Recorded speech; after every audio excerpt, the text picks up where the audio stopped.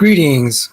Welcome to the Evidence and Reasons video channel, Evidence and Reasons for the Christian Faith video channel. I'm Salvador Cordova. And for those of you who just finished watching James Tour's talk, God bless you all, and I hope you enjoyed it. It was probably the most technical talk that he's given so far in episode 8. I would like to invite people that have chemistry questions to type things in the chat or to join the stream. I know that tonight I'm actually competing with another creationist channel. And the nice thing is, because things are recorded, you don't have to choose between one or the other. You can watch one of us on recording. I'm only putting this out at this time since it's an appropriate time to give a discussion on chemistry right after James Tour talk, because some of the concepts are just, it's just an opportune time to review what he talked about so you can remember it. So that's the main reason I'm doing this. I had no intention of competing with Standing for Truth's channel. I try to avoid conflicts of schedule, but this was a very special talk, and so I had to make an exception. So for those that are really interested in chemistry and who probably have heard a lot of Noah's floods debates between Neff and Neff, I'm giving something new. So I'm going to pin the StreamYard link, and if you have questions, by all means, feel free to type something in the chat or join the StreamYard. My goal here is for us to teach each other. I'm by no means a chemist, but it is my field to study, molecular biophysics. And so as a research assistant, I would not at this stage fancy myself as a scientist, because some of the guys that I work with are really, really exceptionally accomplished. I feel embarrassed to call myself a scientist compared to them, some of the gentlemen that I've had a privilege of working with. But I will share what little I know as a student of science to try to help understand what Dr. Tour was trying to convey. So with that, I have the chemistry was definitely intense in this episode. Someone asked, who is SFT? There is a creationist channel called Standing for Truth. It's a young earth creationist channel. They're having a debate on Noah's flood. You can just Google Standing for Truth. I did not intend to conflict with his schedule, but this seemed like such a good time to be right after Dr. Tour's intense chemistry episode to try to review some of the chemistry so that we don't get too overwhelmed, because that was a lot to digest. And I have to say I had to listen pretty intensely to what he said. Now, I've had the benefit of working on a molecular biology course with Dr. Change Laura Tan, who co-authored the book with Rob Stadler, The Stairway to Life. And I have to tell you, I studied that book for 6 weeks. I was recruited to be a reviewer, and I crawled through that book. So I had to learn a lot of what Dr. Tour was teaching, was presenting today. But it took 6 weeks to learn it. Okay, so I know that if it takes me 6 weeks or anyone 6 weeks to study something, and then they go to a 1-hour lecture by Dr. Tour that covers basically the same material, this is really intense chemistry. So thank you for that comment, Godzilla Freak. And the chemistry was way above me. Okay, so this is telling me this is why I wanted to have this show. This is why I wanted to have this show, just to help some of you all just to kind of digest a few pieces and maybe understand a little bit more than you did before. So I invite students that all of us are students of science. Even Einstein described himself as a student of science. Feel free to join the stream. I provided a StreamYard link, and I'll provide it again. Let me just type that in. And please ask questions. I'm going to request that whoever joins the stream, just to please, I know you just want to just spout your opinion about how stupid Professor Dave is and all that, and I totally get that. But I really want to emphasize, I want to be trying to take questions so that we can understand and teach, because it'll enable you to communicate this a lot better, even if you don't understand all the chemistry. So I'm going to try to just give the basics, kind of what people were really, what Dr. Tour was trying to convey. So let me share my PowerPoint here. Oh, I have some funny things here to share. Hang on. Perhaps the summary was by Dr. Tour himself. He was criticizing Dave Farina, and I thought it was kind of mean for Dr. Tour to say this about Dave Farina. But now, looking in retrospect, it's probably pretty accurate, because Dave was making all these confident assertions, and he knew nothing. He knew next to nothing. He knew next to nothing. And what Dr. Tour is trying to illustrate was, you have these people that know nothing and maybe just know a little bit, but their confidence is high.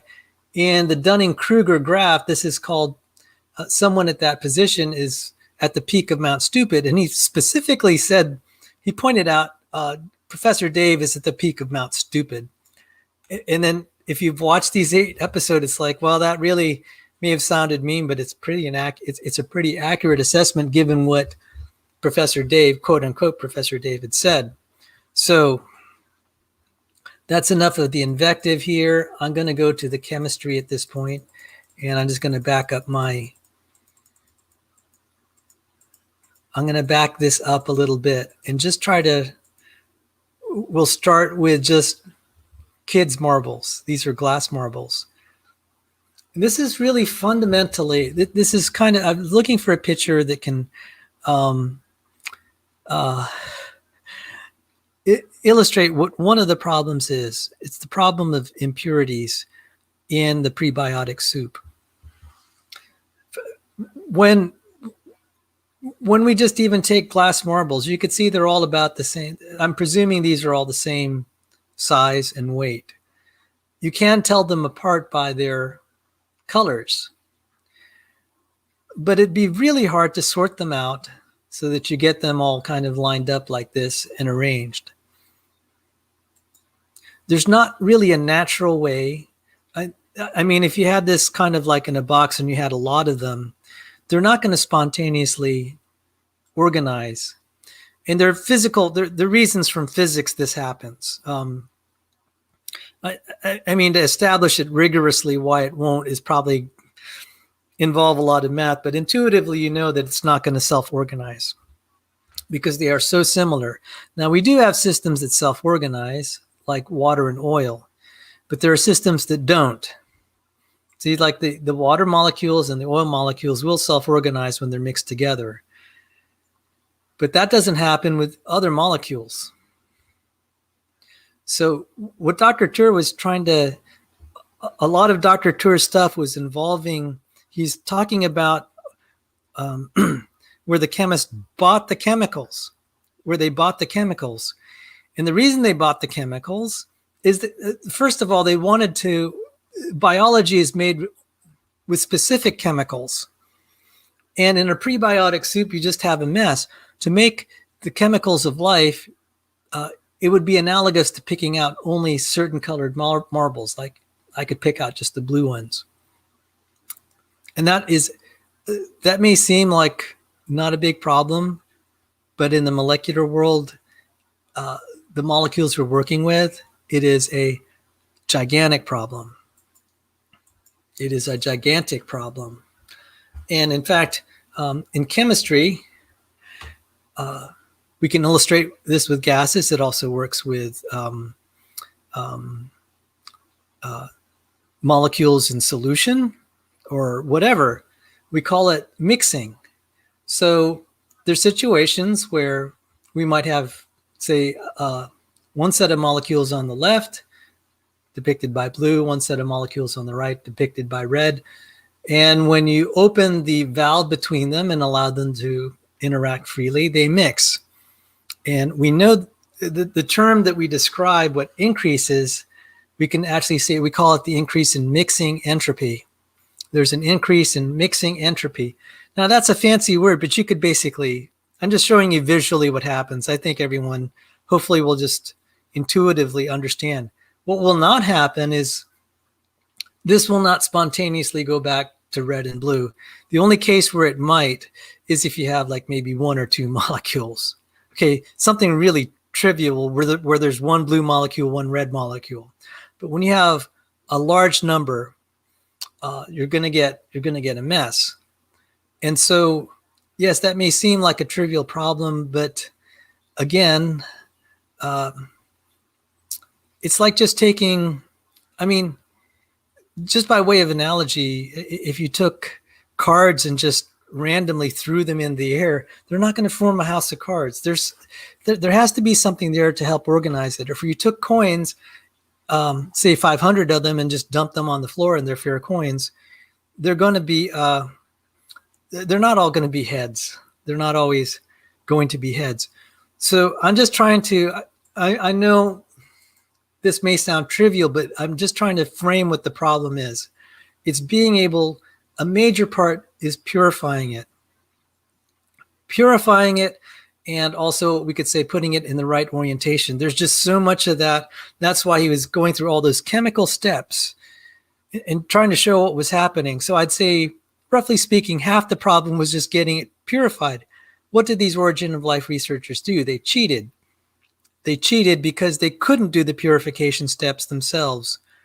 And that's very misleading if they suggest that they could just buy things and then their experiment then is a valid representation of the origin of life. So why is that important? Why is the purity important? This is where it gets the chemistry, as Godzilla Freak said. I'm gonna just quote him. The chemistry was definitely intense in this episode. Okay, so what I tried to illustrate with these marbles, just try to imagine when you're seeing all these chemical diagrams being thrown out there.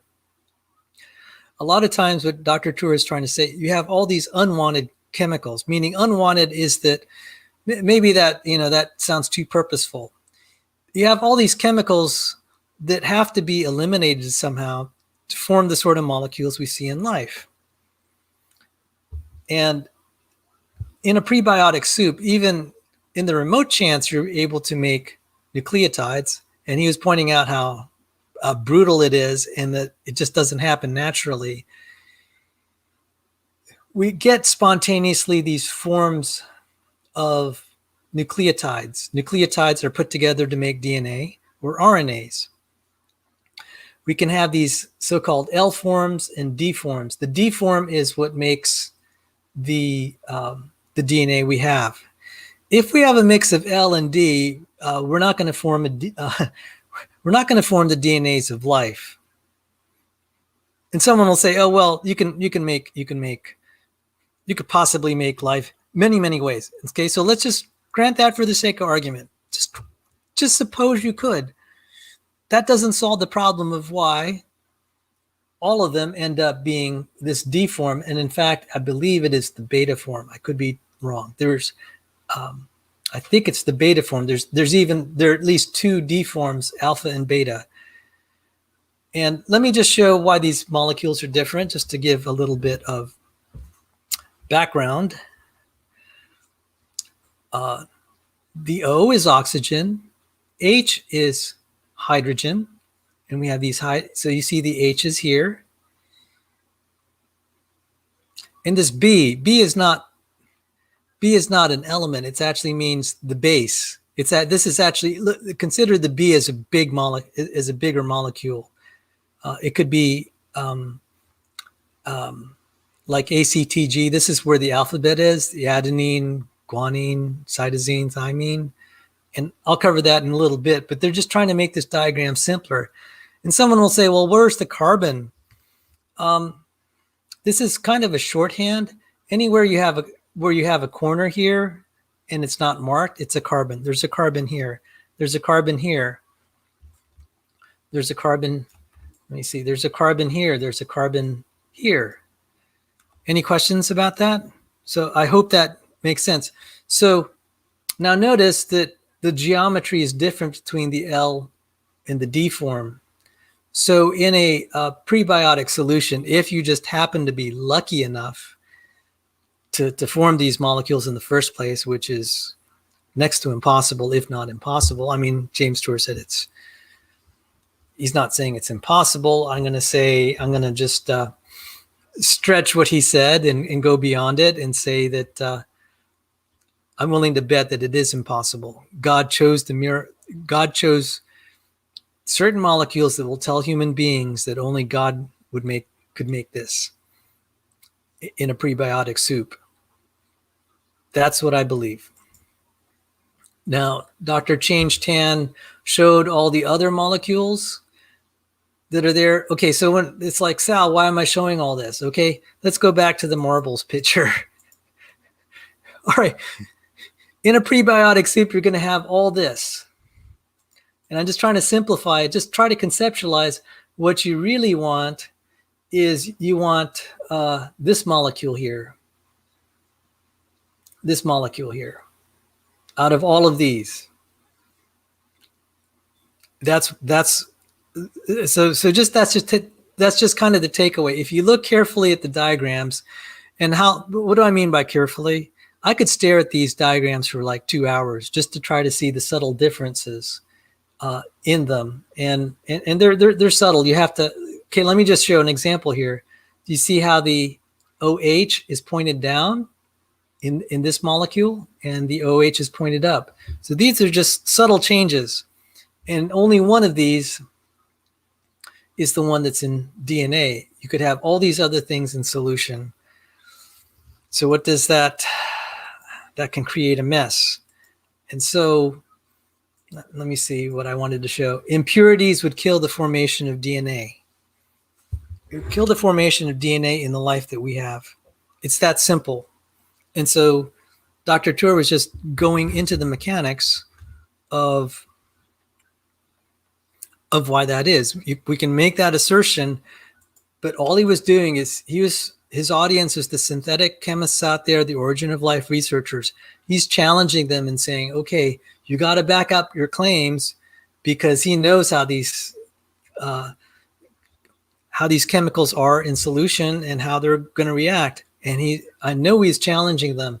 I wanted to point out, he had a slide extremely similar to this. This is an RNA nucleotide. And he was saying that, like if you don't freeze this at like a minus 112 degrees Fahrenheit, it starts to break down. And this is straight from my biochemistry textbook. He was saying that this would be the normal RNA nucleotide, but it could blow up and end up like that.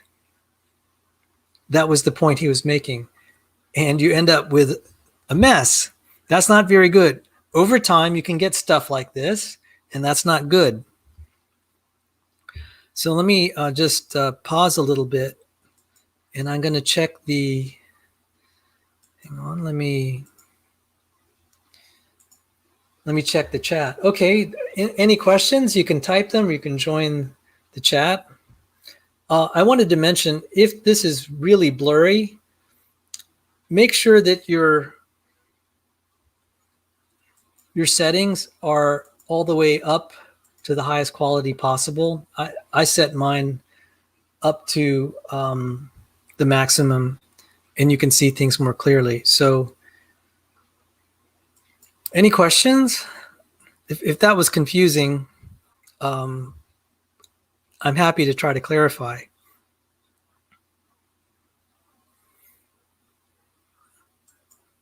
Okay.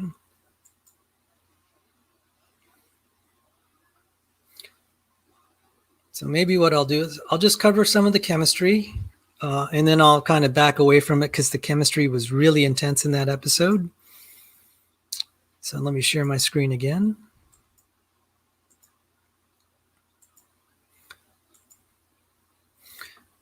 So just to let you all know, it can be very intimidating, but if you just spend time, this may sound silly, but now I understand why my professor insisted on it. He said, okay, I'm going to tell you a molecule and you draw it. And he told us in advance which molecules he wanted us to recapitulate on the exam. And so we would say, okay, he'll choose a molecule. He said, just for example, he might choose a molecule like that. And he'll say, okay, recapitulate it on the exam. So what I do is I'd actually try to just, I'd look away and try to draw the diagram and realize I couldn't. Then I'd look back and said, okay, that's what I missed. And after a while, you just do that. So how long would that take me? This would probably take me like half an hour to an hour. So this is just like learning a new language, learning a new alphabet. And it's just time. It's not that it's intellectually, that aspect of drawing the molecules is not intellectually that difficult. The interactions are kind of difficult. But if you can at least recognize it, you begin to see certain principles. And that's the important thing. The principles he was trying to communicate is that, I'm going to show some of that when he's talking about all these groups here. There are all these positions where you have like an OH, an OH. There are all these places where molecules can connect. And when he's talking about protecting and deprotecting and all of this, he's trying to say, we don't want this molecule to connect to the wrong substance in the wrong place. We don't want it to connect to the wrong substance in the wrong place. And so all these protection and deprotection steps, that's why it's so difficult. This won't happen in a prebiotic soup. It's just that simple. And maybe I'm going to try to illustrate. Just imagine you had a bunch of Scrabble letters and they had glue on them. And then you threw them together. That'd be a disaster. What you want to do is at least have them in a row so that they're readable. So I wanted to make a graphic that'll show the Scrabble letters in a row. Atangelo, thank you for joining us. Oh, let me turn up my volume so I can hear you. Atangelo? I can't hear you. Hello, Atangelo. Let's see, private chat. A moment. Okay, so Atangelo asked for a moment. So I'll just continue on. So let me check the stream in case there's any questions. Okay, Atangelo will be joining us shortly. So what I was trying to show was that we have to have all these things in position. So I've shown this graphic before. I'm going to bring it up. What a designer who wishes to communicate to a would-be viewer, a would-be observer of his work. If he wants to communicate something that is designed, he'll do something like the following. Let's see if I have a picture of it. Oh boy, this is way down the line here. Okay, I love this picture. I should have put it at the front. I was in the middle of assembling my slideshow. Something as simple as this is communicating to someone. If someone encountered this, if I wanted to communicate to someone, hey, there's a designer around and I built this, or someone built it, you would do something like this. You're showing, you're creating an organization of objects in a way that will tell people, wow, that this isn't the product of random chance. It had a mind of someone that had a certain amount of skill and foresight and ability. And so now let me go back to something I wanted to share.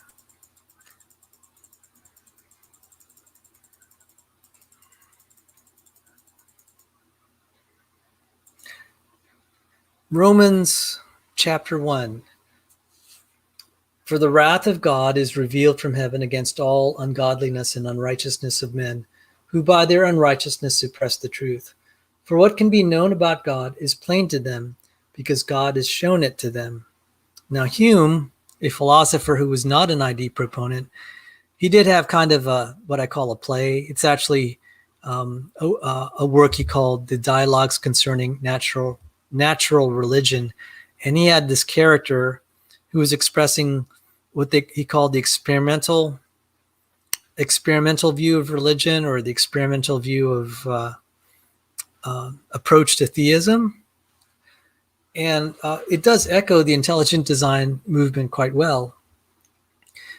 And this character in Hume's play, Cleanthe, says, all these various machines, and even their most minute parts, are adjusted to each other with an accuracy which ravishes into admiration all men who have ever contemplated them. The curious adapting of means to ends throughout all nature resembles exactly, though it much exceeds, the productions of human contrivance, of human design, thought, wisdom, and intelligence.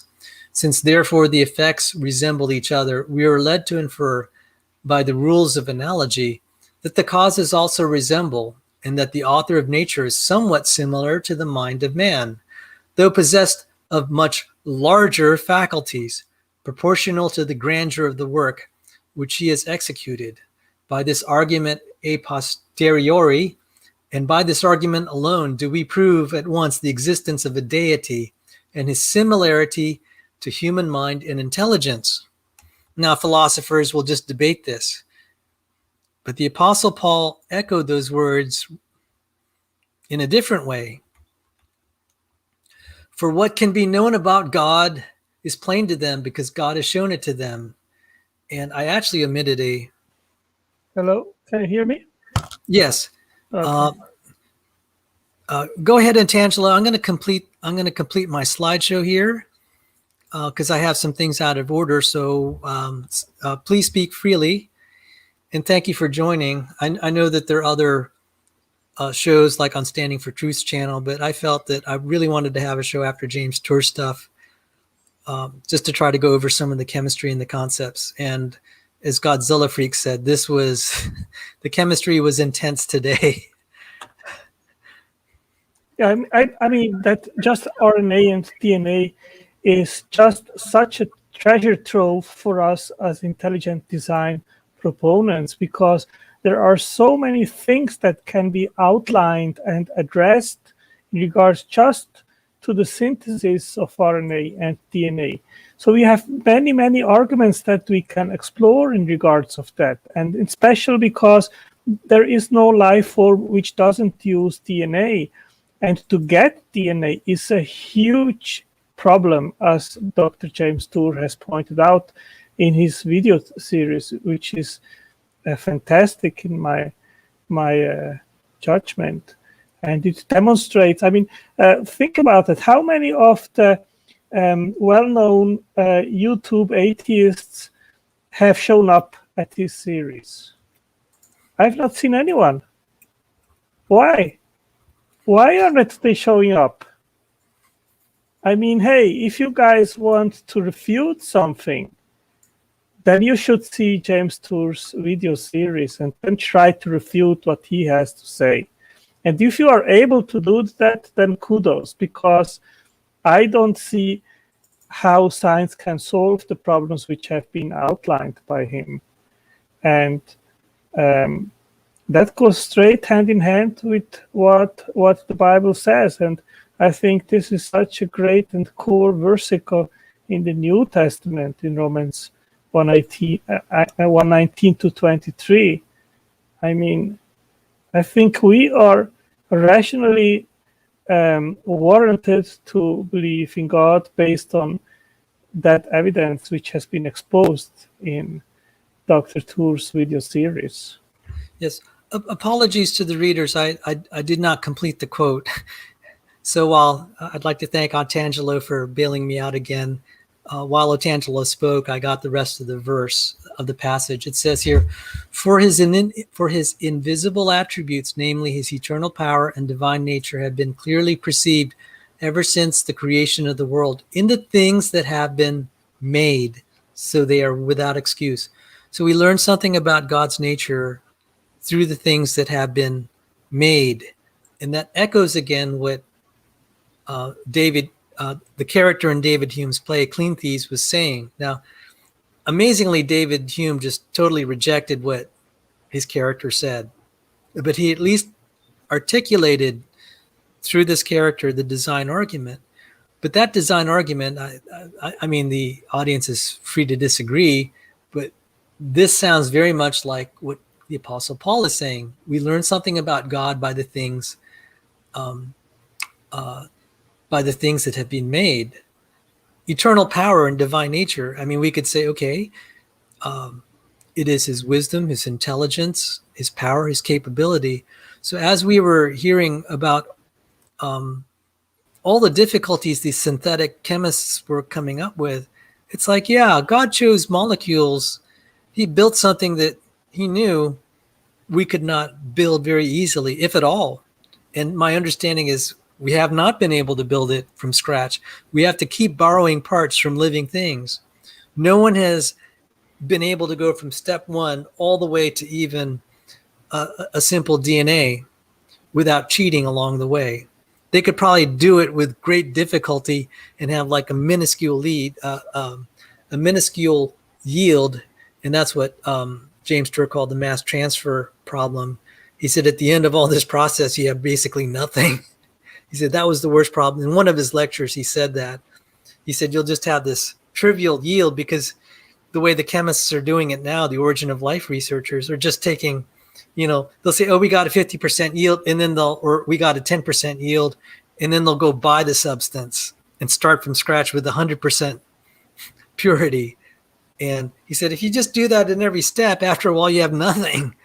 And he called that the mass transfer problem. He said that's the biggest problem that he sees. And now, I mean, I didn't understand what he was talking about at the time when he gave that lecture. Now it's making sense because he's saying at each step you have to do a relay synthesis. And that's just a fancy term for saying we're going to buy that substance in 100% purity that we couldn't do in our lab. And I don't know, did you see my earlier slides, Sotangelo, where I was showing? Let me just share it briefly. I was just saying conceptually, what happens in the macro scale is very appropriate to the molecular scale. And I'll just share this briefly. And thank you so much for joining the show.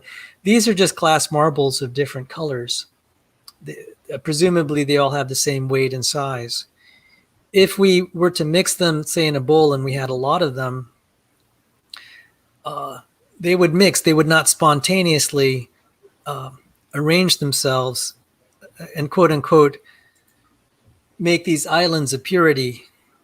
And that happens at the molecular level. Now, we do have things that do spontaneously self-sort, but the molecules that God chose to make life do not do that.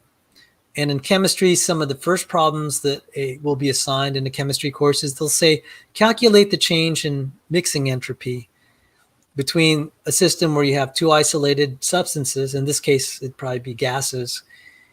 And it's separated by a barrier here, a valve. And when the valve opens, it mixes. And they'll invite the students to do a calculation of the change in mixing entropy. Now, that's just the measure of the mixing. Visually, you could just see the problem. Spontaneously, it's not going to be 100% pure. It won't spontaneously become 100% pure on one side and 100% pure of the other substance on the other side. Only for very, very, very sparse gases, like maybe one molecule of each. But for large numbers of molecules, which is usually the case for a lot of systems of interest, this is not going to happen spontaneously. So this is what James Turr was saying when he said that's the problem of relay synthesis. When we do all these experiments, you get a mix like this. You don't get a mix that spontaneously is like this. You need something that's going to separate things out. And the problem, just like with the marbles, You might think there should be a way that it would spontaneously sort, but think about what you need just to do it with regular marbles. Well, what we find is at the molecular level, it's the same problem. You need to devise machines and techniques to be able to pick things out and purify them. Some substances are very easy to purify. I'm going to toss you speed of sound. Please leave the channel. If you don't go, I'll toss you. I don't need your condescension. You need to be learning this stuff rather than spewing it. We're done. We're done. I mean, seriously, why don't you go and try to challenge what James Tour said?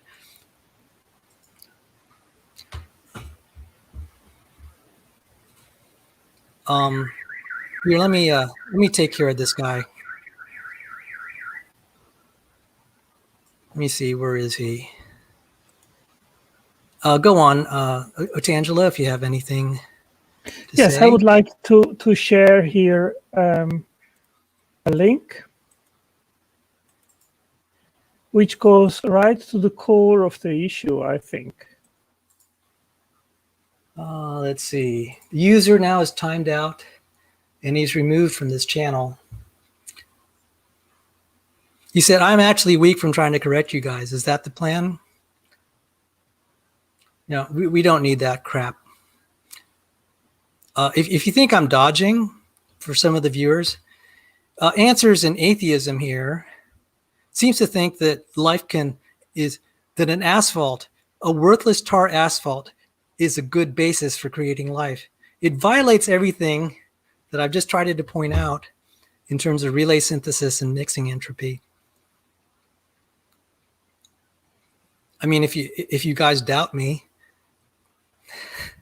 you could waste some of your time looking at his channel and seeing if he's actually corrected the problem of the mixing entropy and why some of these things, these origin of life things, have to be corrected with relay synthesis.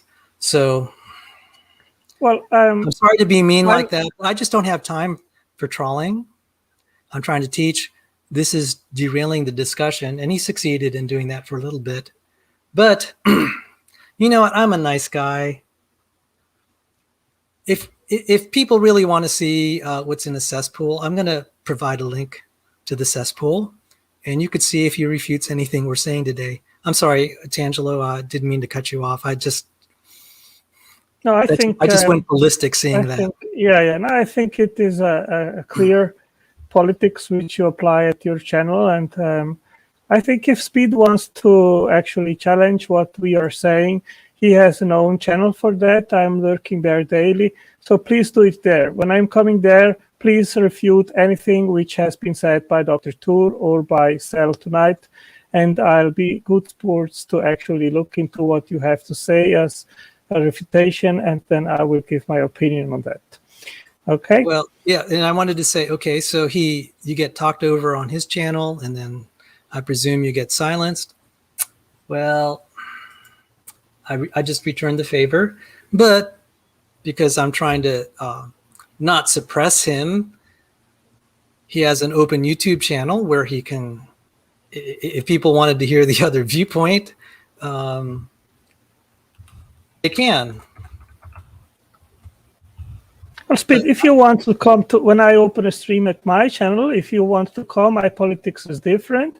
Since I am frequently a guest at your channel and you are permitting me at least to interact up to some degree, you can come to mine and actually make your case, no problem. But I think this is your channel, Cell, and I respect it. So can we go on? Can you put my apologies. Okay, so I did read a science paper from 2010 today, which clearly boils it down to what we are talking about here. And it is intelligent design from the viewpoint of complex system theory from 2010. I've put the link in the side chat. And they say the occasional fluctuation is an origin or tool for creating the world. And Everything is possible according to probability's law of large numbers. That is, time plus chance equals inevitability. The abundance of life forms and the unpredictable future of evolution demonstrates this possibility. Isn't that an interesting quote? Because they are outlining what their alternative actually is. And basically, if we remove evolution, it is just random stochastic events. And my response to this below is that is literally all that atheists as an alternative to intelligent design have. If they think they have a case, they must be willing and able to explain how randomness has more creative power than intelligence and is able to instantiate systems more complex and sophisticated than anything ever invented by man. And it's not just in what we're seeing here with Dr. Tour's lecture. This isn't even discussing the complex aspects. He's just making the building blocks of the building blocks of the building blocks. Already, it's challenging our best chemists. And I think that's why I don't have time for some of these guys. I said, did you not listen to anything that was said by Dr. Tour? No, Speed doesn't listen for his entire life. He and all the crowd which surrounds him, they simply have tapped their ears.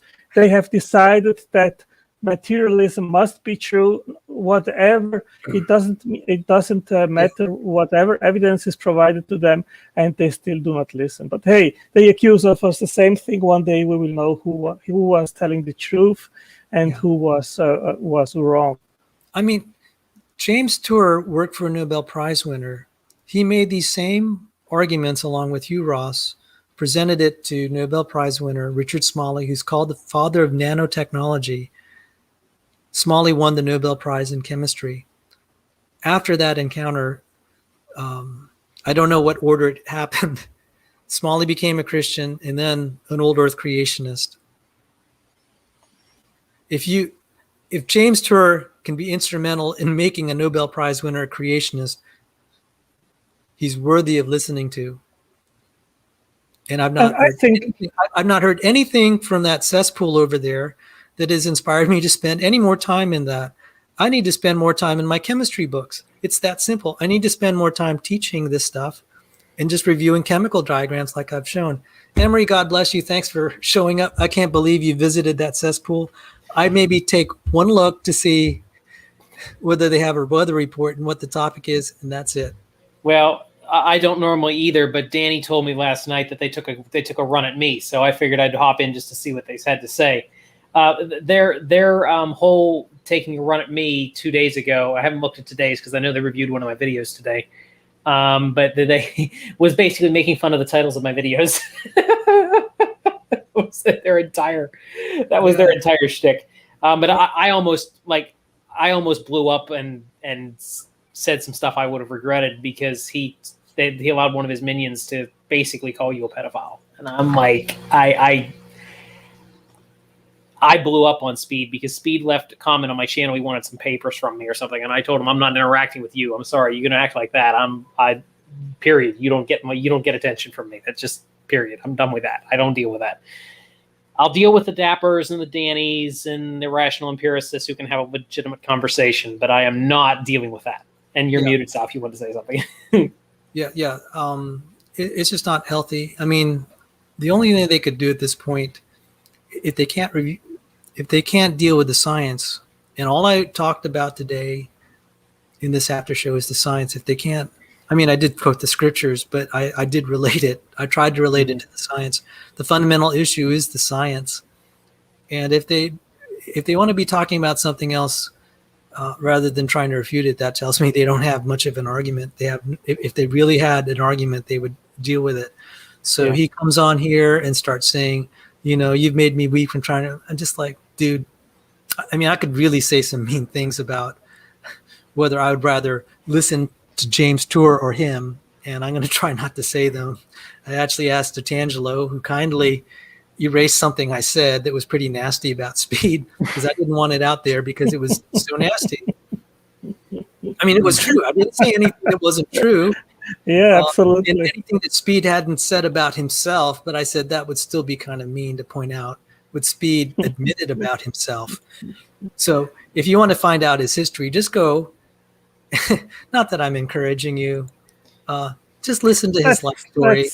Let's change the topic and compare it to James Tour. Let's not do what they are doing with us. I mean, they do not have a case on their own, and all they can do is basically come to our channels and then criticize us, but they have no case on their own. So yeah. See, he has this channel is, some people are trying to attack it, and I know it. And that's all what they have to do. That's all they can do now. But now, I'm not going to let them pollute this channel if I can help it. And the other thing is, just as an announcement, I'm moving some of this stuff even to a more secure area, a website, because then I don't have to follow YouTube's interface. Because I'm just organizing things and just, there'll be a lot of chemistry and science and physics, and maybe all the trash talking will be saved for the channels, but the website will probably be free of comments. That's just to protect people. Yeah. Today, Sal, I think one of the main words or tenets which we talk about in regards of intelligent design is complexity. And today I said, well, let me just dig a little bit in that word, in what its meaning is and the history of it. And I was surprised because I came up with some interesting stuff in regards of that. So if you have time or want to make a stream just on that, we can do that. We might make a stream on that. One thing I wanted to say is maybe I'm going to point out something that it's not just complexity, even something simple. And I showed us what I was trying to show here is even a simple arrangement can require a complex machine. You muted yourself. This is conceptually a simple task to get these marbles kind of sorted out. If you started out with a mixture like this, I'm sorry, they're different colors. Well, this is a fantastic example of what we are talking about, I think. So even though the structure is conceptually simple, the complexity of getting it into the state, I mean, seriously, just think about making a machine that can do what we ordinarily do. This is not going to be a trivial thing. You would need an optical sensor and then like a robot arm and to sort it out. This would not be trivial to make a machine. What I felt that James Tour was saying, and I said this happens at the molecular level, is to get these molecules to purify requires a lot of machinery, and you could see how sophisticated with all the changes in temperature and pH and throwing all these other things involved. You're just like, oh wow, even if the structure itself doesn't look complex, the process of manufacturing it is very complex. You could see that. And I think, Sal, that Dr. Tour said something today, which you repeated tonight, which is very interesting, which he said that it's, I don't know, the word is, it's machines making machines that make machines that make machines. Yeah. I don't know if it was machines that he said, but it was something like that, right? It was building blocks that make building blocks that building. Oh yes, blocks. Yes, and, yes. And so and that immediately remembered me what I've figured out recently, and we talked about recently as well. It is that, like, in order to make a ribosome, you need a machine which requires another machine, which requires another machine, and then in the end, which makes machines which make the subunits of the ribosome. So you require 3 or 4 steps of machines which make machines which make machines which make subunits of the ribosome. And of course, what you need is foresight in order to make that.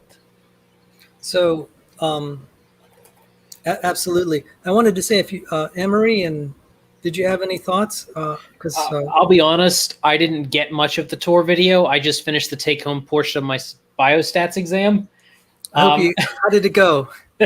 Well, surprisingly, the take-home section it's open book. So, like, I was able to sit there and just look through the book and figure out what I was supposed to do. I think I did okay on this take-home. It's only a third of my grade, but on the take-home section of the test, I think I did okay. I might have missed I might have missed a couple of points, but it wasn't. It's not crippling. I didn't miss everything. I know I got a lot of stuff right. So you're free tonight. In other words, a little bit. You can relax for a little bit anyway. Like I'm still doing homework, but I'm able to do it and do this at the same time.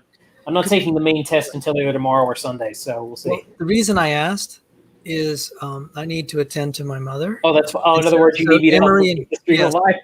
Yeah, so Emery and Otangelo, I'm going to just hand it off to you. So if you wanted to talk complexity, Otangelo, that's fine, and I'll let you and Emery work it out. You're doing me an incredible favor by keeping the stream alive and the conversation going. I know that we're competing with Standing for Truth tonight, which I usually try to avoid, but after Dr. Kerr's talk, I felt this would be an opportune time to just review what he's trying to say and trying to maybe put it in simpler terms, what he's really trying to communicate, because that's why I was showing the marbles. I said, this is fundamentally what is happening is you just have all the chemical language thrown on it, but it's not that hard. Yeah, Sandy, if you want to join, you're welcome to join on a Friday night. Maybe you don't have to get up early in the dark. Let me put the link in. And so Tangelo and Emery, thank you for helping me out. And I'll be taking a commercial break for about 10 minutes or so. If someone else maybe wants to come in, 10 minutes. Yeah, well, 10 minutes is not much time. So, okay. Well, I'm sure I can always babble on about nothing for however long sound needs. But I didn't see most of the tour lecture. I caught a few minutes of it, just like when I needed to take a break.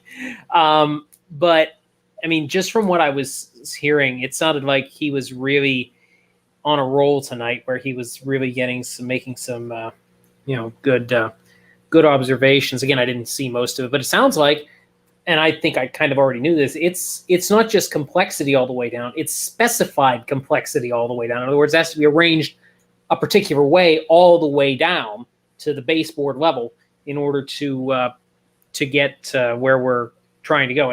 Did I understand that right, Angelo? Yes, as I said previously in this stream, is that DNA is a very complex molecule. Hi, Sandy. What's up, guys? How are you tonight? Hey, Sandy. Fine, thanks. Go ahead, keep going on, Tangelo. I'm listening. And Emery, you brought up a great point about specified, the word specified. Keep going.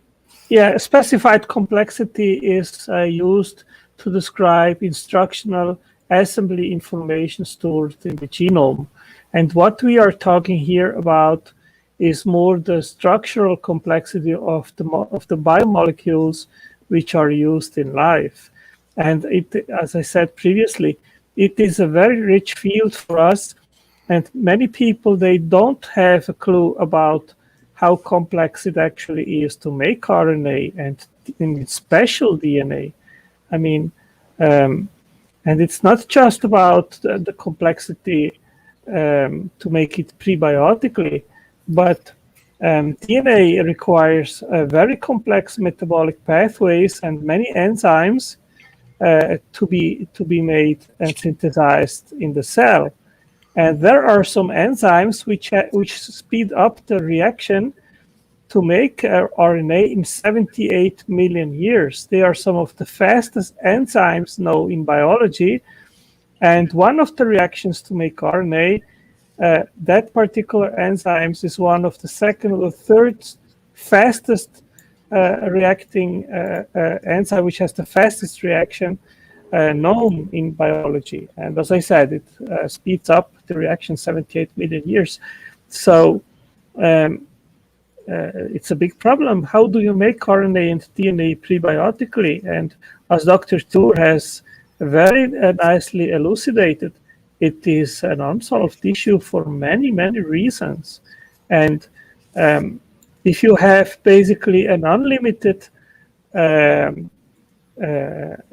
possibility to have all kinds of different complex molecules, why would nature select to make in specific RNA with the composition of very specific nucleobases and ribose, which is very unstable, and attach it to phosphate?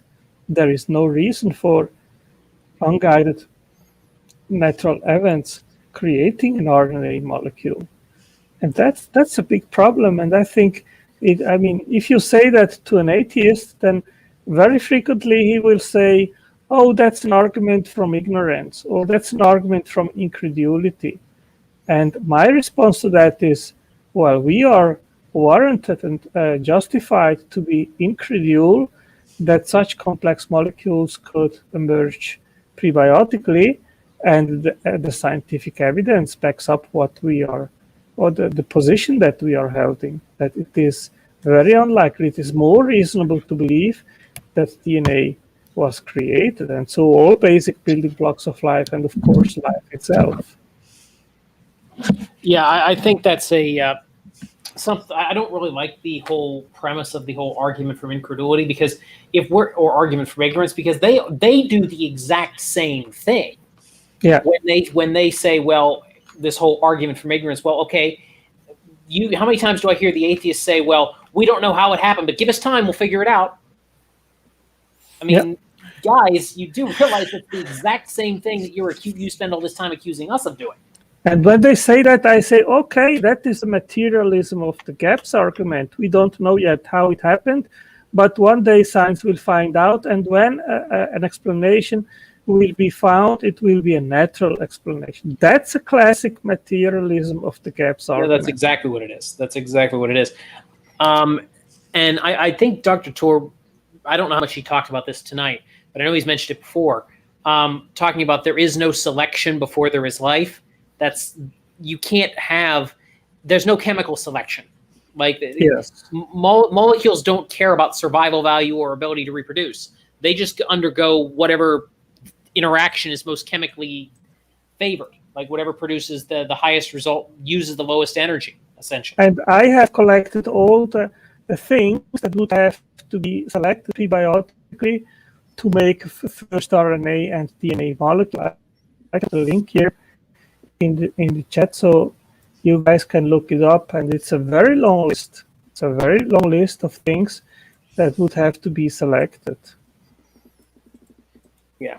And that just here in the side chat, in the private and in public chat, so everyone can look it up. All right. We have a look at that. That's definitely something I want to have a look at. I'm not that familiar with origin of life scenarios. Oh my. Yeah, I can mention here a few things in regards of prebiotic RNA synthesis. Out of the 27 problems of prebiotic RNA synthesis, 8 are directly related to the lack of a mechanism to select the right ingredients. And one, how on earth did you compile all this? My goodness. Wow. Guys, anybody in the chat, click the link that Otangelo just put in there, because it's pretty impressive. Your mind will be blown. This is just all the problems just with abiogenesis. Yeah, no, this is just no. Let me explain. What I'm listing here is just in regards of the prebiotic synthesis of the basic building blocks of life. This is just in this post here. Okay. Okay. That's a tiny part of the problem which we are talking about. A very tiny problem. Once you have the basic building blocks, it would be the same as to say we have the bricks to make a house. Wait. Otangelo, that just is a part of the problem? That's not even the whole problem? Of course not. Oh. I'm sorry. How do people possibly believe in abiogenesis? Okay, I'm going to take a step back. The people in the lay community just don't know all this stuff. That's how they believe it. Yes. I don't know how the professionals believe it. Well, I do know how they believe it because the other alternative is God. But anyway, sorry. You just blew up my brain that was already tired on biostats, Altangelo. So I'm taking a few seconds here. Whew. My word. Folks, if you didn't click that link that Altangelo put in the chat, definitely. Oh, I'm already cut and pasting it.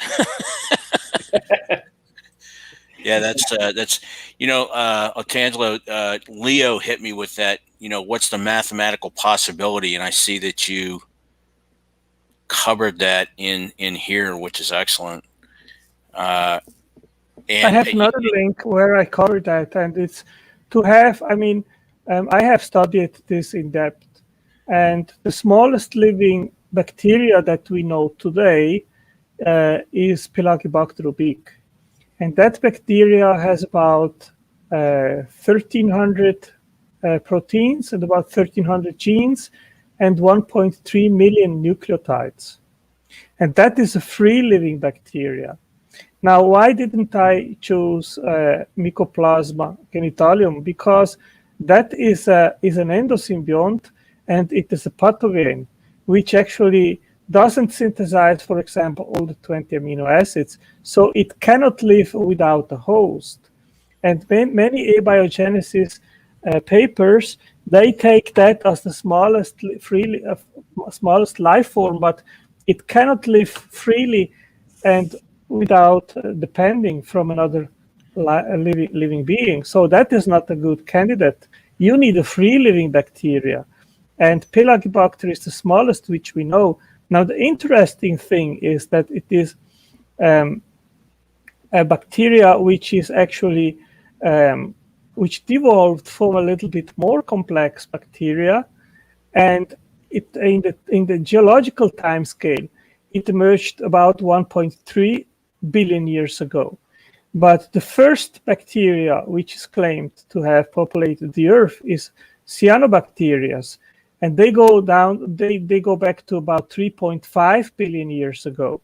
Now, interestingly, the smallest cyanobacteria has 3.2 million nucleotides. So it is a bigger genome than Pelagibacter with 1.3 million nucleotides.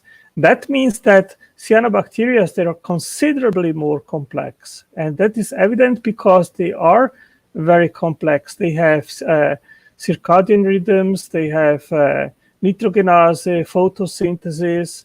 They are very, very sophisticated microorganisms.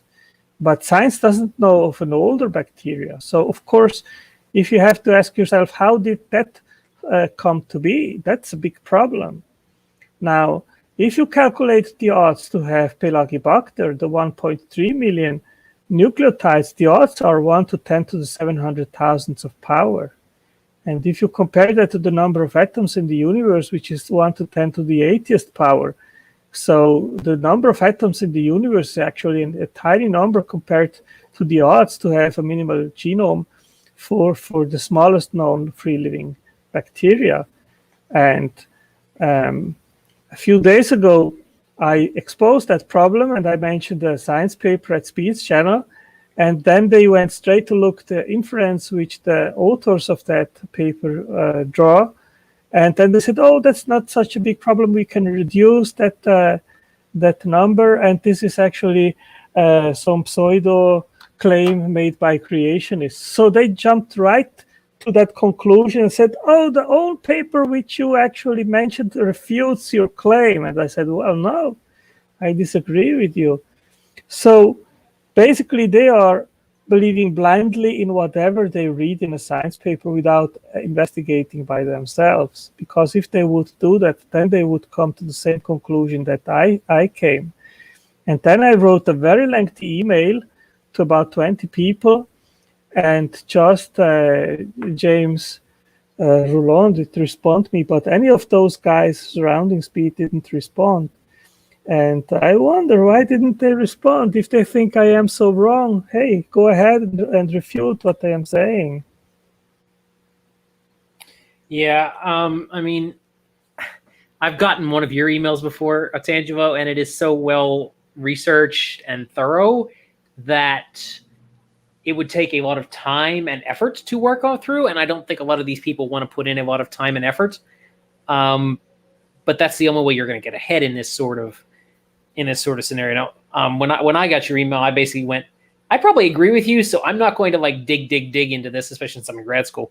But I could see somebody who has more time on their hands and somebody who is actually working in that field could put some time into it, and maybe they'd come up with something to disagree with. I don't know. I'm not an expert on the origin of life. I stick pretty much to organismal and above biology, but I sit here and I ask myself the question: if I was an atheist, obviously I can't have a non-biological entity forming life. It has to come about through natural processes, or I have to deal with the possibility of a God. Now, that means that I have to, a priori, unless I'm open-minded enough to consider the possibility that God exists, I have to reject any and all evidence that points to the possibility that my required belief of abiogenesis is false. I have to reject it a priori.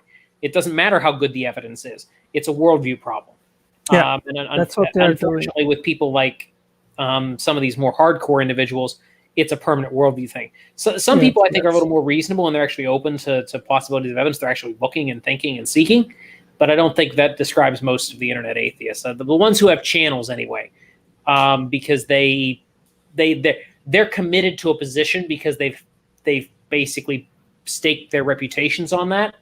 And unfortunately, they don't tend to change their minds. So. I think this is a big problem. Some atheists, they have invested their whole life in that worldview. And of course, renouncing it after so many years defending a worldview position, it is very difficult. It is very difficult. They would have to admit to themselves that they committed to a worldview for so many years, eventually decades, which is wrong. And that's difficult. I understand that. Yeah. So, and I mean, nobody likes to be wrong. I get that. But at some point, some of these guys need to realize that, they can't hang on to this abiogenesis stuff anymore. It's just... let's put it this way: when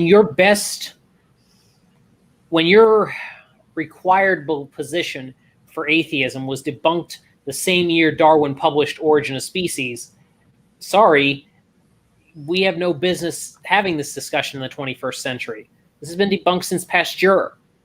Let's throw this whole garbage out. And there's a reason there's a law of in biology known as the law of biogenesis. That law, biology doesn't have very many laws. It really doesn't. It's not like chemistry or physics. But that's a law. And it has never been, so best we know, once we had life, it hasn't been broken. Once we had an original life, it hasn't ever been broken. And the only way we know to break it is by supernatural means. Today it was funny. I was at Tom Jump's channel, and he has been one of the worst interlocutor and debaters which I dealt with. And I had a debate with him in regards of abiogenesis, and he was having that discussion at the Tart's channel. And in the chat, I was putting basically the entire list, which I use today as well, at Dr. Tour's episode, and pointed out why RNA and DNA by natural means is not possible. And the only thing that Tom Jump did, he did find the paper, Origin and Evolution of DNA and DNA Replication Machineries. I can put here the link to that. And he kept asking me during the entire thing, well, tell me why they are wrong. Tell me why they are wrong. And then I said, okay, let me give a look here in that at that site. And then I went to the conclusion, and that was very funny. And the conclusion says here, the problem of the origin of DNA is also largely ignored with few exceptions. And I mean, I had a big laugh because he basically posted a link to a paper which he thought that supports what he actually believes and says exactly what I actually am saying. So the lesson of this is that many atheists, they actually do not understand or investigate the science, but when they find any science, peer-reviewed science paper which gives the appearance that it supports what they want to be true, then they think they are warranted to believe what they believe. And unfortunately, that's true. Yeah. And most operate like this. They are acting basically on blind faith. They do not investigate by themselves. They just believe and think that if science is on their side, then what they believe must be true. Yeah. I mean, it's not it's unfortunate, but I mean, we're in a position where a significant portion of the population has not been taught how to think and has been taught to reason with their emotions and how it makes them feel rather than logically. And so, unfortunately, we have people who, and I get some aspects of the abiogenesis question are difficult. They're hard to understand.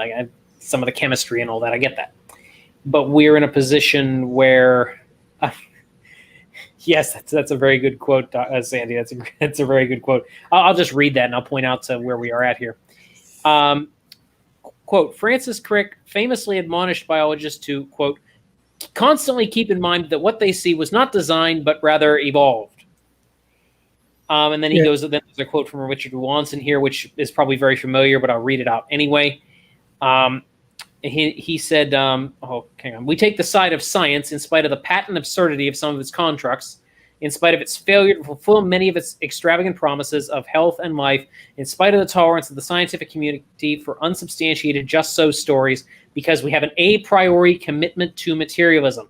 Moreover, that materialism is absolute, for we cannot allow a divine foot in the door. And yes, he actually was that honest. I can give you other quotes here. The actual article where he said that. He actually was that honest. And that describes most of the YouTube atheists. Yeah, and I've got 10 or 15 more quotes, and that comes out of Darwin's Doubt from Stephen Meyer. And the bias is just insane towards ID. And a lot of it is just, they just don't want to believe. And, you know, one of the things I warned Sal about going up against Dilla Chunky was that you know, this guy is a professional atheist, and he's just and I told him that when he starts getting angry, you've won the debate. So just maintain your calm. And Sal did that, but he did a really good job. Yeah, you're never going to win against the guy because he just keeps going in circular logic, and you know, he just doesn't want to. He makes a lot of money being a radio TV show host, a YouTube host. Mm-hmm. So he has a monetary incentive to keep his position. And, you know, and here's a guy who claimed he was, a Southern Baptist, studying to be a Southern Baptist pastor, which is just hilarious to me. But yeah, I mean, I actually believe that because, I mean, Darwin studied to be an Anglican minister back when the Anglican Church wasn't a fireball of leftism. So, I mean, unfortunately, a lot of our seminaries don't do a great job of actually educating people when it comes to this issue. You know, so people come out of seminary very confused on the topic, and then they start making the logical implications of, if evolution is true, then is God good? Is God responsible for death? Is God responsible for sin? And it all spirals downhill, and you get Charles Templeton out of it. Right. Yeah, and that's why taking some philosophical approaches, we studied Paul Copan's book, Is God a Moral Monster? Because a lot of these guys will take things out of context. For instance, they will, point to the Crusades. Well, the Crusades in and of themselves killed about 20,000 people over a period of 3 decades, and that includes the Inquisition. But they take it out of context that it was in the middle of the Islamic push through Spain, that the Crusades entailed a war of taking over the Holy Land. And so it's taken in the context of, it has to be taken in the context of war. Juxtapose that to the 20th century, and I think I was talking to Danny last night because we were talking about Nietzsche. Nietzsche predicted the 20th century bloodbath, and Nietzsche himself, and I told this to Danny, and Danny went nuts. But I think, you know, in studying Nietzsche was a closet deist, probably leaning towards Christian, and that's what the reason he said God was dead was because he lived in a time of the Frankfurt School, Darwin making his rise that kind of pushed God out of the scientific picture, Haeckel's embryos. I mean, I could go down the whole list. And one of the reasons he spent the last 10 years, you know, locked in his bedroom was because he was contemplating this whole thing. And he knew that once you remove God out of the picture and ultimate accountability, that the rise of man-made states that held life just as a particle of the state to be manipulated for the aims of the state was going to arise. And he was absolutely correct. And I think these guys were far, far more sophisticated and elaborated in their thinking and thinking about what actually atheism entails. And I really admire Nietzsche because, I mean, when it comes to investigate morality, he had a very, very lucid understanding on what it is to be an atheist. And he came up with the superhuman, which basically arose by elaborating a moral system without ought to be, just entirely based on humanity. And I think today's new atheists, they are just so less sophisticated in their thinking, and so much I think their thinking is so unsophisticated. And it's basically sad because, I mean, we are providing all this amazing evidence which these guys back then, 100 years or so, didn't have. And these guys today, they have. We provide all this amazing evidence which is exposed through science, and they are just blind to it. Well, this just goes back to human nature, doesn't it? You know, I mean, back through the entire Old Testament. And I was telling some guys that, you know, are pretty upset about the political problems that we're having right now, and the creeping incrementalism of Marxism that's been inculcated into the media, inculcated into politics, inculcated into the culture. That and it's been slow incrementalism, you know, the whole way. Khrushchev said that that's the way he was going to take down America, bit by bit, you know. And but if you go back to the Old Testament, the same thing was happening. You know, what did they do? They turned their back on God, went back to worshiping Baal. And so I said, look, guys, let's go back and see what happened in the Old Testament. I mean, it is a, you know, testament, pun intended, to the downfall of man, and those are descriptive, not.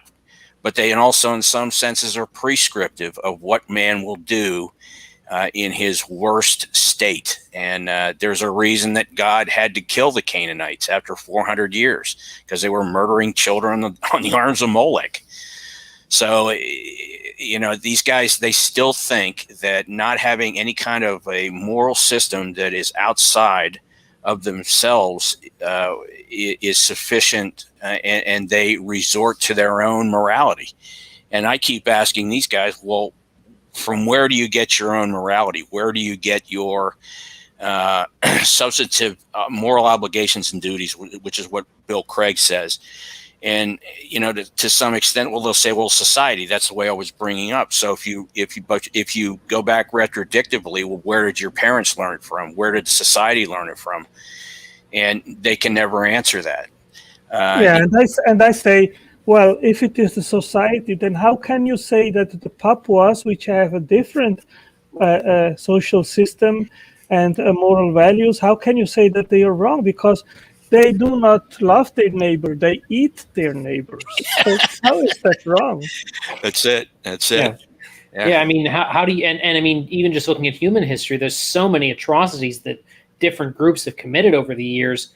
I mean, we could talk about the Armenian genocide, the Holocaust, the Holodomor in Russia, the Pol Pot. I mean, that's just in the last like 150 years. Yeah, absolutely. And if you see the Nazis, if they think that killing Jews is okay in order to purify the Aryan race and the German race, how if you are an atheist, how can you criticize Hitler if that was a social construct and the moral standards that they developed for their society and for their nation? How can you say that your moral values are superior to theirs? They have theirs, you have yours, and you are not better than the Nazis. How can you say that what they have done is wrong? If materialism is true, you cannot say that the moral system is better than another one. It's just opinion against opinion.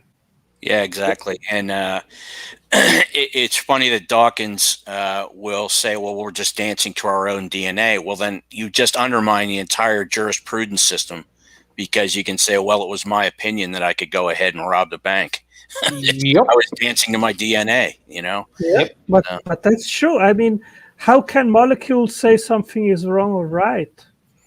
And the thing is, Dawkins doesn't actually believe that. He may say he does, but in his heart of hearts, he knows he doesn't, because he then advocates for things that involve, actually changing people's minds. Like, creationism shouldn't be taught because, people might actually believe it. Well, if we're just dancing to our own DNA, you can teach whatever you want because you're just going to believe what you're predetermined by your DNA to believe anyway.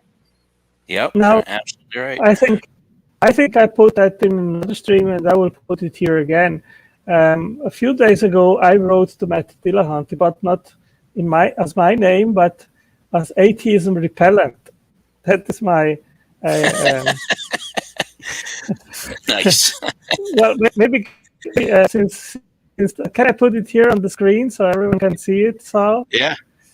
But I mean, it was really funny. Let me check here. Let me.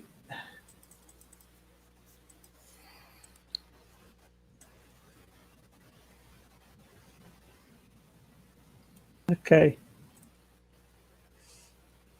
Shall I read it? Yeah.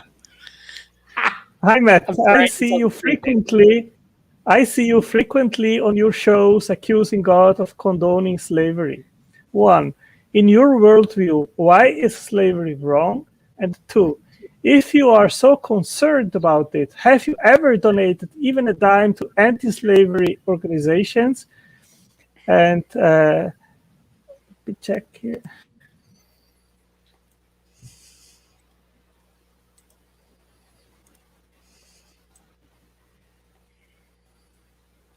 And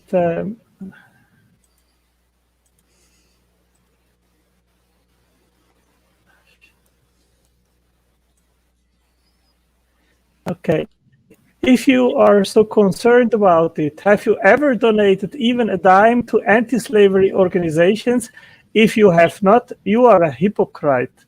But hey, it's never late. You can even buy a slave free. Go to the bottom of the page. And on that website, you can buy a sex slave and free him. And I bet you don't have the courage to take my call on one of your shows with deity, because he calls himself sans deity or without deity. So I call myself with deity. And his answer blocked. Awesome. Oh, my goodness. I don't know how you have the patience for that, people like that, Otangelo. I really don't. I just don't deal with them. I don't have the patience for that. I've got better things to do with my time than deal with that knucklehead. Yeah, and recently he said that I was the worst caller at his show at the Atheist Experience. That's the badge of honor, right? Yeah. Well, that's the thing. That's the same. Yeah, just to point out, that's the same guy in my debate who said I played craps for a living. I was just trying to explain the math of casinos. He said, don't lecture me. I played craps for a living. I laughed at him. Then he corrected himself. It's like, yeah, I could have corrected a lot of other things, but that, he just would keep interrupting me, screaming at me. But that's just a little picture. I caught him. And if I didn't say anything, if I didn't laugh at him, he probably would. That probably would have been let go. And I just let a lot of stuff go because it just takes. What I was trying to say, it's really easy to dump a lot of garbage and doo-doo. It takes a lot longer to clean it up. And we're seeing that with James Tour's takedown of Dave Farina. I mean, Dave Farina probably just spewed tons of garbage in 10 to 15 minutes. And it's taking a world-class chemist 7 hours to clean it up. And think just about Lawrence Krauss' book on a universe from nothing. I mean, I am constantly in interaction with atheists, and you can't imagine the damage that this book has already done in several years. So many atheists claiming that something can come from nothing. Yeah, it's kind of funny because he went on, and I'm no big fan of Stephen Colbert. I think he's kind of a pompous idiot, but he went on Stephen Colbert's show, and Colbert claims to be an ardent Catholic, and took him down. I couldn't believe it. If you go and you watch that video, it's like a 3-minute piece, but it's hilarious. He just takes down Krauss, and Krauss is left dumbfounded because he thought he was going to have an ally on that show, and Colbert turned the tables. Colbert shredded him. It's so bad. Carl Kirby actually uses that in his talks when he gives talks on a universe from nothing. Yeah, he pulls the Colbert clip out and shows like how you can just by asking questions, because it wasn't like Colbert even like openly hostile. He just asked a bunch of questions. Yeah. And I don't know if you've ever seen. Yeah, I'm sorry. Go ahead. I did actually a video on that episode. It's a short video and it's really fun. It is. It's real fun, but it would be a good opening to any kind of a cosmological argument. And I watched Neil deGrasse Tyson had one of his panels up there with. There were 4 or 5 different physicists there, but there was also one journalist, and Krauss was probably the lesser intellectual of all of them, but even all of them were looking at him dumbfounded, and some of them agree with him that there are different kinds of nothing. Well, I mean, that violates English language for one reason, but there was a lady who was a physicist from Berkeley, I think, and completely destroyed him on his argument right in front of everybody. Yeah. And she did it very nicely, but I made a satire on that. Can I show that, Saul? You're muted, Sal. Is that the Colbert? I may have to delete it from. If YouTube dings me, I'll just edit it out. No, it's because it's on my stream for a long time already, since 2019, December 2019, and I had no problem. So I think you will have no problem either. Yeah. Okay. So you are not concerned about that. So just can you do something? Let's just remove it. Can you just can you provide a link to the private chat, and I'll provide it? Sure. Thank you. Sure. Okay. It's here in the private chat. You can put it in Generally speaking, Sal, the YouTube policy is if you play something and you comment on it, you're probably okay. That's considered fair use. Usually, now some people are pickier than other people. It kind of depends on whose clip they're playing. I just want to point out I've already been shut down once. Yeah, I know. And I only YouTube doesn't play by its own rules all the time. So I'm just telling you what the rules are. It doesn't mean YouTube's going to play by them. I think this channel's going to. Well, the other thing is I do think this channel's going to be under more and more scrutiny. People are going to be trying to take me down, and I know this will sound mean, and people will not like me saying it, but the atheists really like Kent Hovind. They would like him representing creationism, but there's certain channels they do not want to succeed. Yeah, he's an easy target because he doesn't go in depth like Dr. Tour, like you, and I think the real evidence is in biochemistry, and it is deeper than what Kent Hovind presents. I think what he does on the level that he does, it's okay. But if you really want to show why atheism and materialism does not withstand scrutiny, then you have to go into the level like Dr. Tour has gone today and demonstrating the selection problem in abiogenesis and the problem to take prebiotic stuff and so forth. Yeah, I'm already expecting that a lot of us are going to be fighting deplatforming, and some of us will suffer deplatforming. Some really scary things happening, and God's church might have to go a little bit underground, and they already are in some respects.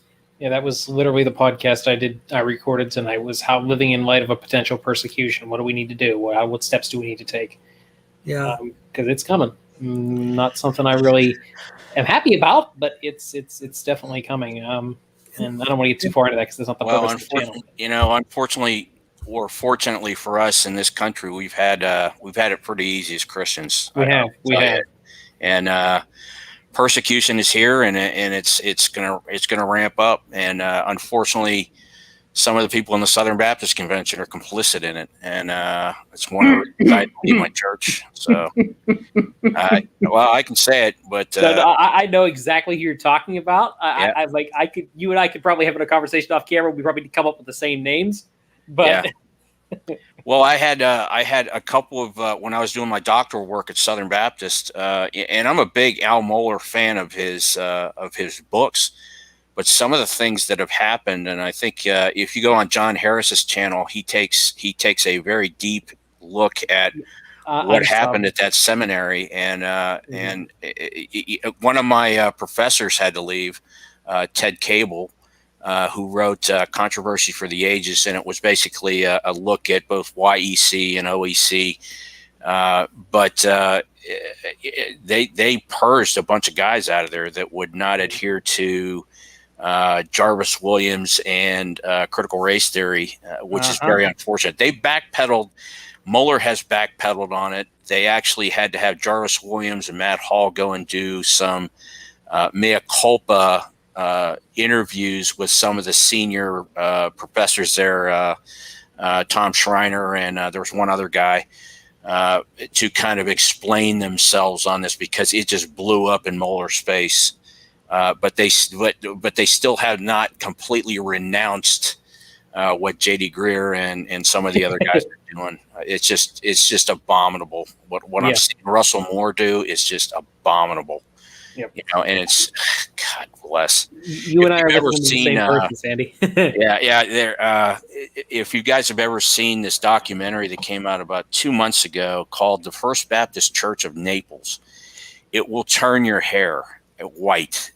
What happened at that church? Very, very conservative Southern Baptist church that was infiltrated, and they go back and they do a synopsis of the guys that were selected by Russell Moore to go to these churches. And unfortunately, my former church is named right at the end of it. And that has been presented to the senior pastor, and he just blew it off. I couldn't believe it. So it's muted. Yeah, it's very, very unfortunate. Which is my present church. So up until like 2 months ago, Sandy, Sal, you got to start coming. You got to start coming to Cornerstone, brother. I'm telling you, this guy Gary Hamrick is amazing.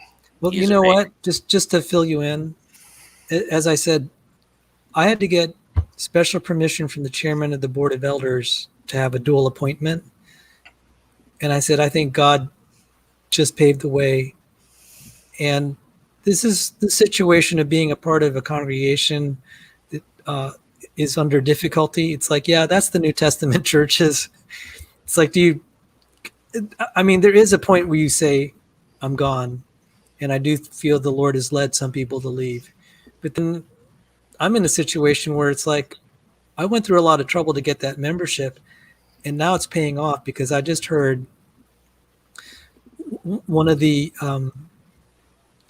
women in leadership now is quietly. She's just well respected.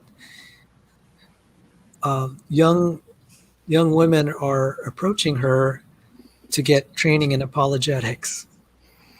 And guess who's training this older woman and consulting with her to give her like resources? That's at my old church. Yeah. Really? Yeah. Interesting. So I just had a feeling if I stayed, I said, you know what? We're not going to go through the leadership. That's not going to work. Somehow God's just going to send people, and people have been emailing this woman who's been part of our private apologetics group that you're in touch with. And I just had a feeling. I said, one, I can't leave anyway at this point because of the lockdown, and I'm not going anywhere because I can't travel. So I'm just going to stay as a resource. And I said, okay, there are people, there are youth that are going to college. There are parents that want their kids taught right, which isn't happening there. And I said, the last place, it's just been my experience, the last place in mega churches to go to try to get apologetics taught is the leadership. You have to just do it word of mouth, person to person, family to family. And don't let the leadership get involved because they're going to mess it up. Yeah, no, Art, I wholeheartedly agree with you. If you have a tentacle in there, by all means, try to exploit it. The issue for me was the guy that they appointed as the director of training and education has never taught a class in his life, and he has no education degree. Yeah. You know? Oh. And I asked the elders, excuse me, I just got a doctorate in apologetics, and I'm not even asking you guys to pay me. I'll go in there and teach for free. I don't care. And I've got a whole host of people who can do this, and I just got the Heisman in the face. And so I'm glad that you're getting interest in there. You know, God bless you for. I was going to church, you know, as one of the bodyguards. I was angry every time I walked in there because I couldn't keep up with it anymore. And plus the fact that the leader of our security team finally said, you know, I'm gonna hate to lose you because you've done so much, blah blah blah. But then he said, I put on my marriage hat and says, you need to go to church with your wife. Oh, good on him. And so, guys, I will leave the stream. Okay. So have a good night. Have a good night, Antangelo. Oh, Antangelo, thank you for joining us. And all right. God bless you, sir. And you can hang out here more if I have streams. You don't have to hang out in that cesspool. No, I mean, I'll do it pragmatically, depending on the situation. You know. Well, thank you for sharing and thank you for contributing. And I look forward to working with you over the coming year. We have a lot of challenges, but things are looking bright. I really believe God appointed Dr. Tour to help us out. Yeah, and I mean, I think it is of mutual benefit. You have come to my stream several times and have helped me out. So I think what we want is to have some good channels where people really can find good information and edify and sustain their beliefs. Yeah, I think the next time you do a debate, Sal, I think it'd be good if we did a pre-debate training session and get Antangelo in here because he's got a lot of scars from a lot of these debates. Yeah. And he'd be a good point man to walk you through a lot of the objections so that we can go ahead and prep you on the counter objections to that, you know, and showing evidence. And like I said, like breaking down just their basic statements, you know, as I told you the other night, you know, that CC guy he just followed those guys down a rabbit hole without deliberating their actual statements, and you could have stopped the entire melee right at their statement rather than going down those holes. I mean, they sucked him right in. We call that sucking a guy into an ambush. You know, no, it's a trick. You know, I mean, that was a typical trick in Vietnam. Oh my goodness! Yeah. Oh my goodness! I'm sorry. I just saw something related to this debate. Dr. Nick Tavani has joined. He's with Reasons to Believe. He's a MD PhD. So we're getting some quality talent here. Oh my goodness. Dr. Nick, I'm deeply honored, sir, if you're listening to this discussion. Come on into this channel. I am profoundly honored that you would come here. Dr. Nick Tavani, one of his people in that group, in his group Peter leads, he and I helped arrange Dr. Sanford to talk to the NIH. That was a landmark event that a creationist would address the NIH, and it was an official announcement. It wasn't well attended, and a lot of the directors of the institutes were pretty livid, but it went through. So, oh my goodness, is he available? Can you get him in the stream? Tell him to come in. I'd love to talk. Yeah, Dr. Yeah, that was a really good talk. Is he in the side chat? So I just extended an invitation to Dr. Tavani. He is with Reasons to Believe, which is an old Earth creationist group associated with Hugh Ross, and I'm not like one of those young Earth creationists that are always fighting and just all the name calling. I'm not into that, and he knows that about me. And I've had the privilege of meeting in person. He's an MD PhD, which is like, okay, you have a PhD in physics was his background, and then a medical doctor on top of it. So he's very bright. And sorry, it could be really easy for me to say some negative things about a certain high school dropout who burned out his brain on drugs and alcohol and say, I'd rather hang out with Nick, someone like Nick, than that other guy. So, Yeah. Some of us get that. But Dr. Tavani, I'm deeply honored. That tells me that I will try to keep the standards. You can just strike that last comment. I will try to keep the standards of this channel high. We will try to talk about chemistry and physics and science. I want to try to help educate a more general audience, because, oh my goodness, that last talk by Dr. Tur was pretty intense in terms of chemistry. And I think with a little bit of just kind of reviewing what he said and trying to explain some of the terms, people can appreciate what he really was calling the origin of life community out on. So, okay, guys, have a good night, and Hey, God bless you.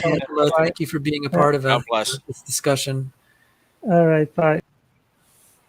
Yeah. So, Sandy, I'm with you. I think you made the right decision, and my decision was kind of made for me. And I walked in. So many of the technical guys and the singers have left that church and gone to Cornerstone. And as I walked in the first night, Joey, who ran the board at NBC, is now running the board, the technical stuff at Cornerstone. And he looked at me and I looked at him, and he just looked at me and said, "You tried." And I said, "Yeah, I did." I said, "I'm done." So I had to keep my marriage intact. And I got to say this, if anyone at NBC is listening to me saying, negative things about some of the things that are going on in the church, it's like, okay, this stuff is public. Yeah. And if they want to put me on church trial and excommunicate me because I don't agree with with the socialist justice stuff that's being quietly advocated, let's bring the trial on. Amen. And bring it on. Yeah. I mean, that's, I would rather be a member and rock the boat at this point, because I feel that's my responsibility. I think what I said to someone, I think I said it to the leader of the apologetics group, Isaac. I said, okay, I could either leave or I could just make enough trouble that they're going to have to kick me out, and we'll make an example of, we'll make a nice show trial of that. And I said, that's what I decided. I said, okay, the way I'm going to leave is they're going to kick me out because I protested against all the socialist justice. And if they say you can't teach the kids and all, and it's like, fine, okay. I mean, does that mean that I can't teach them in an official capacity? But you can't prevent us from, the parents have been approaching me and say, okay, let's, have the parents and their children come together and we can meet. There's nothing preventing that. It'd be interesting if they started to shut that down. Yeah. Yeah. So, No, we know where we're going. So, as Pigskin Fly said, if God is with us, who can be against us? So, Amen. absolutely right, brother. Amen. yeah. So what we're going through is, you just look at the New Testament church and just like, yeah, this was recorded for our instruction in the present day. Yeah. And- Godzilla Freak, welcome. I have to take a break for just a little bit to get something to drink and some food for my mother. So feel free to speak your mind. All right. Well, I don't have too much to say since you guys went over everything so well. I'll just kind of pick up on what Sal dropped down. I think in a very strange sense, the whole social justice garbage is beneficial to the church because it's purifying. It's revealing the sheep from the goats. Yeah, in a sense, you're absolutely correct. There are a lot of guys that who were supposed to be conservative Southern Baptist preachers who are now being separated out for who they are. So it's unfortunate, but it has to be done. Yeah, I mean, I don't like watching people faceplant themselves in an attempt to accommodate social justice into the gospel, but it needed to be done. We've tolerated impurity in the church for far too long, and not just like in this form, in other forms as well, other forms of doctrinal stuff that we've just allowed to, and I won't get into that because that's not the purpose of the channel, but we've tolerated this kind of garbage and gargonzola for a long time. There needed to be a purifying fire, and looks like this is going to be it. Yeah, that's an interesting way to look at it. I mean, I'm trying to make the best of a very bad situation here, Godzilla. Yeah. Well, yeah, I mean, you look back at what the Apostle Paul had to go through, and we got no problems. Yeah. None. Yeah. So we aren't there yet. We're getting there, but we're not there yet. We are getting very close. When Maher came out the other night and said that Christians are the problem, I said, "Oh my God, here we go." And every once in a while, Bill Maher gets it right, but that was not one of the times. That's for sure. So, yeah, I mean, we have. I don't know how well you're abreast of this. I imagine Sandy, you probably at least know about this. I don't know how much Godzilla you keep track of what goes on, but I mean, we have a pastor in Canada who's in jail because he's preaching. yeah, Literally, that is the condition of his bail. You can get out if you promise to stop preaching. Yeah, and he's staying in. And he's staying in. He won't sign off on it. And I asked myself the question: how long is it before that shows up in California, Hawaii, New York? How long before we start seeing that? It can't be too long. And I mean, the Equality Act passed the House yesterday. We don't have that much time. Yeah, it's MacArthur was talking about that the other night on the Bible Wing. What's that guy's called? Bible thumping wingnut. Yeah, Bible thumping wingnut, and that MacArthur basically looked out at the audience and said, "Bring it! I'm ready for jail." You know, I was like, "Okay, Roger that," and God bless him.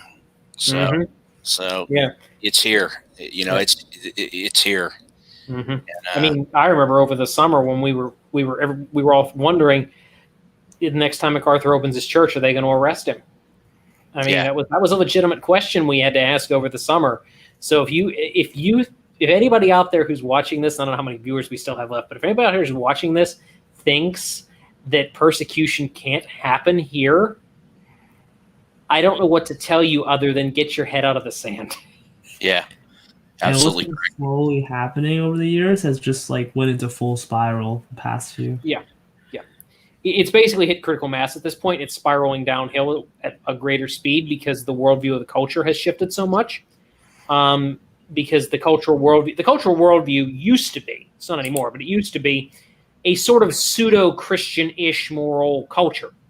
It was never really fully Christian. I mean, I don't think there was ever a point in the United States history where a majority of people who lived here were actual born-again Christians. But there was a point where the vast majority of the people here were culturally Christian. They had a respect for the Bible. They had a respect for the morals that the Bible taught. They had a respect for the way the Bible said to live. And as that has eroded away, so has everything else. No, you're spot on. Spot on. And I wrote about my dissertation.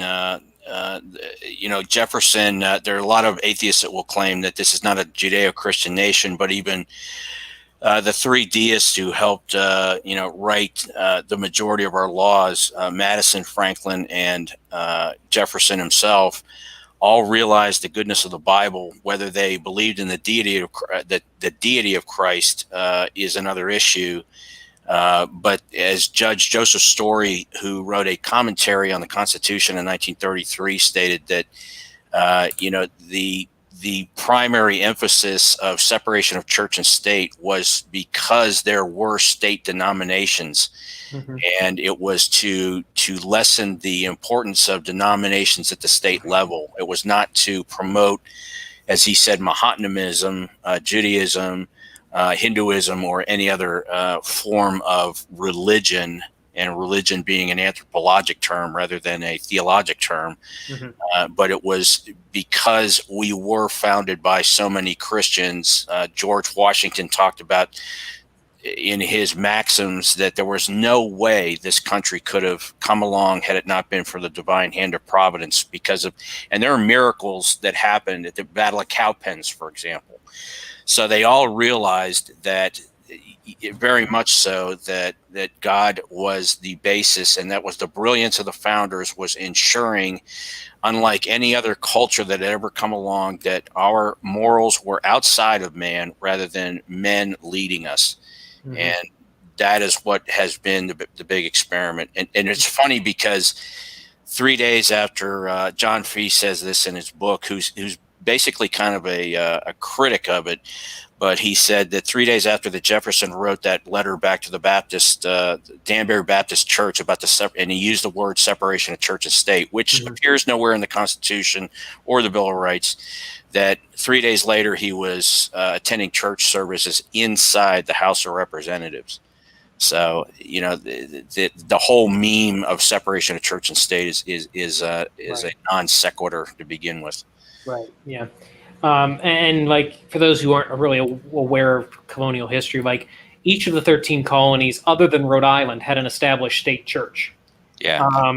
And there were quite a few, and there had been some religious persecution in the colonial period, not to the extent that we're going to feel from the pagans shortly, but there had been some. Like, I don't, to my knowledge, off the top of my head, I don't think anyone was executed, but there were fines and beatings and imprisonments and so on, in the name of state church.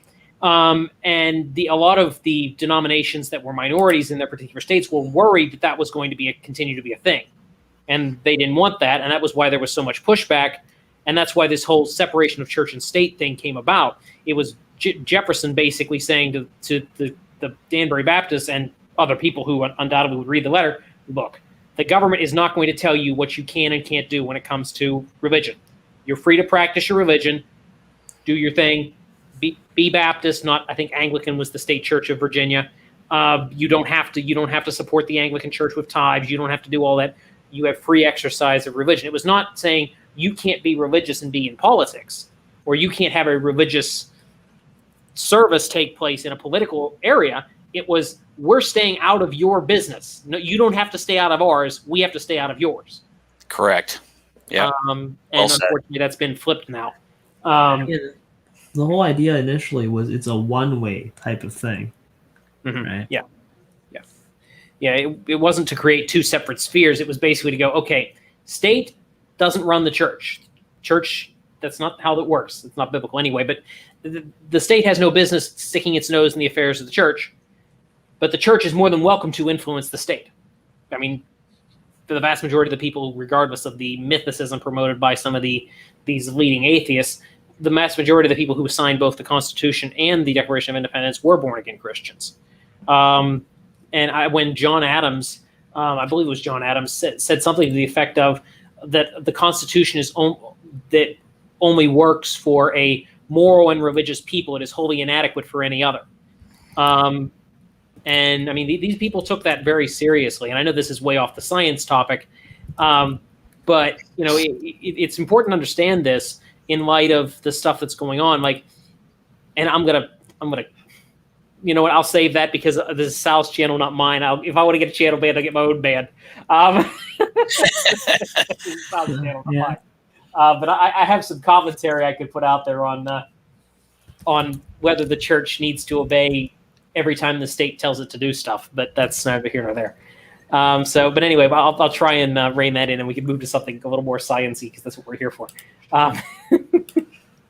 Well, a lot of those guys are, they use Romans 13 as a foil for that, and that's not what Paul was talking about in that context. That had to do with the Jewish revolts in Rome at the time, with the Jewish Christians and the Jews going at each other, which Claudius had kicked them all out in 49 AD.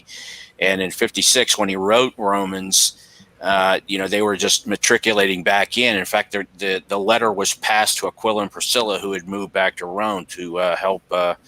Ostensibly, if Peter was there, it was to help him to reestablish Christianity in the Roman sphere. So, pretty interesting. Yeah. Again, I don't want to get Sal's channel banned, so I think we better move back to science because we're getting into areas where we can get ourselves in trouble. That'd be bad.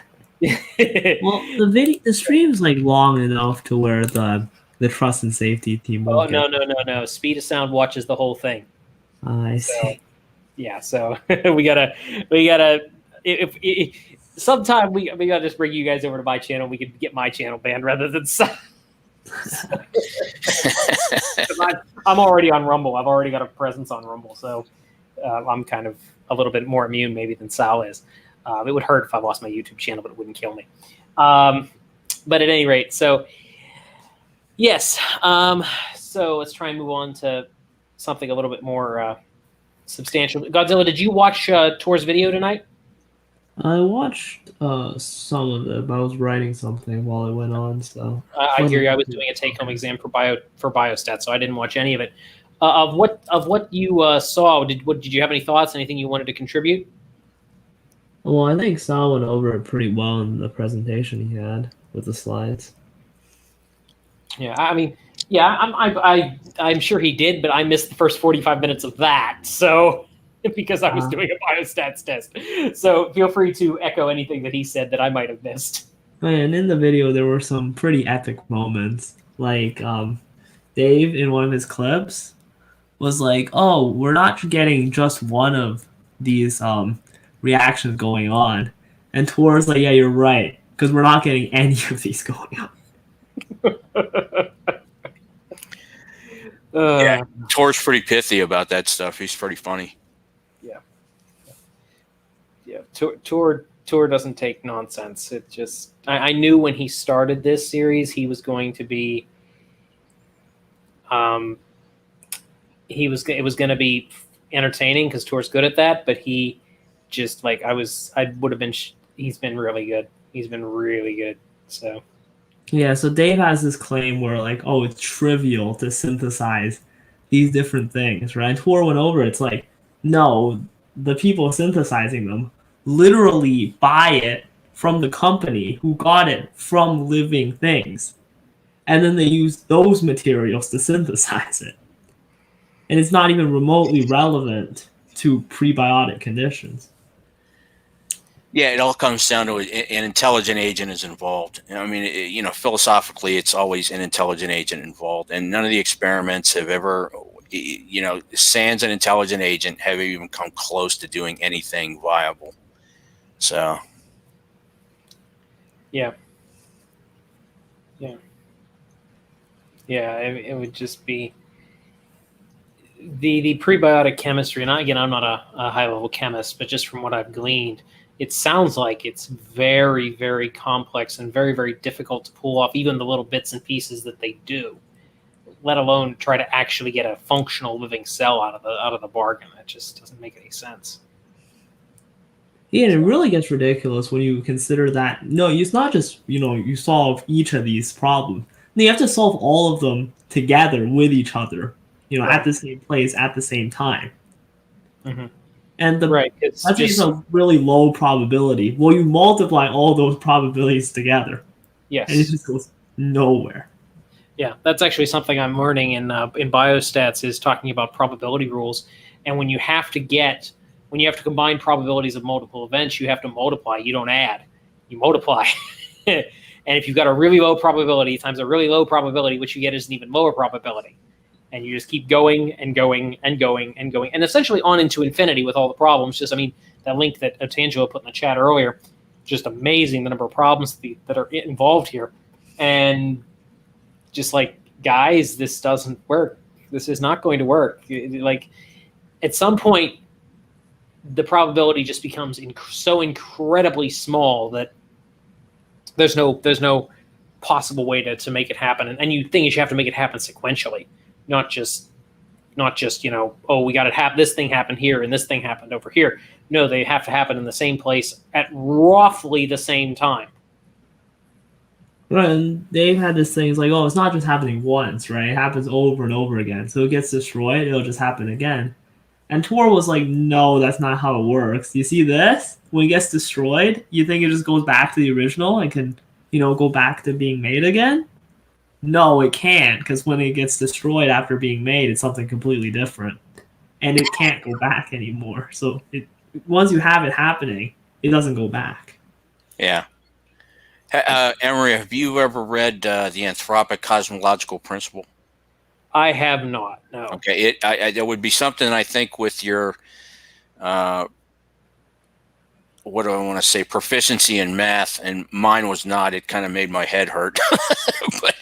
but Bill Craig has extracted a few quotes out of that, and it's two guys who are agnostics. They're not theist bound by any stretch of the imagination, but they give up the probability and statistics for the likelihood of two beneficial mutations in the hominid line, and it's in the hundreds of zeros in probability. But it might be a book that might interest you. It was written in '86, Tipler and Barrow, but it's still worth a good read. I used some of that in my dissertation about and Craig actually, when he was debating Hitchens, used those statistics for the probability of humans being able to be developed per the supposed teleological method that evolutionists are trying to propose. And it's basically, Craig said that the sun would cease to be a main sequence star and we would burn up before that it could even happen. But the book it's very scientific, filled with a lot of things that are probably, with advanced calculus in it, which I'd like to get Leo Phileas to read and try to reflect. So, yeah, I know. He just, good night, Anyway. Yeah, remember that the Hitchens debate was pre-Swamidass, right? Craig was a lot harsher on evolution before he met Swamidass. Yeah, Craig is slipping down the TE road really hard. And a lot of that is Swamidas's influence, but I mean, he's been kind of wandering that general direction for a while. It's just Swamidass is pushing him down the road faster and harder. And I mean, he's to the point where, I mean, he's made some statements recently that I've just gone, oh boy, what are you doing? What's wrong with you? Yeah, interesting. Yeah, I mean, I'm not trying to knock Craig, but I did a whole podcast where I responded to some of the stuff he said in his most recent stream with Swamidass, and some of it is like borderline, and not the TE stuff, just some of the other stuff he said is borderline. It's borderline heresy. So yeah, it's a little questionable. I mean, you just listen to some of the stuff he said in that podcast. Like, he basically said, if we found out that science actually contradicted the Bible, we'd have to revise our doctrine of inspiration. No, that's not good. Seriously? Really? No, that means the science is wrong. That doesn't mean the Bible's wrong. Yeah. So, anyways, I need to take off for the night. So thank you guys for indulging me tonight. I appreciate it. And I look forward to hopefully talking to you all later. Okay. God bless you, brother. All right. Yeah. All right. Thanks, guys. Have a great night. Oh, take care, Emery. Thank you, Sal. Have a great night. We're just having a little meal with my mom. So I thanks for understand. filling in. Oh, no problem. No problem. Have a wonderful night. God bless you. God bless. We're really privileged to have Emery, who's a graduate student in biology. That's a real testimony. And, I'm pleased that we're attracting scientists and students to be part of this group and discussion, and basically scholars, because a lot of YouTube channels attract just people that have nothing better to do. And I just feel blessed that we're having people like Dr. James Carter, like yourself, Sandy. Well, I'm the odd duck out, brother. I'm not. No, you got a doctorate in apologetics. You're a scholar, sir. I'm a generalist, just like I was in the did SEAL read- teams. One reason I studied physics in graduate school was the cosmological anthropic principle. There is a page there that proves that the proof of God, 487. And Frank Tipler is now a professing Christian, although really kind of very unorthodox. Yeah. He wrote The Physics of Christianity, and he was on a radio show. Someone mentioned my name to him, and so someone said, Salvador Cordova said, you're an atheist. He said, I'm no longer. Oh. So that was encouraging. And then next I hear, praise the Lord. Yeah. We were talking to Emery about, I said, given his proficiency for math and statistics, that book is filled with it, and I extracted a couple of quotes out of that Craig had pointed me to on the impossibility of the hominid line having two beneficial mutations, that the sun would cease to be a main sequence star and burn out.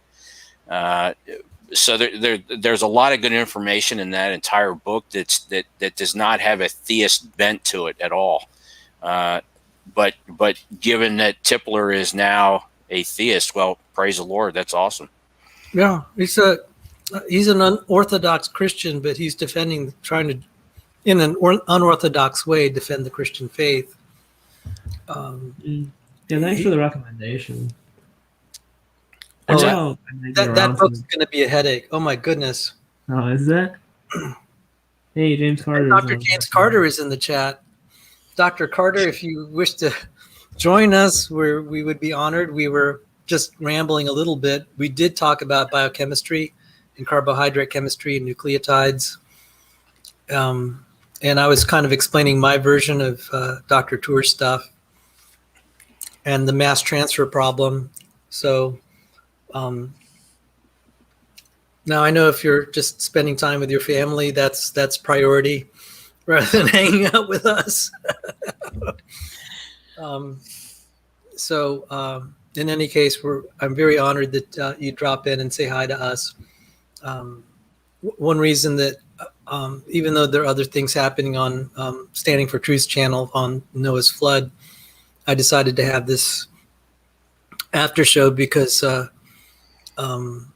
wanted to review some of the chemistry stuff Dr. Tour provided. And this was, Sandy, did you see it? I did not see it. No, I didn't see it.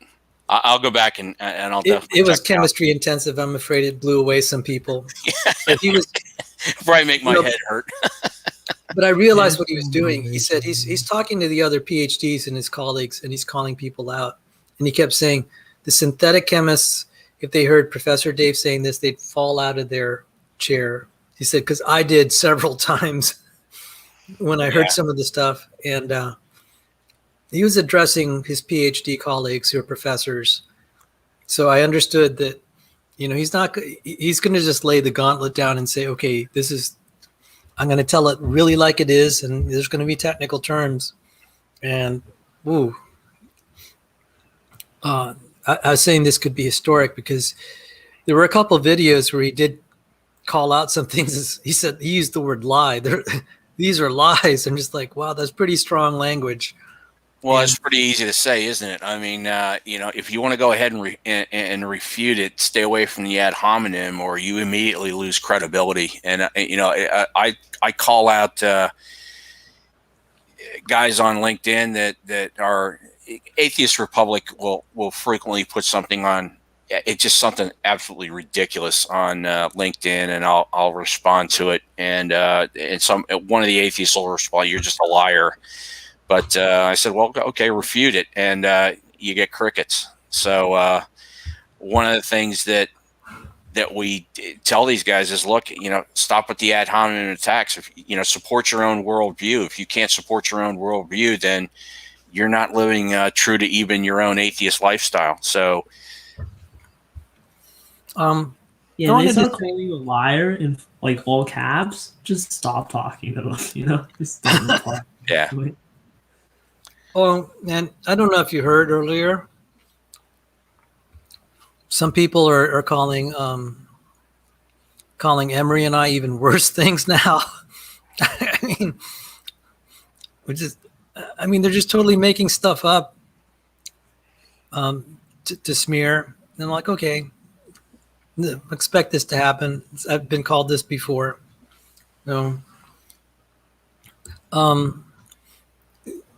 While you're here, Godzilla Freak, did you want me to review some of the chemistry? I prepared a slideshow to help out. Oh, didn't you already present the slideshow? Huh? Or do you have a second one? I'm sorry. I thought you already presented the slideshow. Yeah. Did it help or did it confuse? Yeah, I think it simplified some of the things with the marble analogy. Yeah, that's what I was trying to do. And that really is about 50% of the problems right there with the marble analogy. And he had terms like relay synthesis. What was the other term? That was one big one. The term relay synthesis had something that, and there was another term that it slips me at the time, but that's what the marble analogy was meant to show. Hey, Sal, can you go over, and maybe I don't know if this is part of Tor's talk or not, but the UV versus well, actually, let's take it even back a step further. Oxygen versus no oxygen environment with respect to organic chemicals. And even if something were to be formed, that the presence of oxygen would kill any kind of prebiotic or biotic forms, and not enable them to self-assemble, which we all know is craziness. But also, given that there would be no oxygen environment, that the UV light would then be so intense that it would kill any kind of biotic life. Well, he only briefly covered it, and he said, whatever you say it is, I'm going to show that it'll still fail, which I felt was more important. Mm-hmm. That was a little bit of a side rail. And maybe did you see when I was presenting about the marbles? No. Okay. Since we have a professional biochemist listening and a professor of organic chemistry, I'm going to present this because if I totally mess it up, I have a chance to have my peer review session here. Yeah, at least you'll get corrected. And so just like Dr. Tour said, if he always gets a few things, minor points that need to be improved on in every talk, but he said the major points are there, and I'm hoping on getting the major points correct. So, it was called the mass transfer problem. He said that's the biggest problem with abiogenesis. If you're not a synthetic chemist, and I'm not, and the first time he used that term, I have no clue what he's talking about. So I'm going to just show this with marbles. These are glass marbles, different colors. And if we just take say a larger number of them. That thing isn't showing. Huh? Like the thing isn't on the screen. I'm sorry, Godzilla. For Yeah, you. he hasn't put it up yet, Godzilla. He hasn't put it Oh. up. Yeah, I don't see the Oh, presentation. thanks for straightening me out. See, I need you guys. See, There I you totally. go. It's up now. So if we have these are glass marbles here, different colors, presumably the same size, same mass.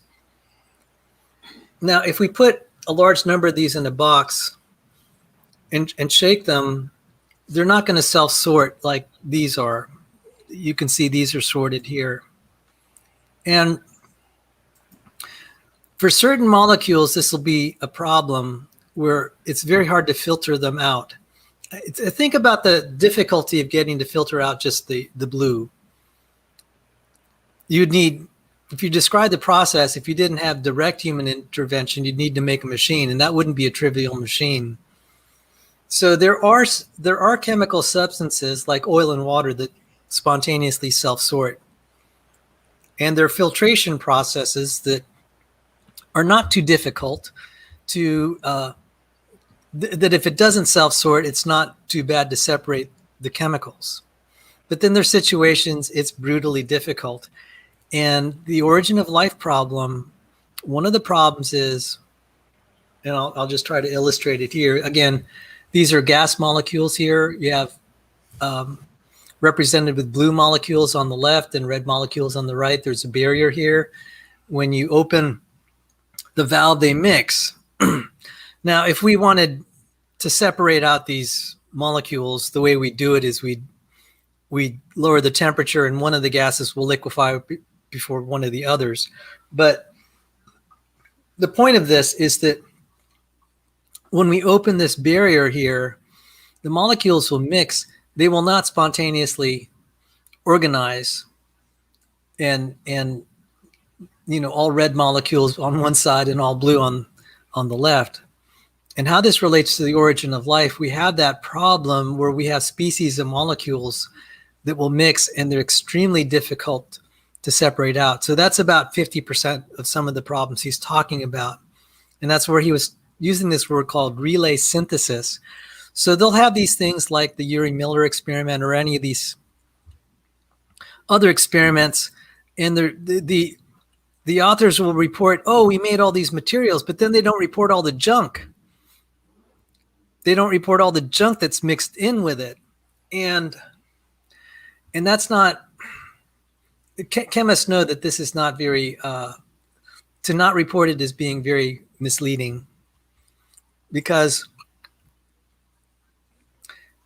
whether or not we can make life other ways, just for the sake of argument, let's say we could make life in many, many ways. It doesn't have to be with the DNA that we have.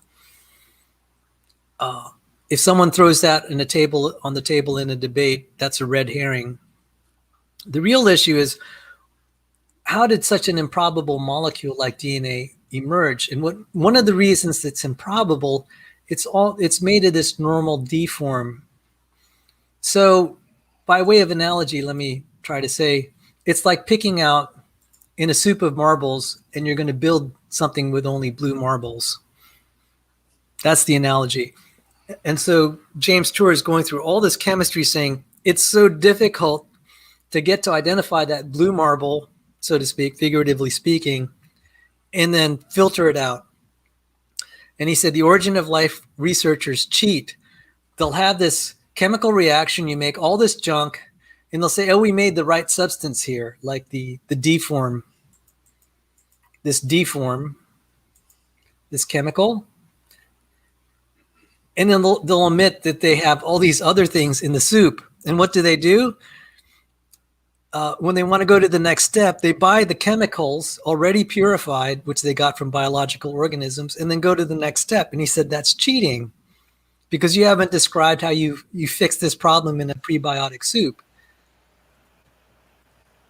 Basically, he's saying you haven't, you make this chemical soup, and then you just go and buy the purified. You basically buy a bag of all blue marbles. You don't describe how you separated the two. And this is like, in fact, it's interesting in like some basic chemistry courses that you can actually measure this degree of mixing. They call it the entropy of mixing, and they'll sometimes ask students to calculate the entropy of mixing. It's a definite change in the state of the matter that when it's mixed up like that, and that's cheating. And he said that is a real problem, and that's not very honest. It's just, again, like, we may not give it a second thought, but if you take coins, like say 500 of them, and throw them on the floor, and they're fair coins, they're going to be half heads, half tails, roughly. We don't give it a second thought if we wanted to make them all heads. We just go to the coins that are tails and just flip it over. We can make all the coins lying on the floor heads. To do this in a chemical context takes some serious machinery, and Dr. Tour was saying we can't do it.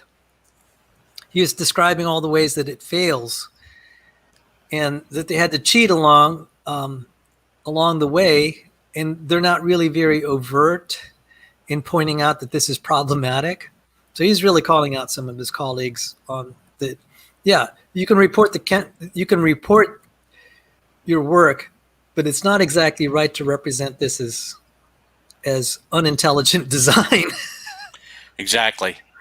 It all comes down to you need an intelligent agent, period. Right. So now just some basic chemistry stuff. The H stands for hydrogen, O for oxygen, and the B is what they call the base. This is actually a bigger molecule. They're just going to abbreviate it with a B. Anywhere that there's a corner here, there's a implicit carbon. Sometimes you'll actually see a C there to make it clearer. Welcome, Tony. And so what makes it a difference between L and D form, you can kind of see these are mirror images of each other, kind of the shape. You see like the B is on the left side here, it's on the right side here. And so these chemists will notice the difference. Our life is made with this form here. And these origin of life soups, actually, it's worse than just having two forms. In a lot of mixtures in water, you're going to get all these other molecules there. It just naturally happens. That's the equilibrium condition. And again, there's subtle little differences. You could see that these are actually different molecules. You see how you have this OH. I mean, this molecule looks like this one, except you see the OH is pointing up here and it's pointing down here. And so he gets really down into the weeds, but he's at that point when he's starting to show all these diagrams and talking about them in detail, he's talking to other chemists. But basically, half of the argument, he's saying that when you're doing all these purification, when you're buying the purified stuff, you're cheating because your reaction actually does this, and then you go to the next step and you don't clean this up. You just go to the chemical store and buy it like a bag of blue marbles, and then you pretend that isn't a problem. And he was calling out his colleagues on that. So even something as simple as pulling out all the blue marbles in a mix like that requires intelligence, and it's so much more difficult at the molecular level. And we have world-class chemists who are not able to do that purification step. And he was highlighting all the experiments. There was another thing that it's just like when you're trying to put something together, if you don't orient the parts correctly, it won't put together. But what's really bad, particularly in chemistry, you can take the parts and hook them up the wrong way. You can rewire things in the wrong. You connect one end to the wrong thing, and that's really easy to do in the prebiotic soup. And he was pointing out how they were not representing that accurately either. That you end up. It's just like taking. It's just like taking a whole bunch of Scrabble letters and putting glue on them and then throwing them together. You'll get a mess. What you need is to have it kind of in a nice row so that it'll DNA needs to be lined up in a nice row. So that basically was kind of the argument. If you had any questions, and Tony, where are you? Anyway. Well, yeah, because you won't get the protein folds. The proteins will not fold correctly. Is that basically it? No, these are the proteins are are made from the blueprint of DNA. So what we're talking about is just the DNA itself. Okay. Yeah, we're not there yet. So the DNA is the blueprint. So we're not even getting the blueprint right. It's not. It's like having a blueprint, but then it's all chopped. It's look like this. This is your blueprint. The problem is we're not even talking about coherent meaning. Like you could see that if I line up the Scrabble letters, I get this word ledger. If I had them aligned, but there are all sorts of ways I could disorient the parts. And you can imagine if we had all sorts of, there are other ways we could make it, but the idea is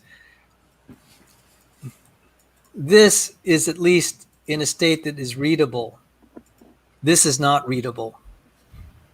And so Dr. Tour is not even talking about coherent, complex information.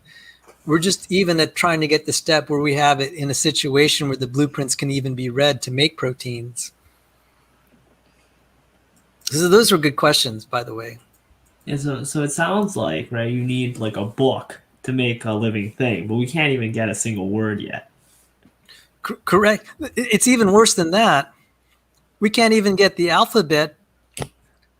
We can't even get the alphabetical Scrabble letters to a point you can even try to read them.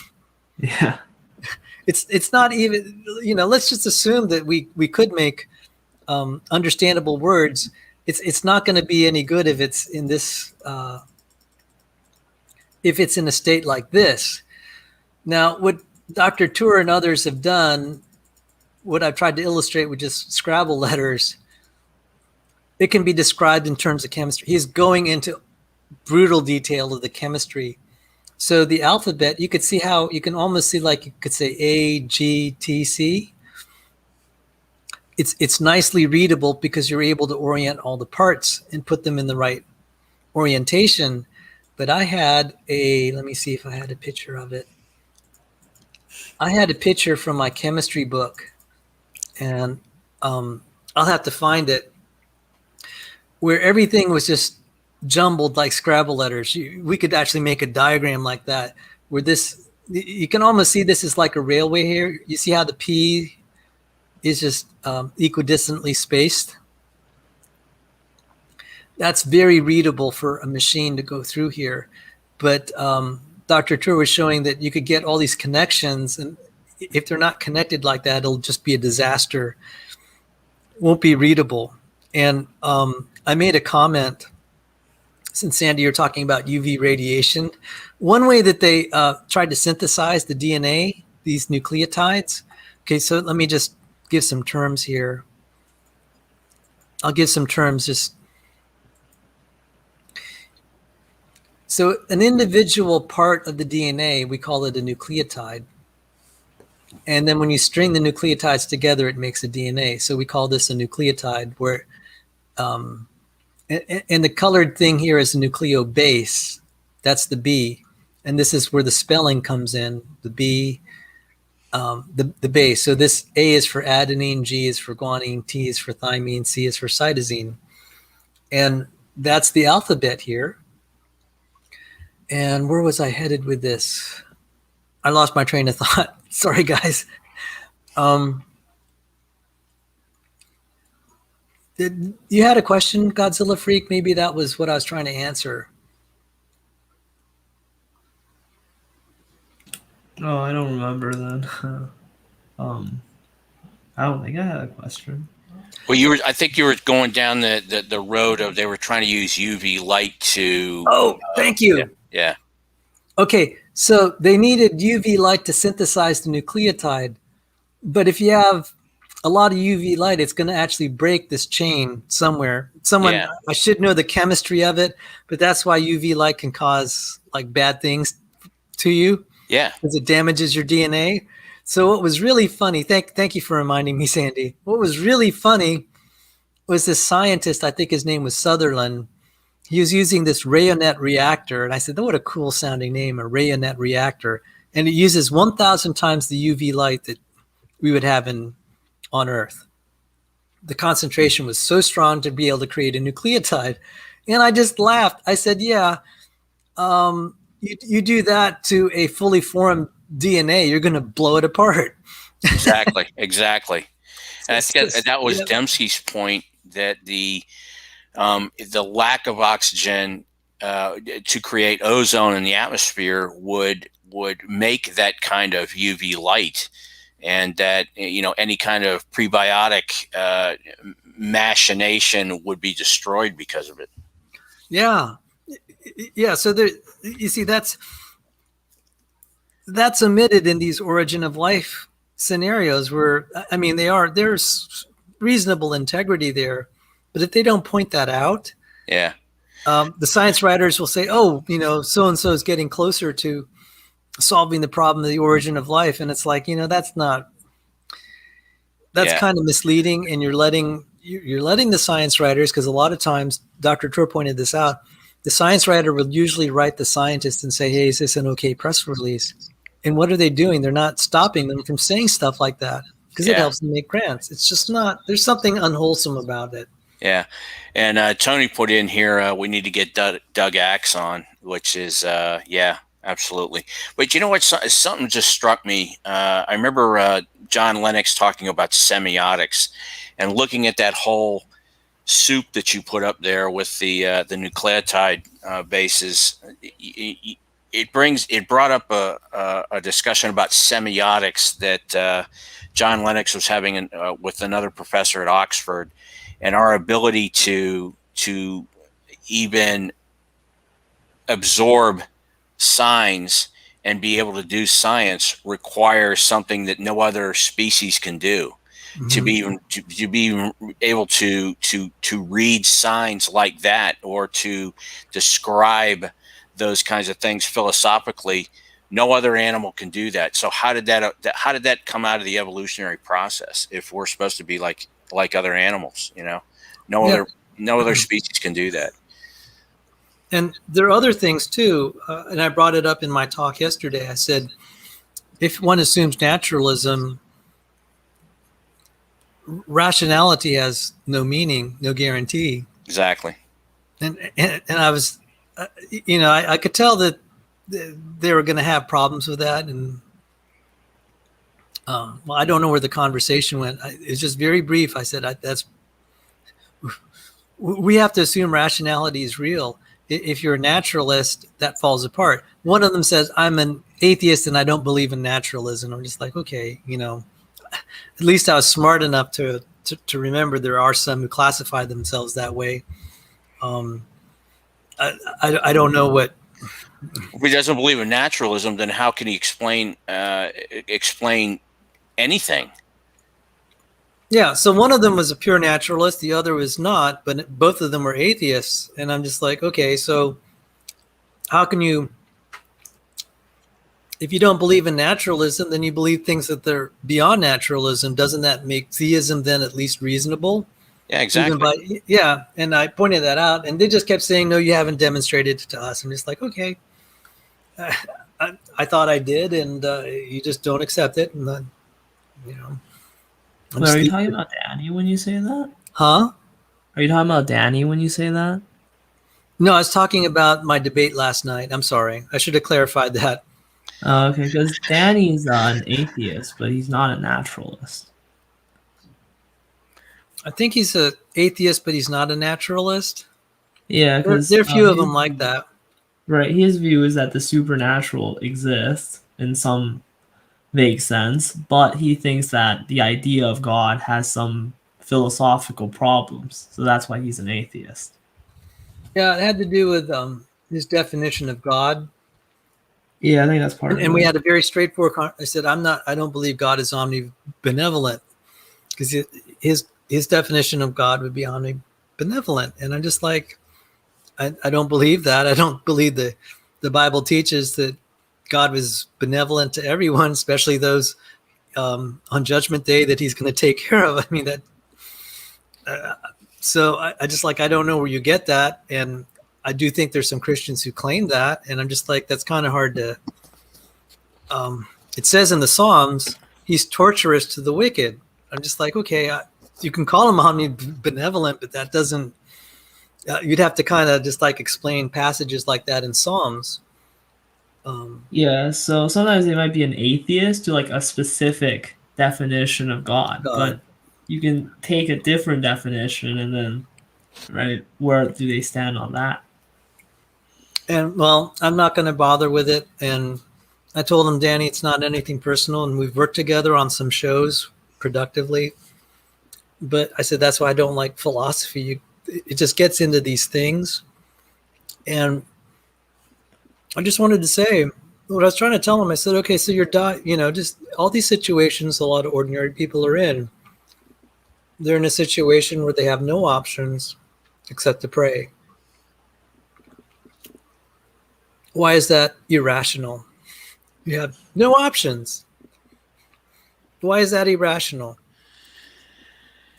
And I don't think they made, I think they conceded as, that's kind of a pragmatic issue. That's not the epistemic philosophical issue we're talking about. I'm just like, yeah, okay. So then I said, what takes priority in that situation? Are you going to be a philosopher? Are you going to be a person? I didn't say that, but that was the implication. What are you first, a person or a philosopher? And I can even make it even, maybe not even just on the individual level. Let's say you have a loved one and you're running out of options. Are you going to be philosophical or are you going to pray for them? I mean, yeah.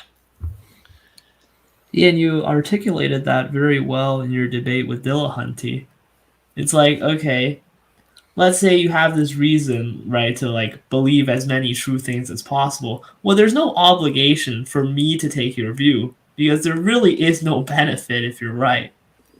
Aside from this like really vague sort of self-imposed challenge, there's no actual benefit to taking your position. I'm glad you felt that way. I was like saying, okay, I threw it out there, and he said, "Oh, you have freedom."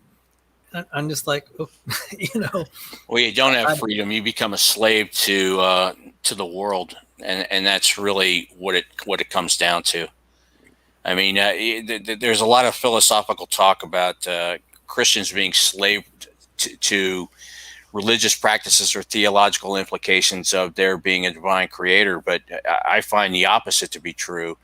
And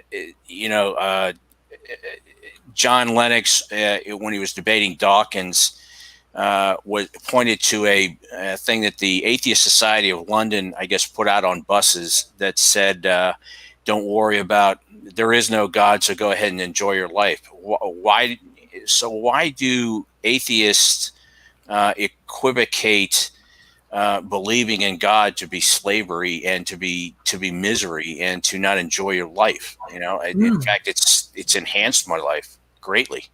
So praise God. Yeah. Bob, welcome. And I wanted to say, I really appreciated your offer to pray yesterday. And I'm sorry I had to cut you off so quickly because I had to give Mom an insulin shot. So, how's your microphone there? I'll let you. You might need to make an adjustment, and that's fine. But welcome to the show. There are not many of us here. Thanks. Do I sound bad or something? Oh, I heard some funny echo. But I just also wanted to say thanks for your offer to pray with me. And I felt kind of bad I had to cut you off because I needed to get an insulin shot to my mom before she passed out. So, well, there is that. Yeah. It's fine. We can all, praying in private works as well. I don't know if it works just as well because Jesus said that where two or more are gathered in my name, there will I be also. So I think there's a sense in which praying together is more effective.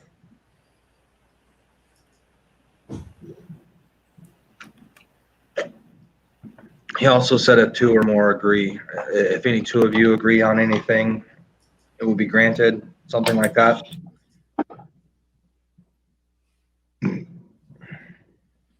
You know what? Yes. Why don't you can say since I feel bad since I cut you off. If you could say a brief prayer for me and Mom and our channel. We've been under attack, and not to be expect. So I'd be honored if you would lead us in a quick prayer, Bob. Okay. What are you being attacked by? Like people bashing the channel, or? Bashing the channel. They're spreading. They're saying that Emery and I are pedophiles now. I mean, they can't argue with the substance, so now they're attacking us personally. I mean, Yeah, that's not the that's- first time they've said stuff like that. I mean, I've experienced this for 20 years, but the mudslinging's getting kind of nasty now. Okay. Father, thank you for your son, his death and blood and his life. Thank you for the forgiveness of sins. We know that you've already done so much for us, Father, but Sal and his mother are going through some troublesome times. Men are accusing and slandering his name and Emery's name. Silence them, Father. Convict them with guilt so that they will hold their tongues. Show everybody the honor in Emery and Sal so that there will be no excuse and no one will believe these lies. Protect Sal and especially his mother. Help her to recover, ease her pain. We ask these all in the name of your Son, by the power of your Holy Spirit. Amen. Amen. Amen. Amen. Well, Sal, I guess now that we're all here and these persons are monitoring your channel, why? I guess we're all in the same boat. Yeah. No, I mean, really, this is. There have been times someone will be approaching me to solicit information and advice. Someone will just weigh in and said, Sal's this and that, and then they're persuaded. They just take it on. It can be effective to dissuade people, and it's just the way it's going to be. Jesus said, "You will suffer these things," and I'm just trusting God that the right people will see through that. The God will open their eyes.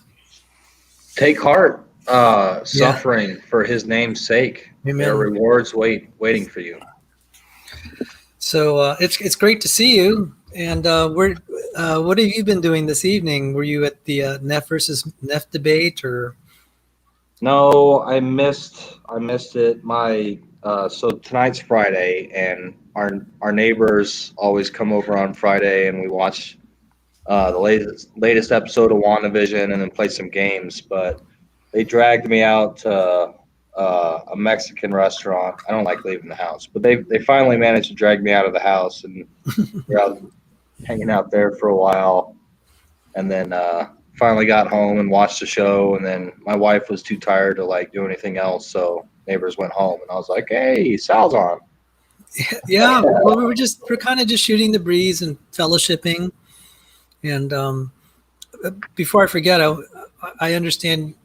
I overheard you're United States Marine. I wanted to thank you for your service to the country. And I had a curious question. Were you a Christian when you were in the Marine Corps or after? Before. Oh, praise God. I was reading some, I mean, this happens. There's some really great warriors that after the war is over, they just sort of ends up being kind of sad. They end up, their personal lives fall apart. And Yeah. And then just because I'm a student of history, I read the accounts and I just grieve these heroes. And one of them was a decorated, he was part of the Black Sheep Squadron in World War II. His name was Chris Magee. He's passed away. He ended up being a bootlegger, and then he got thrown in jail for bank robbery. And I'm like, man, why? And it happens. So. Yeah, we're doing a lot of work with those guys. There's a really great program called Mighty Oaks Programs, And Bob, you'll like this. He's actually an old Force Recon guy who actually made it through Delta selection. And it was back when Marines could still join Delta Force. Now they've closed that pipeline off to them. But he did 9 tours in Afghanistan, doing a lot of a lot of things. I'll just leave it at that. But he came back pretty screwed up. He actually started in MMA, is still undefeated in MMA. He's about 5'4". His ears are all torn up. He's a hilarious guy though, Chad Robichaud. But he started a group called Mighty Oaks Programs. They've had about 5,000 guys go through this course. The bottom line is the thing that fixed him was his wife, as he was signing his divorce papers, looked him square in the eye and said, "You know what? You've never quit on anything in your life, but you're quitting on our marriage." And the light bulb went off. And so he grabbed his pastor because he had no other recourse and walked in there with this big, long plan of how he was going to fix his life. And his pastor took the piece of paper, tore it in half, and said, "The only thing you need is Jesus Christ." Amen. And so he became born again, but he realized that there are a lot of guys in the same boat and started this organization. And so they have a thing called, it's a 1-week program called Fight Club. And the guys go in, and some of them are pretty screwed up. I mean, some of the stories, they will pick out the guy who had the worst story when he came in. Breaking the first rule. Yeah, it's just unbelievable. I went to and I've been going to his fundraising events, so we become friends. Jeremy Stallnecker, who was also I think he was battalion, was it 1-8 or 1-7? I can't remember. I think it was 1-8 because I cruised with 1-8 when I went to Somalia with a Force Recon platoon. But anyway, neither here nor there. Jeremy has now been through divinity school, so it's very biblically based. But they've had about 5,000 guys go through this thing. Not a single one of them has come out and committed suicide. In fact, a couple of guys came to the program with suicide notes in their pockets, and they were going to off themselves at the thing. One of the so General Boykin has endorsed this. A commandant out of the Marine Corps, 2 sergeant majors of the Marine Corps have endorsed it, which is unusual. One of them still being active duty, but also Alan West, Lieutenant Colonel Alan West was there. But at one, and I'll give you one story. I was at one of the graduations, and they picked the guy who was the worst off, who came in. And the guy told his story. He'd done 4 tours in Iraq. I think he was a combat engineer. But he came home, was on his 3rd marriage, and was into all the VA-issued drugs, was drinking his brains out.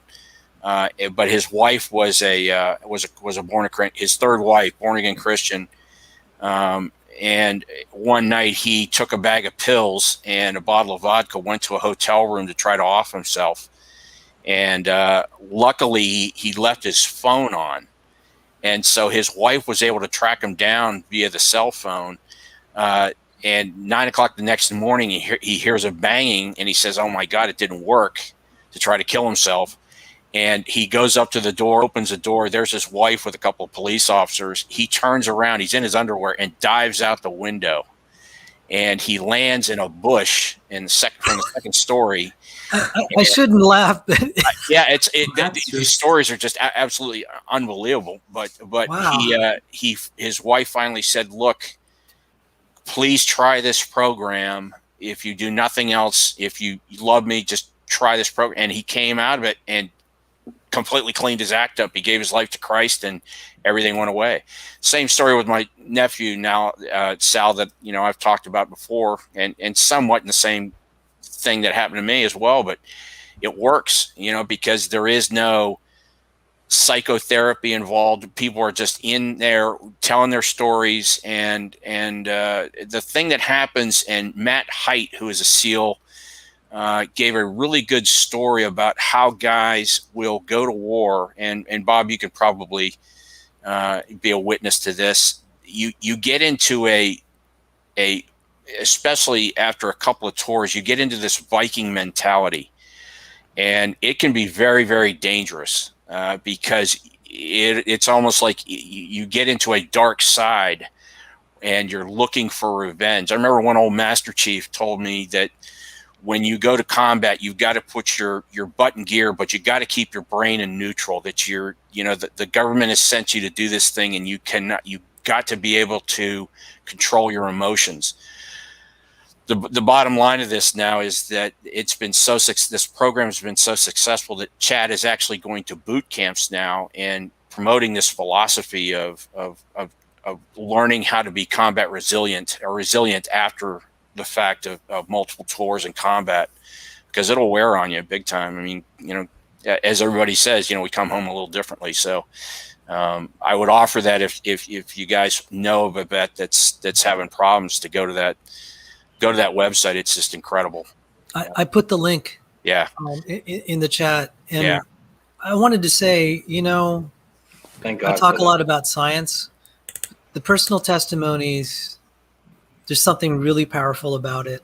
Yeah, you know what? And that's something, Sal, you just gave me an idea. I wonder if I sent Chad and Jeremy, I might ping them tomorrow morning. I got to get going. It's 11:50 here. But maybe we can get some testimonies posted to the site on that. That might be. I'm as some of you have heard, YouTube's not the best way to organize a website. Yeah. Because so much information gets lost. You could just go to you click on videos, and if you see 500, how are you going to sort it out? I can't even make it nicely hierarchical, even though I put it in terms of categories. YouTube will only show 8. I'm just okay, so I'm putting all this, I'm going to organize it on a website. That's kind of the Evidence and Reasons website. So we can have a section for military veterans and just great stories. Well, I thought your website was already on a separate, it's not on it's YouTube based? I have a separate website that was meant to be the flagship. It ended up that I've made so many YouTubes. And the thing with playlists is that may be one way I could organize it, but sometimes on a website I can organize it in different ways, and it's also searchable. Sure. Well, we might have 1,000. I might have links to 1,000 testimonies, both ones that I've recorded myself, and then things that were in text. You had to leave before I read Fuchita's testimony. Everyone just loved that one. Yeah, that's incredible. That's got to be posted. But I guess what I'm looking at technically, are you saying that you're going to have to? Do you have a website hoster? I guess is because I used to have my own website, Special Warfare Solutions, since taking it down because I don't need it anymore as a contractor. But register.com was my hoster, and they were really, really good. And it was not that expensive. I was just wondering who was hosting it. That's all. Yeah, I have a .org under WordPress. Under WordPress. Gotcha. Okay. And I actually that was supposed to be the focus, and it just so ended up happening. I started building out the YouTube stuff first, but I really need to go back. And one of the main reasons for that is now that people in church at church are approaching me and they're saying, we want to resource. I said, I'll make a one-stop resource where we've just collected links to other resources to say, okay, we've looked at this, we think it'd be appropriate for this age group, etc. And it's really kind of exciting now. Their parents and their kids are approaching our team and saying, where can we get information on this stuff? And just it doesn't surprise me. There's hunger. And the kids have questions, and it's not being answered in the church. So what I want to do is to have a website where I know that they have questions, and I hope they can click and get at least some answers. And even I don't know is a good answer too. Yeah, sure. But there are a lot of things we do have answers for, and that's why one of the first things I did, even though almost all the stuff I do is science-based, I did have one segment on the problem of evil. I'm going to maybe redo it, and I related it to Snow White. And there may be better answers out there, but I know there's some not so good answers. I try to be as scriptural as possible, and so that'll be on the website. So that's kind of a long Well, answer. if you need any help, I mean, I'm not. The elders, when I left, said, "Hey, we'd love to have you back if you change your mind, et cetera, et cetera." So I'm not unamenable to helping you out in that regard. So Thank you. Well, like I said, the last place to go to try to get promotion for apologetics work is the church leadership. Yeah. That no question, no question. Oh, and I'm Goodness just gracious. wondering, like, how do you actually navigate the website you have? Because I visited a couple times, but I see like not very much on it. Right. It's not built out. That's the next project. So you have your links, but you can't actually access them publicly. Yeah. Is that what It's a disaster right now. I neglected it. I see. Well, Thank you for visiting it. It needs to be cleaned up because now is WordPress assisting you with doing that? they have all these tutorials. I need to spend time learning. Well, because I would just offer this out. When I did and this is back in 2006, when I went to register.com, and they're a Canadian base, I think they're in Newfoundland or something. But they walked me through everything, and they said, "What do you want? And we will have our computer guys do it for you. You just tell us what you want. We will build it out for you." And it ended up being like $50 a month or something. It wasn't even, the initial setup cost was pretty minimal. And then they would add, they said, if you want Google ads on there that are, somewhat like what your website is all about, etc. But it doesn't sound like WordPress is giving you much assistance. And so I would just offer that a professional organization like register.com or something like that is a no kidding professional web hoster rather than just a blog hoster, because they gave me my own access to WordPress to write out some special warfare history stuff. But it was so easy, and they did everything, for a small price. I just told them what I wanted, and the next day it was up on the website. And who is this again? Register.com. Okay, thank you. Yeah. And that way you're going to save yourself. Yeah, it'll cost some money, but you'll get this thing up and running, and really that's, the end state. So.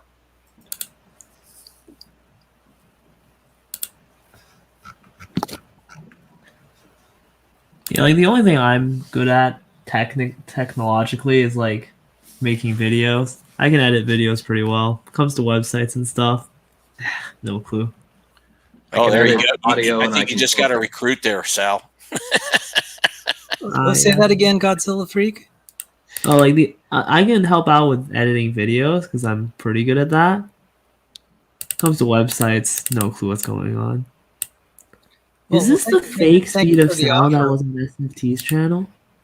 Oh, I don't know what he's doing here. I told him, speed. You're not welcome here, brother. Remember, he changed his name to Answers in Atheism, right? Yeah, Answers in Atheism. So, like, is this? I'm not going to let you in. Sound? You have. I gave a link to your website. You could say whatever you want. I'll do that again. No, like legit, there was this imposter speed of sound on SFT's channel earlier. I don't think so we I'm want wondering if it's him again. Anyway, Sandy, I know that you said that you were going to have to go soon. You brought up a friend of yours that was in First Force. Well, Chad Robichaud runs that Mighty Oaks programs now. He's been doing that for years now. I used to work with Second Force a lot. One of my really good friends is now the commandant of Valley Forge Military Academy, Stu Helgeson. Great guy. But yeah, we worked a lot. There you go, brother. Awesome. There you go. Got the coin. Oops. Nice. Very nice. There you go. Did Did you go through the course? Which course? MARSOC course? Yeah. Well, no, I didn't. I trained it.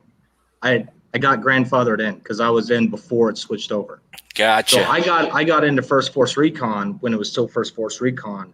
The week that that the commandant gave us to SOCOM, and we became transitioned to First MSOP. Okay, because I work with First Force out on the USS Essex off of Indonesia back in 2001. It was in December when we were getting ready to evacuate Jakarta. Yeah, good luck with that. But yeah, that was interesting. But that was my only exposure to First Force. Most of my time was with, but I also helped out with the MARSOC. I guess it's phase 2, but anyway, they come in and they do the compressed Robin Sage, where you're talking to Colonel Kalim of the Spotsylvanian Resistance Force, and so I played one of the warlords in there to help do the assessment and selection, which was a lot of fun because it's all old guys there, all old SEALs, SF guys, Marines, and it's hilarious because we had to sleep in open bay barracks, and guys have CPAP machines and they're wheeling themselves around. And we're telling war stories in the chow hall. It's just it was hilarious, but yeah, that was a lot of fun. That's cool. Yeah, I wanted to show you my super awesome coin before I pointed out that I've been to Afghanistan, but I didn't see any combat. So what did the coins represent? Is that actually challenge coins are they started off, I mean, right when I got in the military, and basically they used to be used when you're at a bar. And if you had a challenge coin and you slapped it down on the table and nobody could produce another challenge coin, you had, they had to buy you drinks all night. But if somebody else slapped down a coin, you had to buy drinks for everybody for the rest of the night. So it was a calculated risk, shall we say. My understanding was that your coin had to trump their coin. Yeah, well. Maybe I don't know. Later. You're probably right, but since then, everybody and their grandmother has challenge coins now, and that ritual has gone away. So everybody still has a challenge coin in their wallet, and I've got like 60 of them sitting over here on the side of my desk here. But so my dad's got a buddy who was in the Navy. Gives it to you? What's that? The military gives it to you to recognize your. Yeah. Wow. When you're in certain, they're kind of like promo coins in some cases. Yeah. They're like unit coins and promo coins, like special. I was starting to talk about my dad's buddy Clint, who was in the Navy, and he's got coins for like specific ships. So like he served on a ship and he got a coin for that, and the thing that I was going to say is I actually got him once because he was ragging on me for being a jarhead, and I was getting tired of all this trash. So I pulled out my coin and I slapped it on the table, and I was like, "You see that? This is where I've been." And he flipped out because he didn't have a coin on him at all. Nice. Well done. Well done. Golfers clap. All right, fellas, I got to split. God bless you, and Bob, thanks for praying. That was needed, absolutely. Thank you. Yeah. Okay, so Sal, you on tomorrow night? That's a good question. Does James Tour have a? I don't know yet. Okay. So, since you're subscribed or whatever, you'll find out if I I am. But we'll talk some more, and we'll have to be planning about stuff to do for Cornerstone. Yeah. In some capacity. Yeah. I'm still waiting to hear back from him, so I'll let you know as soon as I get some more. We got some good churches in our area that'll help our work. Yeah. So, all right. God bless you guys. God bless you. Take care. God bless you, Sam. Out here. God bless. Pigs Can Fly might be joining us. So cool. I haven't talked to Matt in a while. Yeah. Like at least a week. So it's Friday night. We can hang out and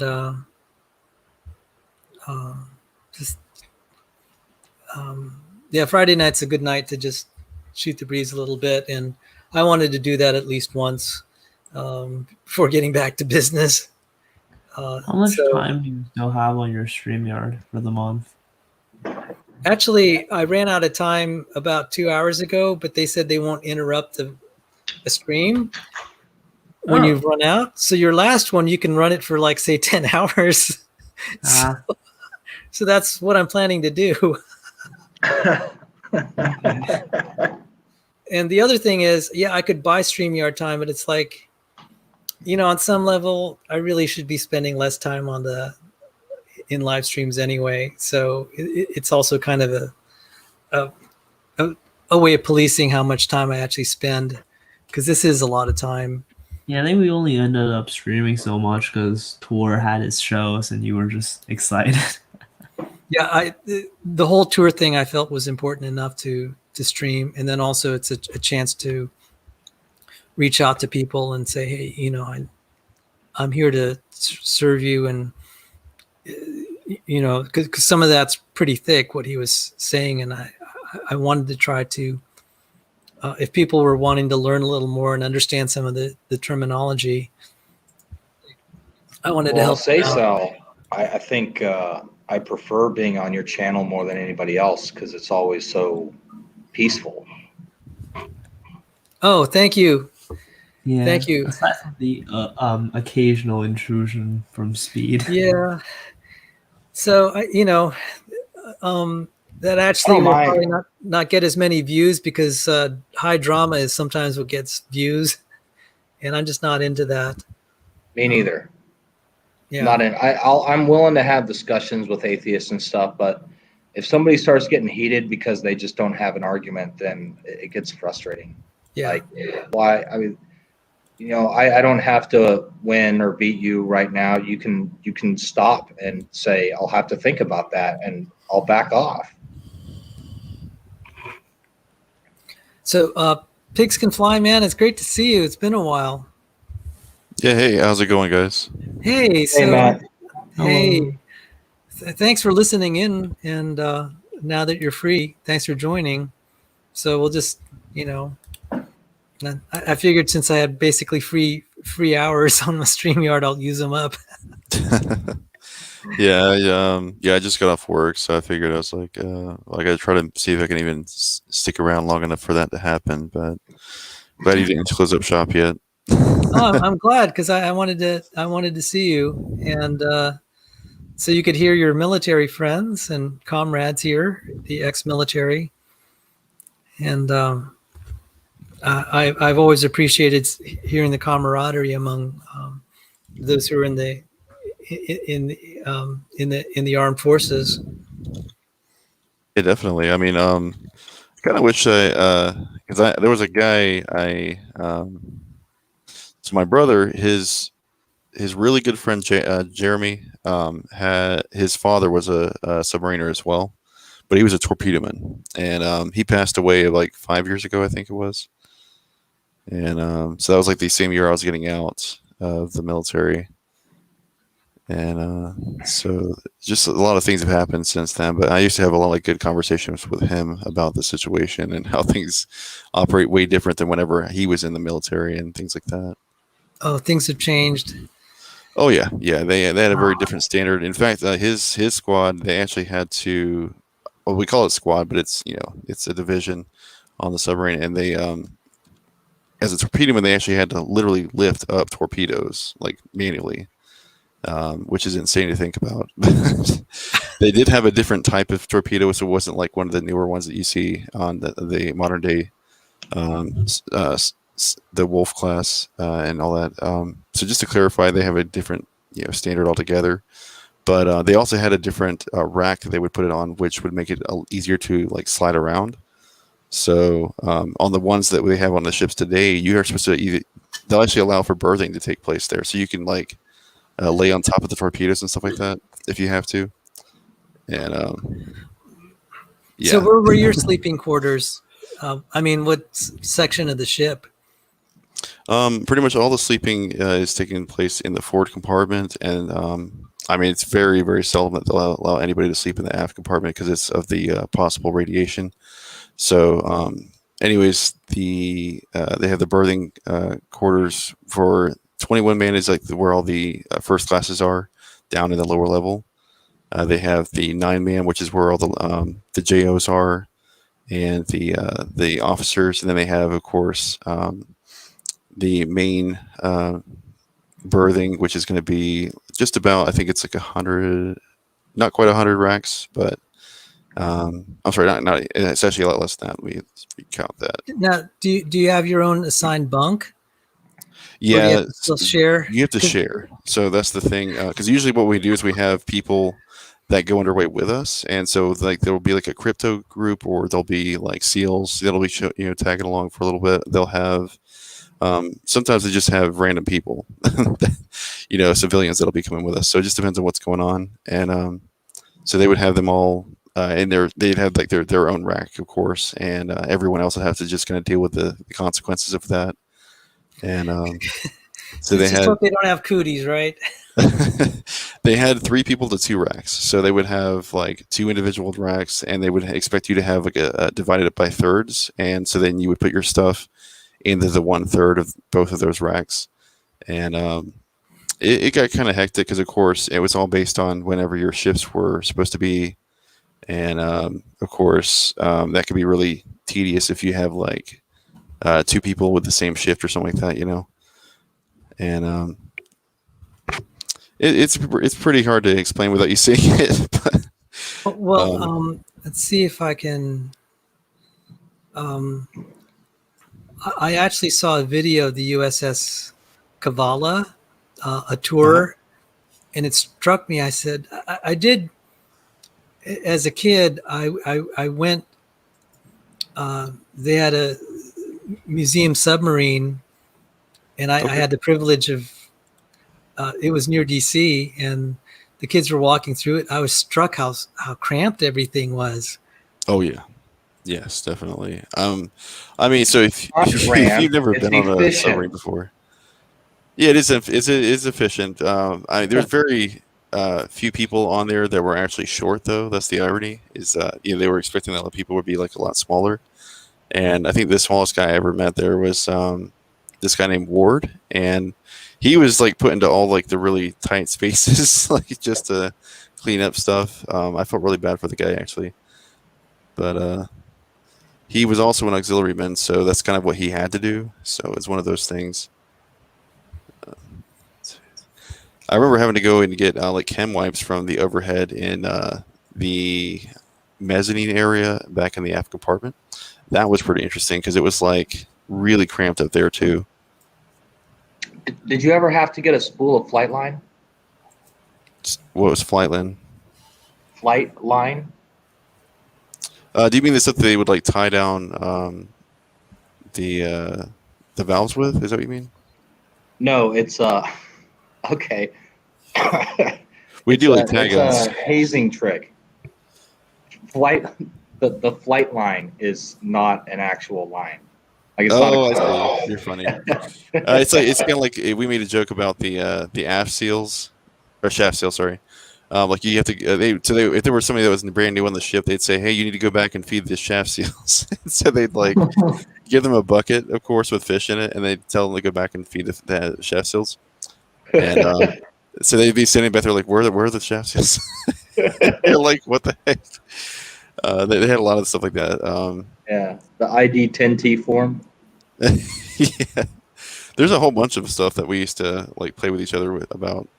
But it's funny when they come back and they're like, "What was the form called again?" And then you're like, "Write it down this time, ID10T form." And they write it down. And they're like, "Okay, I got it." They wrote it down, looked at it, and still had to go find it. Did we? Okay, well, you'll probably never have to do anything like Shellback, but we had this crazy. You could call it a celebration for like passing the equator, and I can't really even go over all the crazy, stupid things that they did, but it was a time. Let's put it that way. I was never on a ship.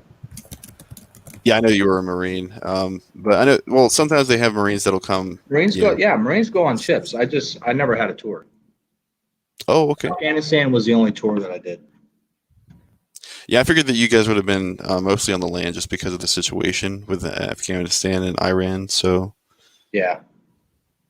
we had to do some Somalian stuff right off the coast of Africa for quite a bit. We actually had to do a couple of ops with some SEALs and a destroyer, and we were doing some tracking there for like a What good years were you 3 in? months. What's that? What years? What years? Yeah. So from 2009 to 2015. Oh, okay. So you were a little bit. So you started right before I got out. I left in 2000. I was 2005 to 2010. Yeah, yeah. So you barely had gotten out there.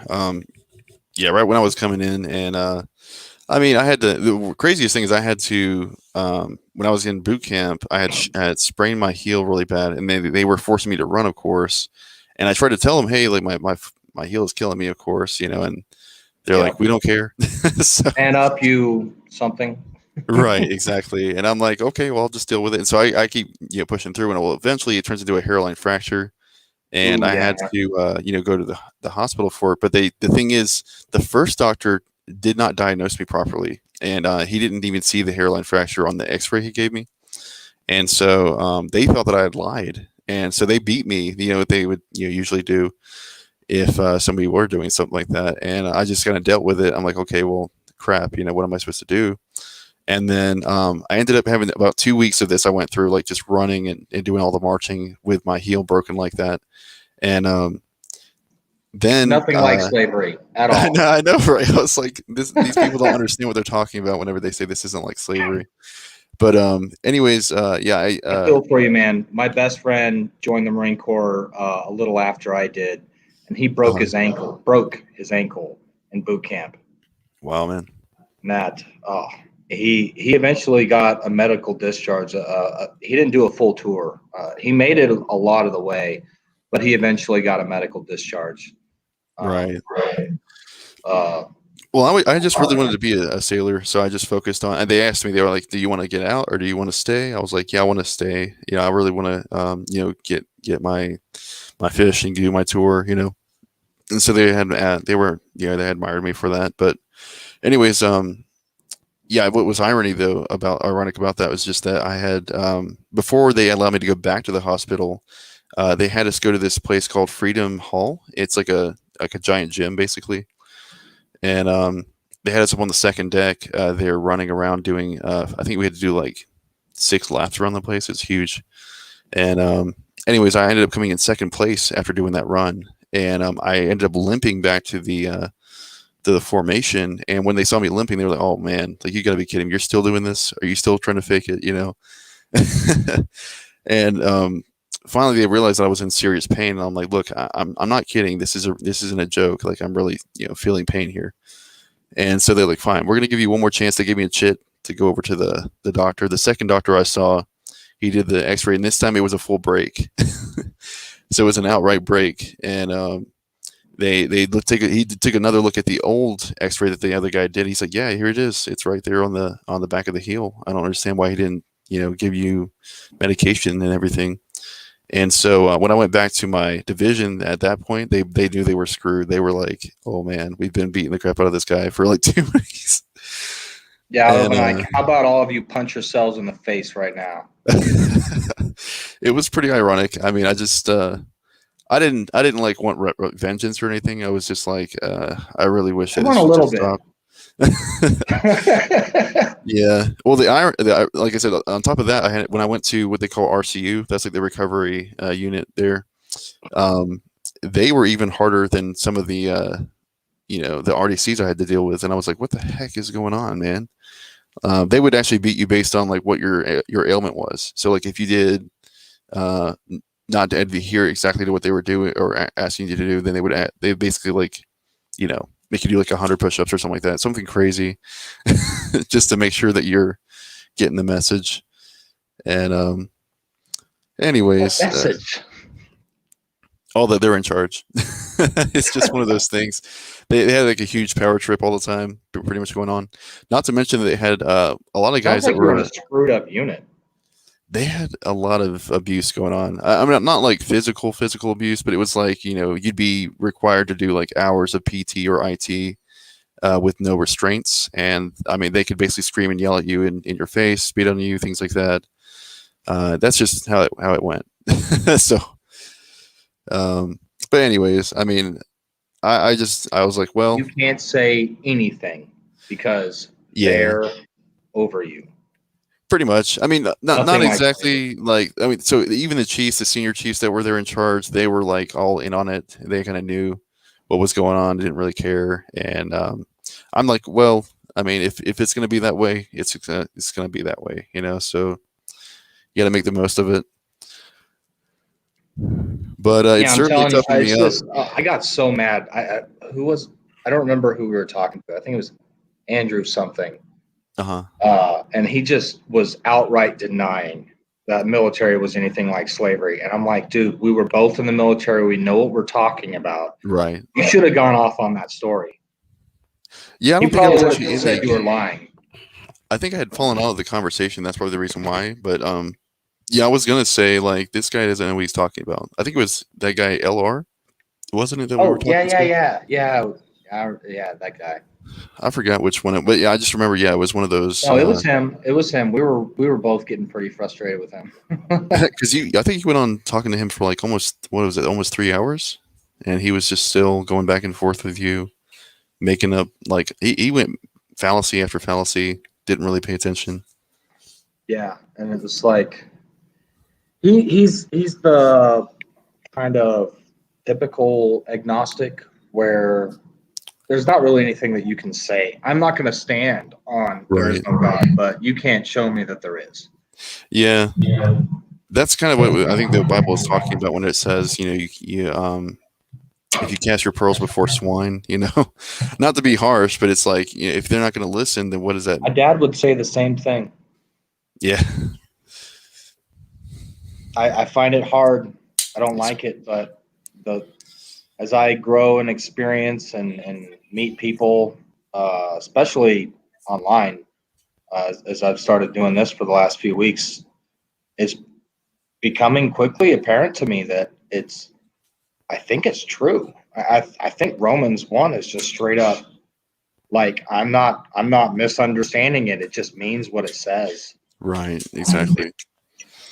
I mean, see, that's another thing. Is the irony is like so I got this screen name right when I was a kid. I was like 13 when I started playing video games hard all the time, and so the reason why I started doing this is because I remembered one guy I used to play Halo a lot when I was really young, and they were like, "You're gonna beat me when pigs fly," basically is what they were saying to me, and so I decided I was gonna make that my screen name, right? And so now when I think about it, because I've kept this like the whole time I've been living, just throughout, it just makes a lot more sense now because I'm like, well, technically, I used to be one of those swine. I didn't listen to nobody, right? I was just like so hard headed, didn't really care, and like when I think about it, like this really fits me like really well actually, because I mean, God has taken me out from what I was, the filthy slop that I was in, and I just to me it's like a sort of paying homage sort of thing now. But yeah, it's kind of reminds me of the prodigal son. Right. Were you raised as a Christian? But I can't remember exactly. You said you were an atheist for a long time. Yeah, I was actually raised in a Methodist home. I can actually show you the church. Let me see if I can pull up their website here.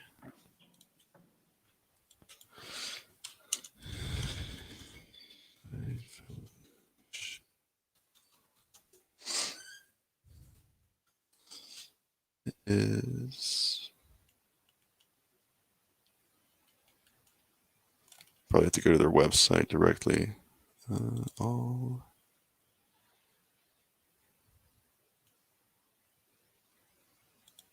Yeah, this is it right here. I don't know if you can pull up this Facebook, but you can see that this is the same one that I went to. Anyways, it's pastored by a man named Bobby Causey, and it's called Eastside Fellowship. And my best friend at the time was his grandson, Bobby Dagnes, and like we've been pretty good friends pretty much my whole life, but I actually haven't really been able to keep contact with the guy since I want to say high school. But yeah, anyways, I started to fall away from the faith when I was in high school, moving through all the courses, and I had a girlfriend at the time, really focused on that, and let's just say things didn't work out that way, and that's why I ended up going to the military, and I we kind of went further into the agnosticism, not really caring too much about my salvation or anything like that, and then moving forward from that, when I got out of the Navy, I even dabbled a little bit into like witchcraft, things like that. I didn't like think it was real. It was more like I just kind of like stumbled upon it, and my friends at the time, they were really into it. So I was like, okay, it's fine. Whatever, you guys can read tarot cards or whatever in front of me. I don't really care. And so that's how things like that really happen. People don't really realize how dangerous that stuff is, but it clearly does have an effect on you. Yeah. Spirits are real. Oh yeah. Yeah, obviously, as you know. I mean, the crazy thing is, this is before I came to Christianity. They did take me to like a steampunk rally. I forget what it was called. Kind of like the Comic-Con, but it's like a SteamCon kind of thing. So we went there, and they were, like I said, they were doing the tarot cards at that place at the time, and they had me sit down, talk to this guy, and he did the reading for me, and I was like, sure, you can do all that. And I guess what they're supposed to do is like they pick 10 cards or whatever out of the deck. I don't know what all of them are supposed to mean, but he and his mother, I guess, had been like practicing this for like a really long time, and they said that I was the first person to get some kind of like special. I don't know. I don't remember exactly what he specified. He said it was like 7 cards that were like king cards or something like that. And they were all in a row too. And he's like, this is like unprecedented. I've never seen anything like this in my life. And I was like, am I supposed to think something good about this? Like, what am I supposed to think? And now I'm like, I just need to like rebuke it in the name of Jesus. But back then I was like, does that make me special? What is this exactly? Well, maybe it did. Right. Maybe they somehow. Okay, look, there was a woman in Acts that was possessed by a demon. Right. Well, possessed by a spirit, right? And she was following Paul, claiming, just shouting to everybody, these guys have the word of God. These guys have the word of God. These guys have the word of God. Paul finally got tired of her and said, get out of that woman, right? And I've always looked at the story as so odd. Like, if the Spirit is proclaiming Jesus and testifying for you, that why did Paul do that? Yeah, I think maybe what you have been saying, like I think maybe there was a real thing behind your tarot card reading. I mean, for one, you're a Christian, so now you're a priest and a king and a saint. Right. Exactly. Maybe somehow whatever spirit was guiding those cards at the time knew, or maybe they didn't have a spirit and it was just chance. Could be either way. I don't know. See, that's the thing is, I'm pretty sure there had to be something spiritual there after like going through everything that we have gone through, and you seem to have gone through more of that kind of stuff than I have. It just kind of dawned on me like more and more, like some of the things that have happened. Because I also remember having a what do you call sleep paralysis situation when I was really young. But the thing is, like I barely really even recollect it. I just remember waking up and then remembering that I prayed the Lord's Prayer like in my mind because I couldn't move anything else, like no matter how hard I tried. And I remember feeling like a presence at the foot of the bed, and then that's like all I really remember from it. But when I was, the only thing that even jogged my memory on that was that people were talking about their experience in dealing with that, and I was like, wait a second, I remember having a moment like that in my life. And like I just remember I was like really young. I think I was like 7 to 9. I don't even know what age. So, but I mean, it's becoming more and more prevalent. You'll start to see that people have a lot of connections with their stories, and that's one of the things that's crazy about me and my wife is that the story where I prayed over her in the name of Jesus, and then everything just kind of went away, right? You'll see that it's like the main theme of like literally every testimony out there right now. Especially ones that have to do with demon possession, and then of course for like alien abductions, things like that. Sal, have you heard Matt's testimony before? Oh, No, I have. I mean, I heard just little pieces.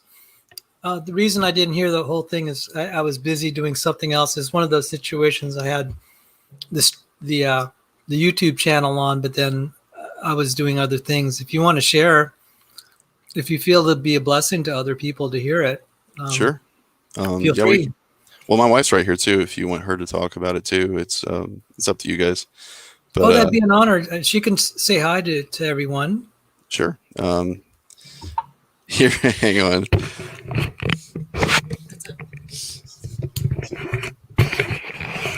Hi guys. Can you hear me? hey. Yeah, we can hear you.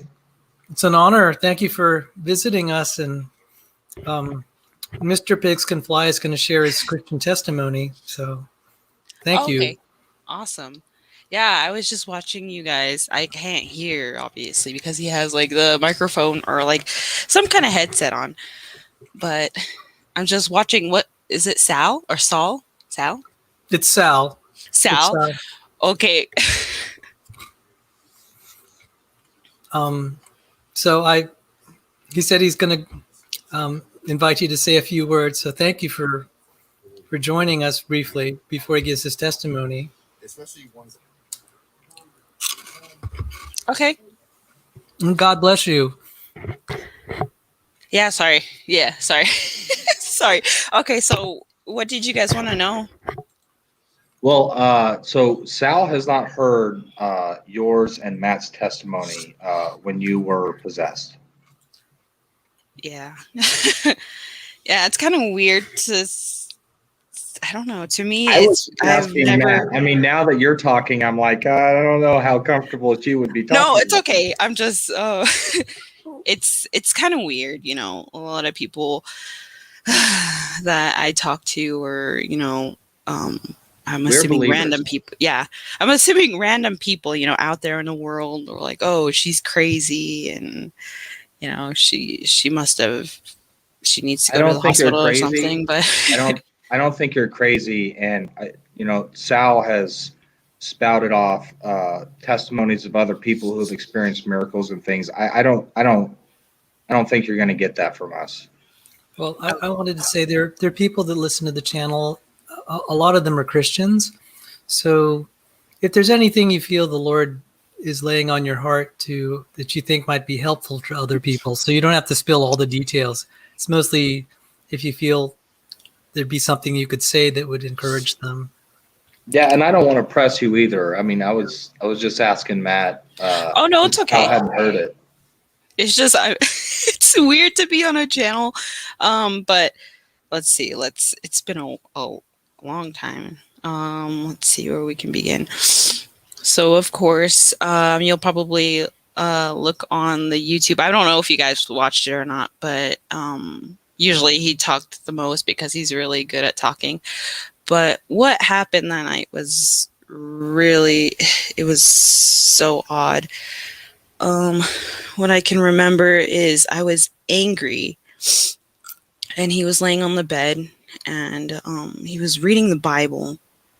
And of course, at that time, he wasn't Christian. He didn't believe, in the Bible. He was just reading it just because he likes to debate online. So he was trying to, find how would you say it? I don't Contradiction? know. Yeah, in the Bible for against a Christian.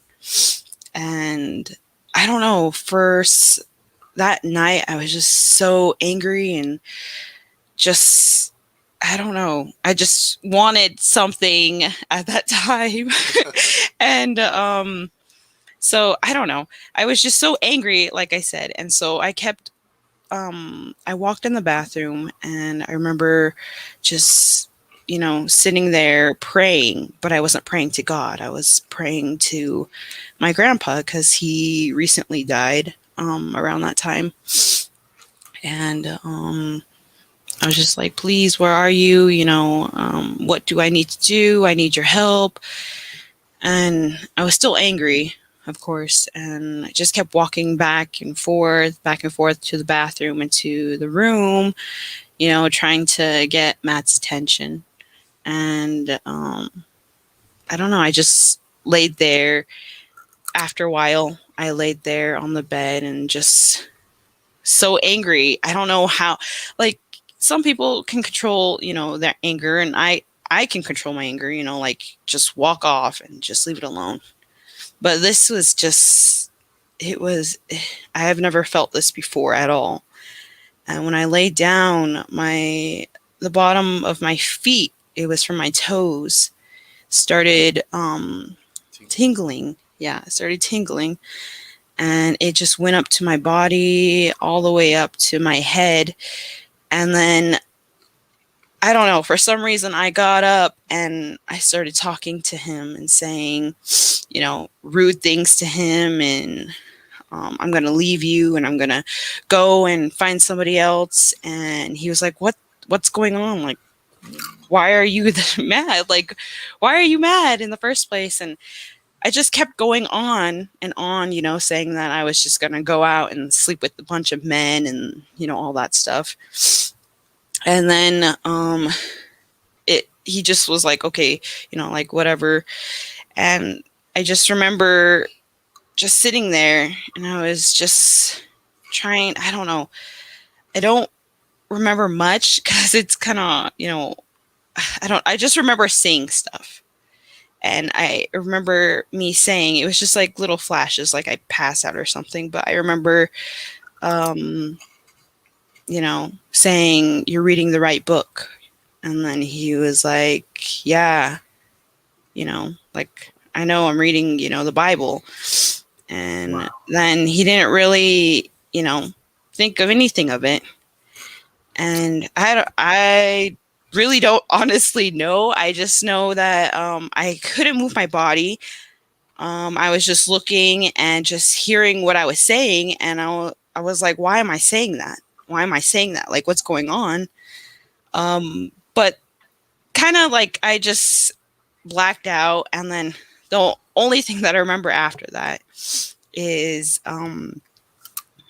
me crying really, really bad. I was just crying like I've never, how like when you cry and then you can't, like, I don't know how little kids cry and they're like having that air hiccups or something, where like they're trying to hyperventilate. Yeah, hyperventilating kind of. But I was trying to say something. But my tongue wouldn't move, and it was like twisted. And then finally, I told Matt what happened. And then after, he's like, oh my gosh. And then he started crying like so bad. Like, I've never seen a man cry that bad. No offense, Matt. But he was crying so bad. And I was like, what's going on? Am I crazy? Like, and then we looked more into it. And then after that, he was like, thank you, Jesus. Thank you, Jesus, for, helping me release her from whatever demons she was. I don't know. He just kind of went really Christian right there.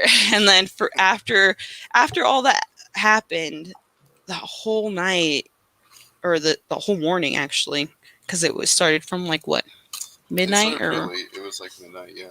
And it went midnight. 3, yeah. And then we prayed for 2 hours. I didn't know how to pray, so he did all the praying. But yeah, I just prayed for 2 hours, and then it was weird to me.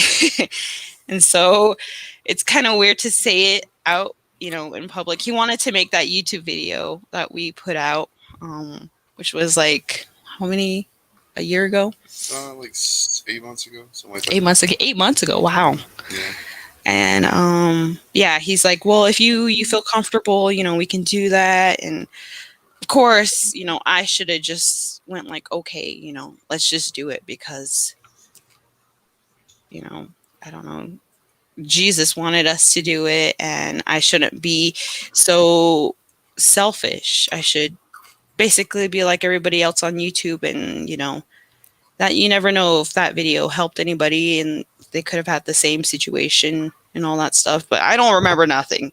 Most of the stuff Matt remembers, but I only remember a little bit of what I felt, and all that anger. I just never felt that much anger in my life. It kind of scared me because I forgot to tell you guys too that guest Matt said that he looked at me and it didn't look like it. I don't know, like I didn't have a shine to my eyes. Like I was just like dead inside, and I was just looking at our baby in the crib because I don't know how many months she was, but she was just laying there, and I love my kids so much. I love babies so much.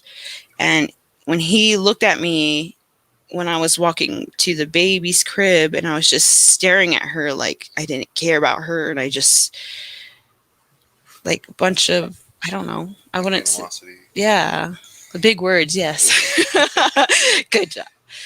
But I don't know what to tell you guys. I just felt super angry, and that tingle in my whole body. It was so weird. And after all of that, though, it's so weird. I just felt like, I wouldn't say lightheaded, but something came off of my shoulders, and I just felt light, like lighter, like I was floating, but not, and I just felt sane, or I felt complete when we started praying. Like I just felt more happy, and I didn't feel the anger or anything like that. I don't know. After we prayed to Jesus, and he's done so much in our life for us that it's crazy to think, but yeah, he's the one that did it. I wanted to say that I've heard enough accounts like that, and it just, even looking back in Christian history, there's a reason people abandoned all the other gods, because at the time, in the age after the age of the apostles, a lot of the civilized world was pagan. Something changed, and the accounts were that people were praying in the name of Jesus. There's lots of cases of demon possession because these people were worshiping idols, and they found that when they prayed in the name of Jesus, that experience happened. That's why Christianity took over the Western world. It was already on its way even before Constantine, because of things like that. And there is a prophecy that has been fulfilled. The Jewish Messiah would be someone the Gentiles would hope in. And the other thing is what someone said, can you name one Jew that has taught the Gentiles more about the God of Abraham, Isaac, and Jacob than Jesus Christ? And so Christianity spread. That is one of the prophecies that was fulfilled. And it's because there have been people that have called upon his name and have had demons driven out of their lives. Wow. Yeah, that's pretty awesome. It's so weird too, because of course, I think he told you I'm Native American too. We mostly, the Native Americans, pray to our ancestors. And I've been trying to talk to the Native American community about, you're kind of praying to the wrong person, just saying. But, yeah, it's more, that's why I was praying to my grandpa, because we think that they're watching over us, of course. And we have a lot of traditions. Don't do that. Don't do this. And I'm sure that you guys are different, like, you know, like in your traditions, in your cultural traditions. Sorry. I don't like to talk about it too much, but there's been a lot of psychic phenomena in our family. One reason that I turned to science was that was just too creepy for me. It was a realm that I just didn't want to get anywhere near. So it was nicer to just be talking about stuff in the lab and atoms and equations. Are you talking about supernatural stuff? Yeah. I thought I've shared a little bit here and there. I mean, I've had, I was into ESP, the paranormal, and there's some really creepy things that were happening. And when I became a Christian, a lot of that went away. I also lost my paranormal ability, which I'm grateful for, because that wasn't of me to begin with. And that's happened to a lot of people after they become Christians. They may lose their paranormal experiences, and they're grateful for it because it just brought bad things. Yeah. And I had a friend, I tried to tell her, stop seeing psychics. You're inviting devils into your life. Right. You know, stop trying to talk to the dead. This is not good. And she had a lot of psychic power. And I said, just pray. And so these people, I mean, these are rational, intelligent people. She'd gone to excellent schools. Her father went to Cornell. And,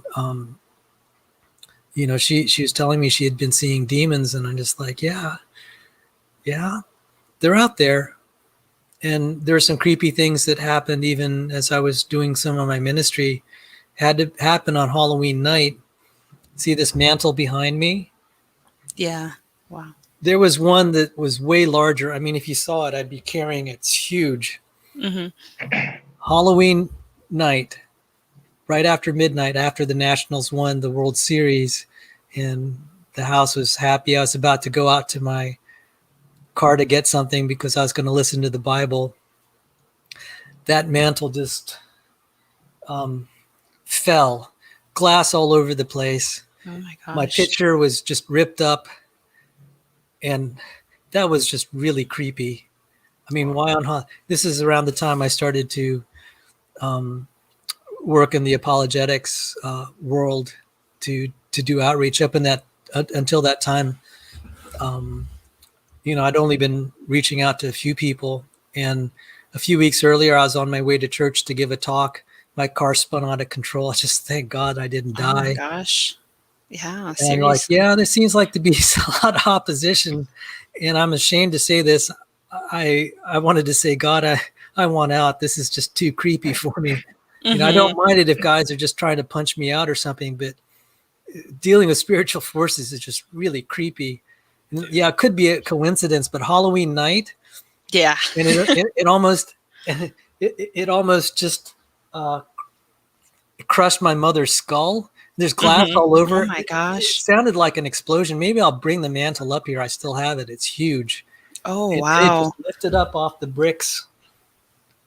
Maybe it was faulty construction, but that was just really strange coincidence. I'm going to bring it up so you could see it. Yeah, for sure. Oh my gosh, that's weird. Yeah, that's crazy. Must have been faulty paper too, because it basically ripped up his photo, is what he said. It's crazy. What about you, Bob? What are the odds? What are you? Well, I am a Christian, follower of Jesus Christ. I am a king and a priest and a saint, and I like video games. Oh, what video game are you playing?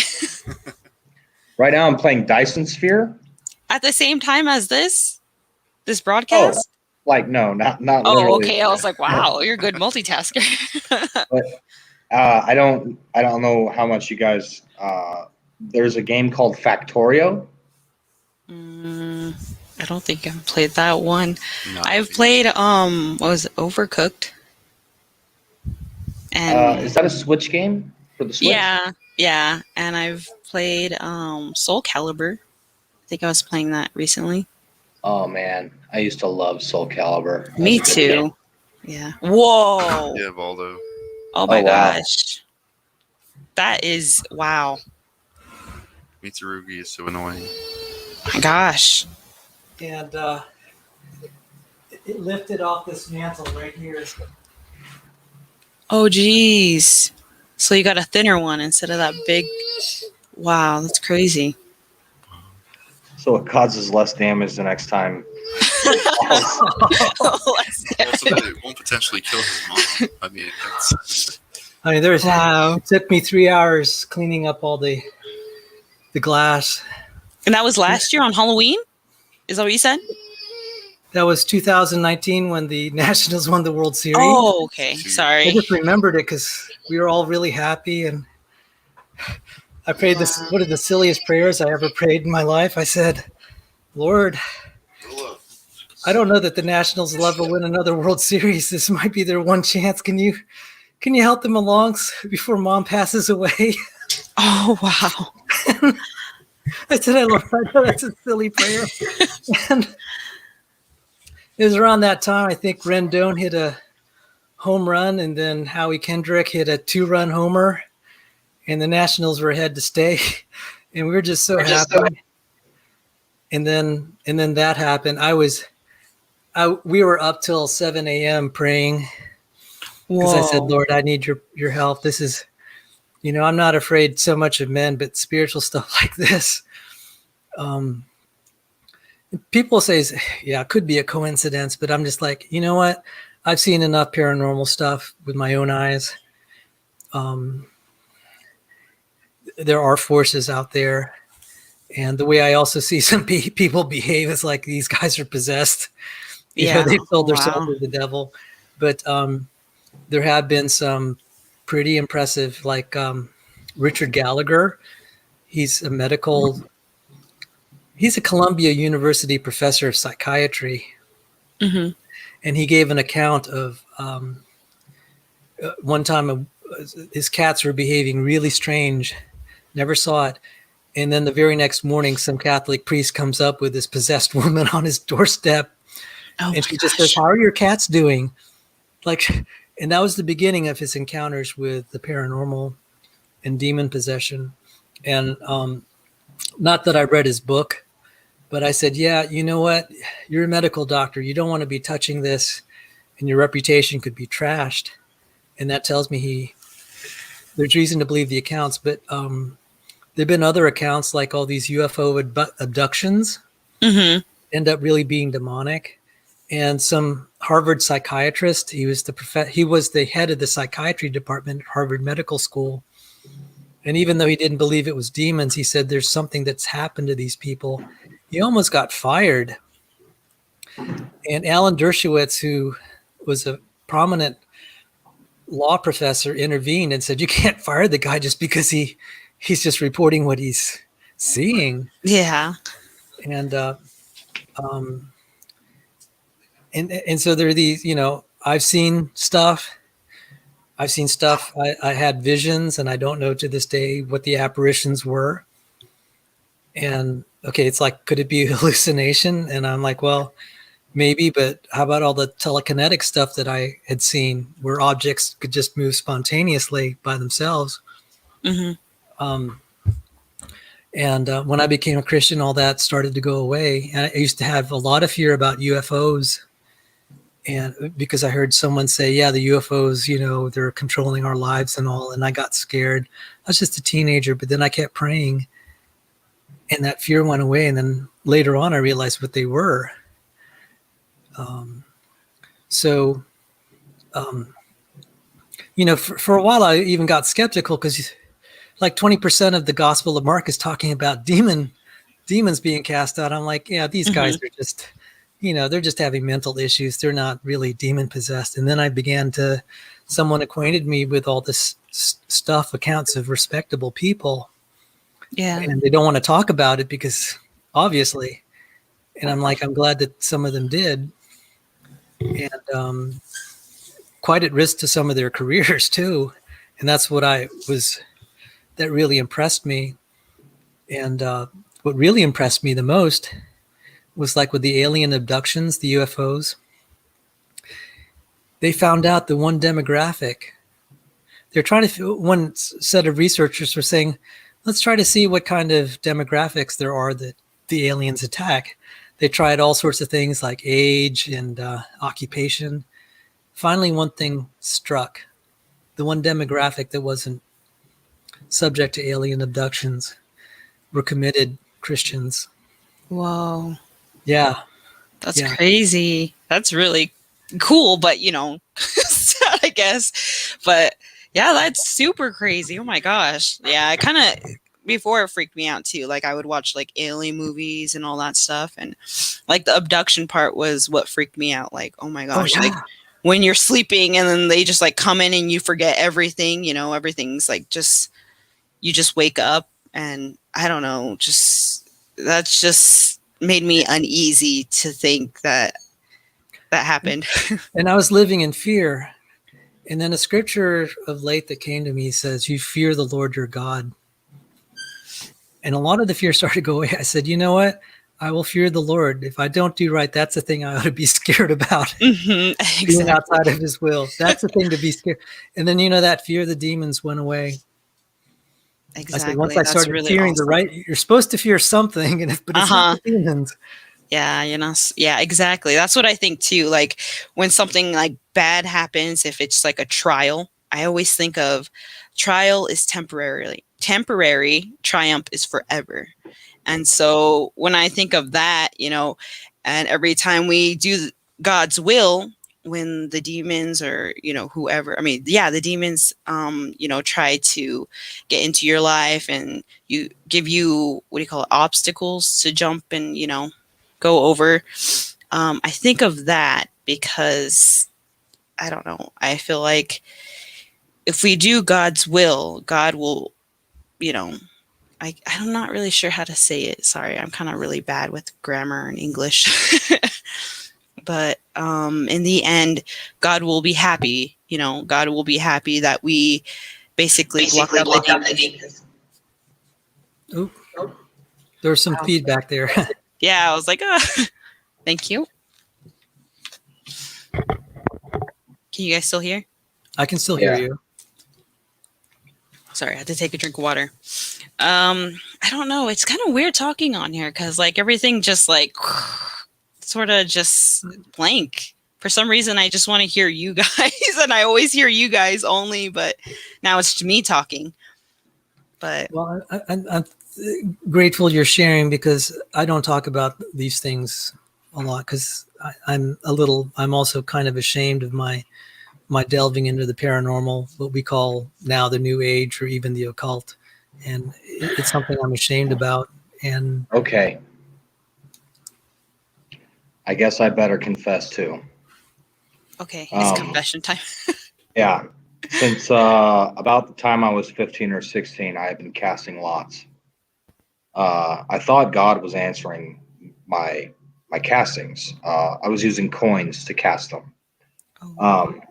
And then about a year and a half ago, I started to question what I had been raised in. Started to seek, like, why do I believe this stuff? I started getting challenges, and I was like, I need to instead of just trusting the tradition that Christianity is true, I need to be able to back it up. So I started looking and researching, and about maybe it was 2 years ago when I started. It's been ever since COVID. Time is like kind of confusing, but a while ago, like a year ago or something, it was after COVID. I remember that these Mormons came to my house because I had signed up. There was a YouTube ad for a Bible study, and I was like, oh, okay, you know, our church is practically shut down because of COVID. It'd be nice to do a Bible study. And so I signed up for it, and they said they would contact me. And then after I had signed up for it, I looked at the website, and it was the Church of the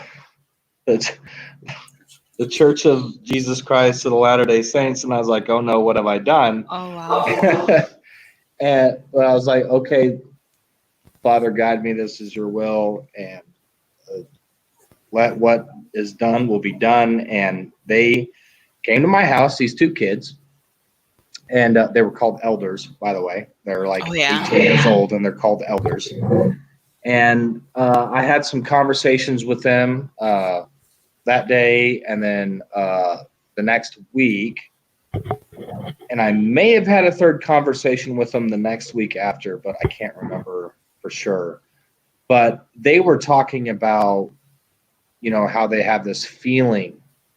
They prayed and they had a feeling. And I was like, look, Satan can disguise himself as an angel of light. You can't go off of feelings and experiences. You got to go off of the Bible. I didn't end up convincing them, but I did get to the point where I started questioning, is this casting lots thing real? And so I decided, Father, forgive me, but I need to test this so I know that I'm not being tricked by somebody other than you. And so I started, I wrote it down, I logged it, and I wrote questions, and then I cast the lots and I got an answer. And I decided to up the stakes because before I was only doing 1 or 2 coins, right? The 2 coins was in case God didn't want to answer me. For a long time, I only did 1. But this, I did 4. 4 coins, they all had to be heads for a yes, and they all had to be tails for a no. Anything else was, I just wasn't getting an answer. I asked several questions, and I got all of them, were all heads or all tails for the answers to my questions. And something I just had to ask, and I knew this was the ultimate test. And I asked, did Jesus come in the flesh? And I got all tails. And I haven't done it since. Whoa. Whoa. Can you explain for the viewers that may not be familiar with the passage and why you asked that? It's First John. It's First, Second, or Third John, but it says to test the spirits.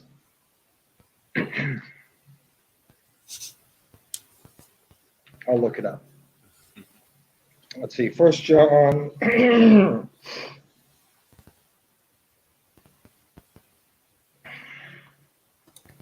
Are you talking about the test the spirit, whether to see if it's of God or not? Hey, Will.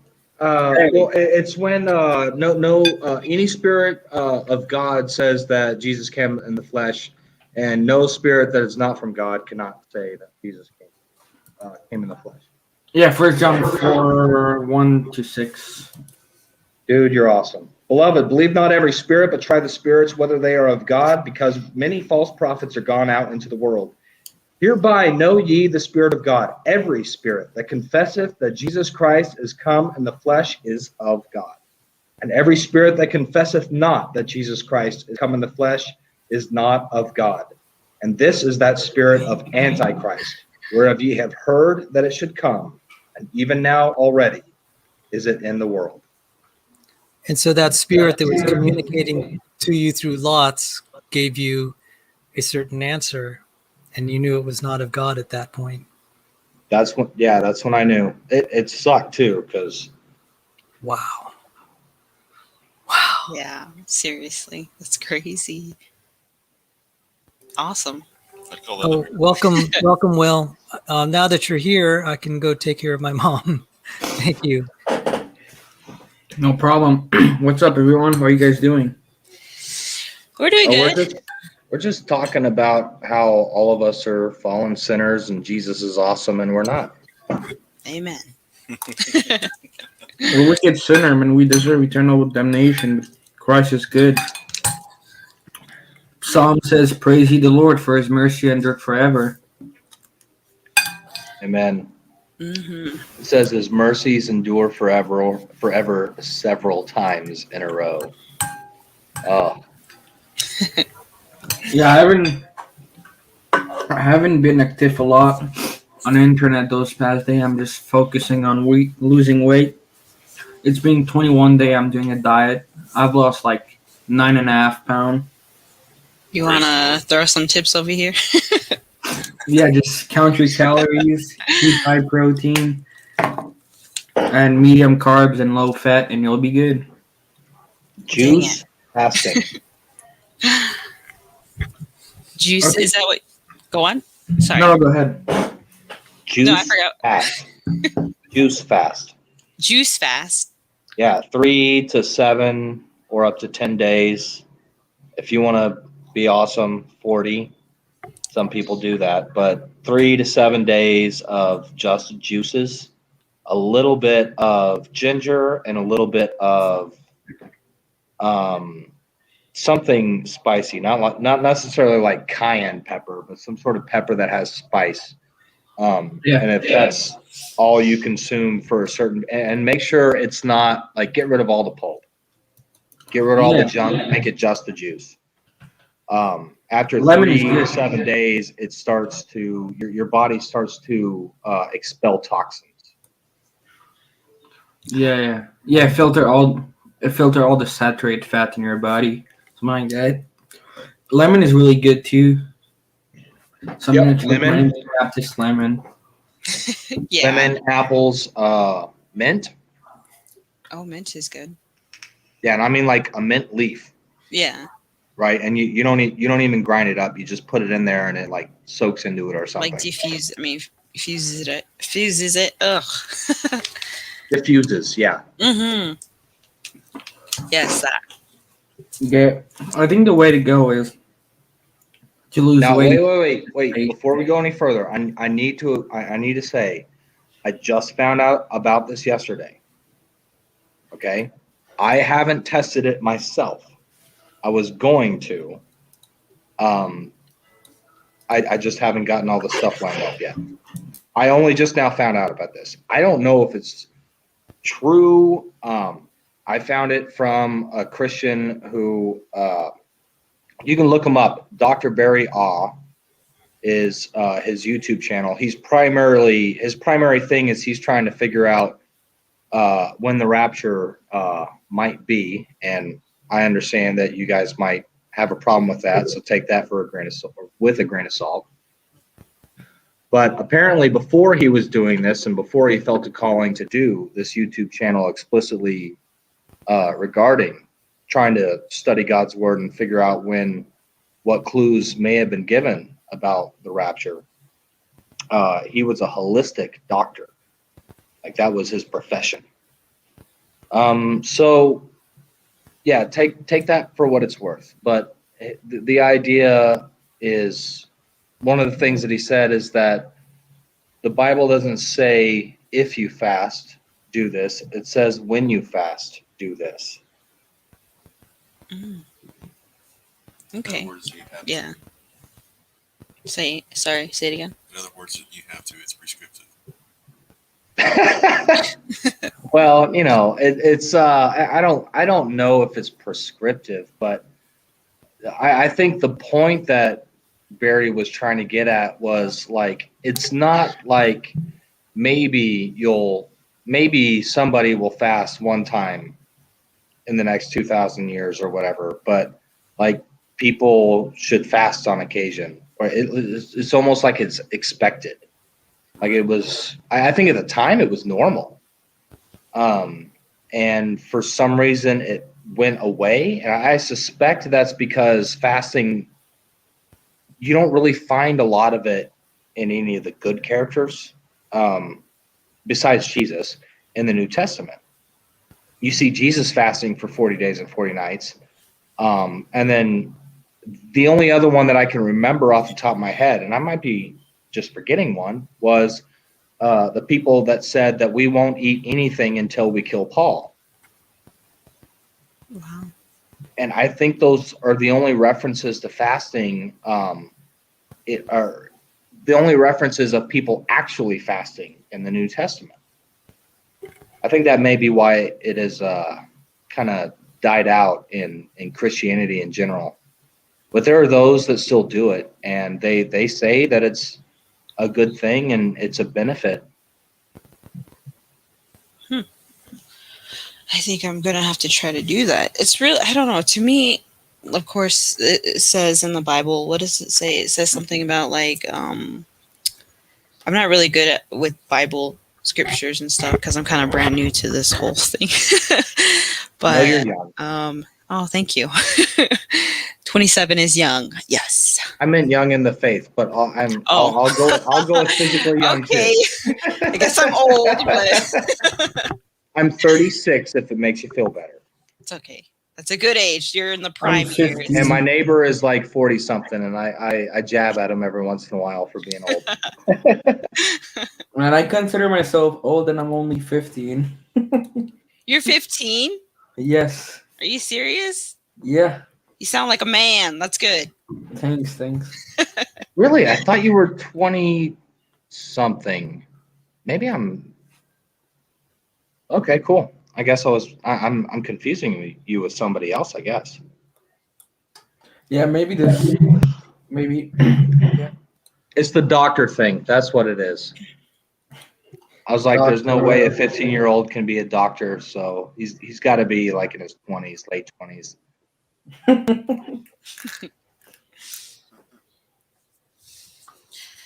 Okay. One day I'll be a doctor. Yeah. Just have to get there. Awesome. What's Baptist Lemon? How'd you get that? Oh, because we're talking about lemon, so I changed my name to Lemon. What was it before? Baptist Chad. Oh, Lemon. That's funny. Do you have any other? Will likes to change his name all the time and his icon. Like, you don't know who Will is until he speaks. Once he speaks, then you know, oh, that's Will. But until then, it's like a mixed bag. Like, who is this guy? Some random guy. Awesome. Do you have what did you want to talk about, Lemon or Chad or Will? Sorry. I'll just change my name to Will. That'll be simpler. Will. Actually, I have a question about that. I don't know if you're willing to give out your real name, but is your real name Will or is it Chad? It's William. So what's the Baptist Chad thing? Because that's your YouTube channel. Because I'm a Baptist. Oh, there's such a thing. And I'm a Chad. What do you mean you are a Chad? I don't know. I just define Chad as being Chad. Do you mean Chaz? Like that nation that broke apart from America? Is that what they were? Weren't they called Chaz? No, just Chad for a Chad. It's just a troll name online. Who? Oh, okay. Chad from Walmart. My friend called me Frenchie.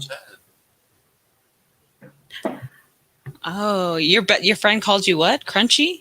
Frenchie. Oh. I'm a Why? French guy. Oh. Will Chad. There's a guy that was here in Utah named Chad. He worked at Walmart. Super not awesome guy. They actually made a news report on him because they fired him. I'm not really sure why. I don't know. Walmart to me is like greedy with their money, I guess.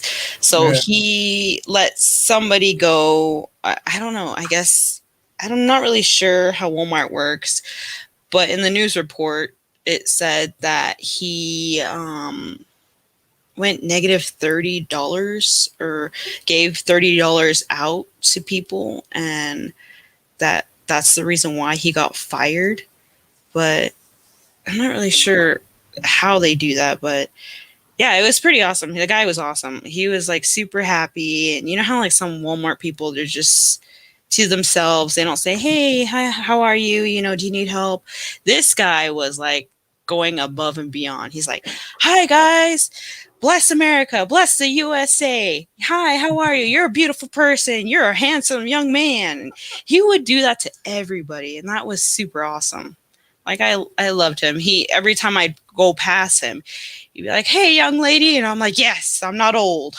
I'm a little bit of an introvert, so I'd probably be thinking, why is he talking to me?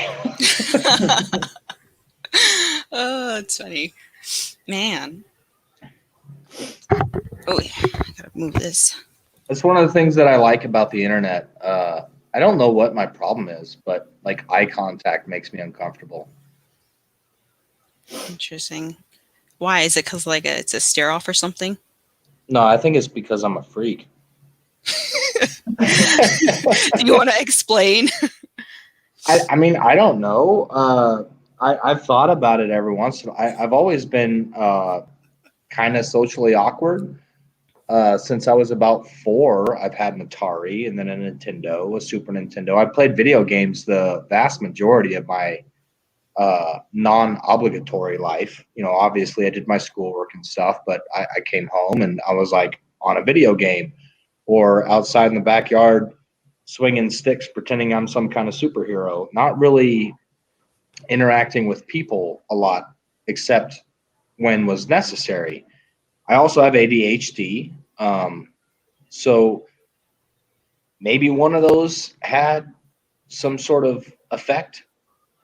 Maybe it's a combination of the two. I just know that I've always been kind of introverted. Interesting.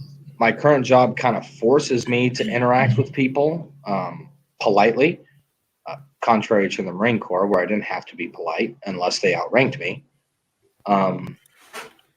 So I think maybe I'm growing in that area some. And you know, when I found out that there was online gaming, I jumped into that, and that was fun. And I think I gained a little bit of social prowess through those interactions, but it was never with eye contact. It was never face to face. It was always just voice. Like you're just imagining a person talking to you. So I think, like my next door neighbor, sometimes I think he comes around too often, but if he hopped online, I think I could talk to him all night. But because he's there in front of me, it somehow feels awkward. And I think that's just not normal. Yeah. I don't know. Probably I don't even know.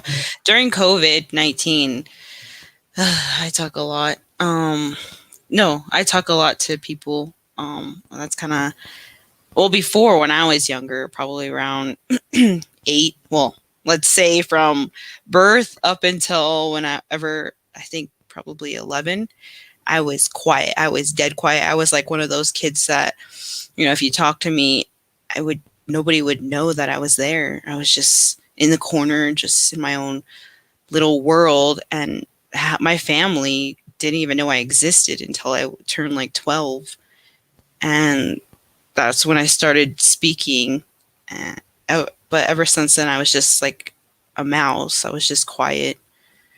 So I kind of know where you're coming from. I don't really like right now. It's kind of hard for me to talk because, you know, we're live and can't see you guys' faces. Now I'm different. I like kind of like flipped where I have to talk to somebody and make eye contact. But oh, there you are. Yeah, now you can see my face. Oh, I guess our camera isn't working, or I'd turn it on. Why? What's wrong with it? Oh, weird. Whoa! I can see you. What are those games in the back?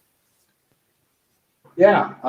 So I've got Catan and I've got an expansion of Catan. Those are the two top. I've got Dark Souls, the board game, which was pretty fun, but we didn't really put a whole lot of time into it. It's pretty hard, kind of like Dark Souls. Hi-Ho Cheerio for the kids. We got another expansion. No, actually, no. I was gonna say it's another expansion to Catan, but it's a card game that's like based off of Catan. We have Shay Geek, which is some card game that my wife saw. Oh, what's his name? It's Will Wheaton. Is that his name? He used to play in Star Trek. Will Wheaton, is that right? I don't think so. I don't know. Oh, I can hear feedback. Oh, yeah, that's me sometimes.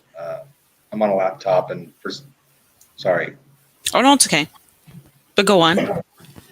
So we got Guess Who, right? Classic. Mm-hmm. Mysterium, that's a really neat game.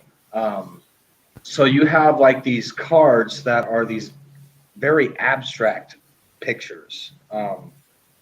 The goal of the game is somebody is playing the ghost, the guy that got murdered, and then everybody else is playing the role of a psychic that is trying to read these abstract images that the ghost is projecting to them to try to figure out who is the killer and where it happened and what. It's kind of like Clue, but the way you figure it out is that whoever the ghost is draws these random abstract cards and gives you images without talking to you that this kind of matches what you're looking for to tell you which one of these guys is the guy that killed me. This one kind of, it has something on the card that makes me think, right? I think this card has this thing on it. That room has that thing in it.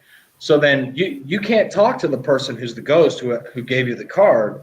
You have to look at the card that the person gave you, which is abstract and has a bunch of stuff on it, and try to figure out what did he mean. It's an interesting brain game. And then I got Arkham Horror, which is a pretty cool game. It's kind of Arkham Horror is just a really fun game. It's kind of what is it? What is his name?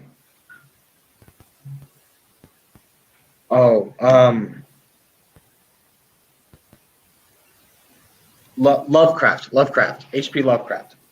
So it's kind of a Lovecraftian game where, there's like Cthulhu, who's an actual monster you have to fight.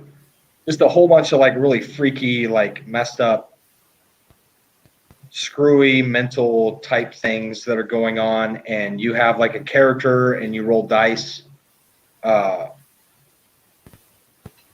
don't know. It's a really fun game. I could go into detail about the rules, but that's irrelevant. Wizards Wanted is another game that we have. We played it a couple times. I think my friend's ex-wife gave it to us. She tried to play with the kids, and it was too advanced for them. But we had fun with it. And then we got Pandemic. Pandemic is fun. That's another good game. Yeah. So Pandemic is you have a map of the entire globe, and there are sections all over it, right? So like major cities, basically, all across the globe. And the game starts out. There's 4 diseases, right? And they are placed in, everywhere here is the blue disease. Everywhere here is black, yellow, and red. And they're spawned randomly based off of a deck of cards that you draw from.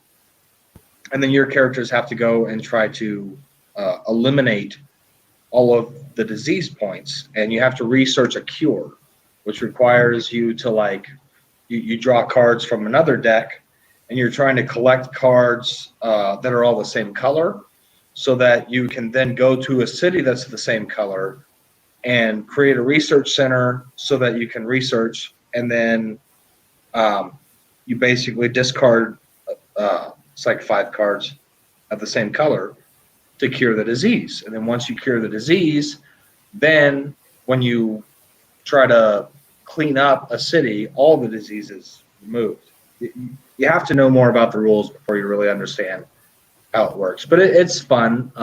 You have like random characters, and they all have their own various abilities. And you just have to, one of the things I like about it is it's cooperative, right? So, you get 4 people sit down at a table and you're going to play this game, and everybody's like, well, I could go over here and I could do this. And then somebody else will pop, well, okay, I could go over there and then I could do this, but then I can teleport you over here, right? So I can give you a plane from here to here, and then you'd be able to do this thing, and you're always discussing and strategizing.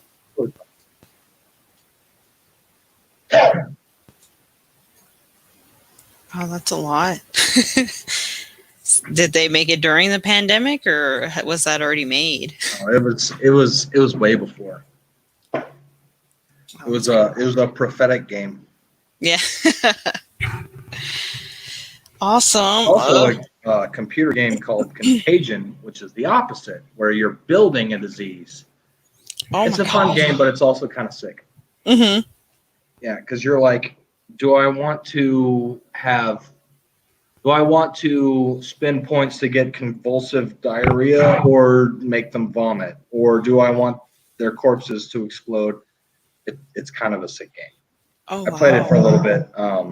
Yeah, it's like build the most disgustingly deadly disease that kills the goal is to kill everybody on the planet. Yeah. Oh my gosh. So, yeah.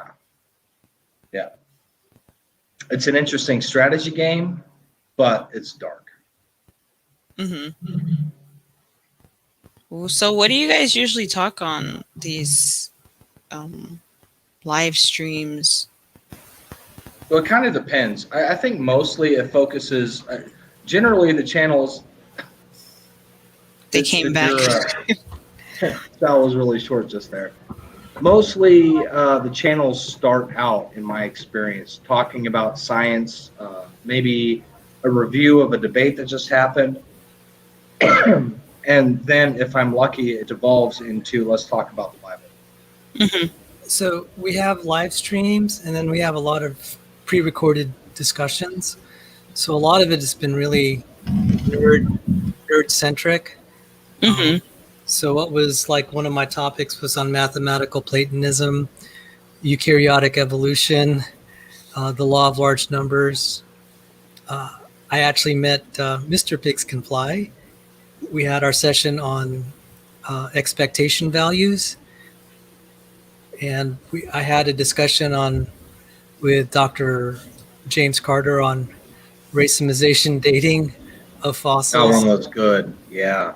And so the audience that we cater to are for like biology students, science students in college and graduate school, and professors, maybe some sophisticated high school science students that are being told that there's no need of God to create life. And so our focus is to show that that's not true. So tonight we were discussing a chemistry lecture by a world famous chemist. And Dr. James. It was brutal. He was talking about nucleotide chemistry, and it was just chemical diagrams all over the place, and I was just trying to walk people through it. Wow. I am trying to reach out more to the YouTube channel. Has been kind of heavy on science. Okay. The sister website is going to be like 15% Christian testimonies of what happens to people's lives throughout history and also in the present day. So, but then something like this is like tonight, we're just kind of shooting the breeze and relaxing. The COVID lockdown. I've been in isolation with Mom for almost 13 months straight, and I have curbside pickup over at the grocery store, but Grubhub for the win. Yeah. Hey guys. So it's great having fellowship here. Hello.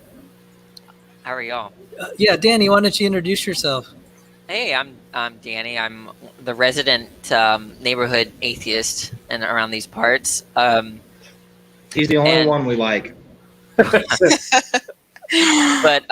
no, I just wanted to drop by. It's Friday night, and I don't have school tomorrow. Thank you. And Emery, why don't you introduce yourself? She was asking what we talk about on this channel. And we probably frighten a lot of people away if they heard us talking. That's probably true. That's probably true, honestly. This channel is effectively nerd central. It just got worse because we just added a philosopher to the chat when Danny joined, so it just got more nerdy than it was previously. So it is basically programmer. Sal's the molecular biology nerd. I'm the organismal biology nerd. but some combination of like Argatha and various other people that pop in are the theology nerds. Jamie Russell's probably in that group as well. And then Danny's the philosophy nerd. So this is just like a nerd hub, and we all just like nerd out about our favorite topics. That's essentially what we do. I'm a graduate student in biology. That's what I do. That's where I went for a couple of hours, and I'm back now. So just in time to. Yeah, and I'm a graduate student as well. So Emery and I are both graduate students. And I'm a graduate student of sort as well. I'm also a molecular biophysics research assistant. I've had the privilege of working with someone who used to be an atheist, became a Christian. He was a famous geneticist, and he's now researching evidences of Adam and Eve and various things connected to Noah's flood and the long ages of the patriarchs in the book of Genesis. So that's what we talk about. Does he Whoa. suspect? How does he feel about a canopy? About what? A canopy. Oh, can you? He's talking about the canopy theory. So I've never heard. I don't know what you're closer to Dr. Sanford than I am, but I've not heard him really talk about that very much. No, he pretty I much think just sticks to genetics. Yeah, he sticks to genetics. He keeps his nose out of the geology stuff and physics. Oh, okay. The closest It's that just- he's I always. the closest he's come to it is my work on the racemization dating of fossils, and I'd like to pursue that more. That's why I'm trying to teach myself chemistry also by giving chemistry lectures.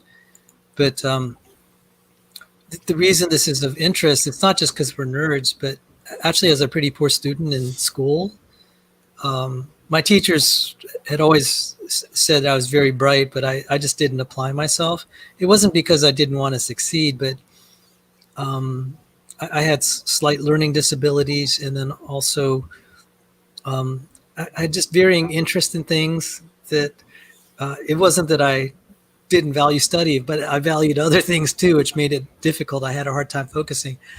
But after I nearly left the Christian faith 20 years ago, what brought me back was the study of creation science and the miracle of life. I went back to school and took my studies very, very seriously and did well grade-wise. And so the reason I focus on this is evidence that the Bible is true, and that's really very reassuring.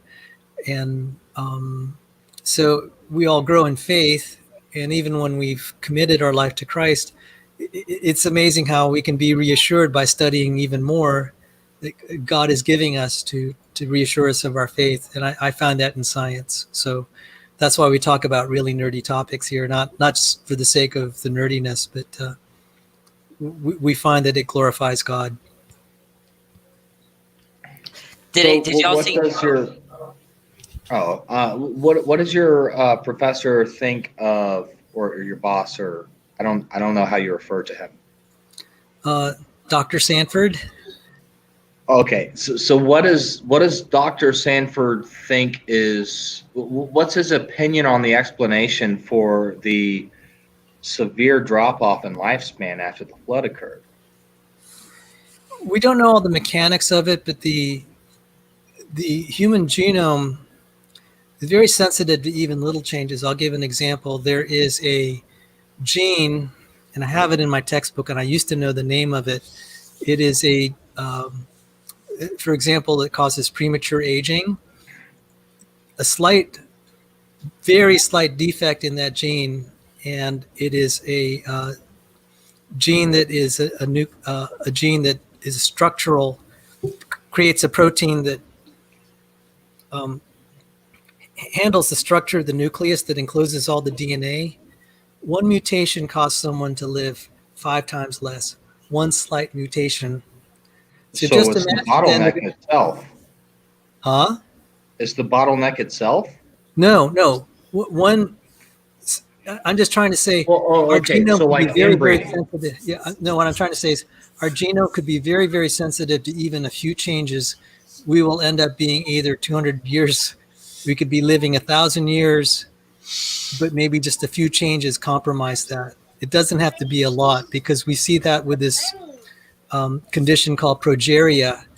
One gene that just had a slight defect in it caused a human being to live only up till about age 13. It's really a very sad disease.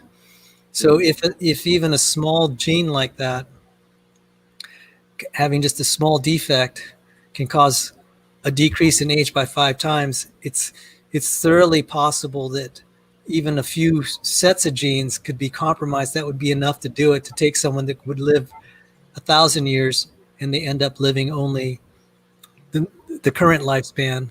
And what has been really troubling to some biologists is, why does the hydra, it's a small animal, it's immortal. It doesn't, unless you starve it, it doesn't die. It doesn't age. What is it? The hydra. They've been wondering. When you why say did- hydra, I think of a mythical D&D monster that has 7 heads. Yeah, the hydra looks like that. The animal that's a hydra looks like that. It's a small, kind of almost microbial. What is So- it? Is there a technical name for it so I could look it up? I want to see this. Hydra. That's actually the genus name, Hydra. Yeah, and it's been fascinating, evolutionary biologists. And I'm just like, plain as day, guys. Something switched off our ability to live forever. And the thing that was amazing is we have these immortalized cell lines. There was a woman named Henrietta Lacks. She died sadly of ovarian cancer, and they took her cells. They found that her cells lived, didn't die, and they're still alive today, and they're used for medical research. I know it sounds kind of gross. So there's definitely an inherent capacity for some cells in the human body to live forever, and we have physical evidence of that. And now these cells are cancerous, and they're not, but one could definitely extrapolate a little bit that we could live longer. And that's actually one of the outstanding questions in evolutionary biology. Why do people age? Because it would be so much more advantageous to live and breed longer. Yeah. Yes, exactly. And so they have something like the hydra that doesn't have these problems. Mhm. What it looks like is that one thing that causes aging is DNA repair mechanisms breaking down, and what they call the DNA mutations in the somatic cells as we age, that causes aging. There may have been better repair mechanisms, and it only takes a few genes. If those are knocked out and compromised, then our lifespans are going to be limited. And the Lord said we'll live only to be 120 years.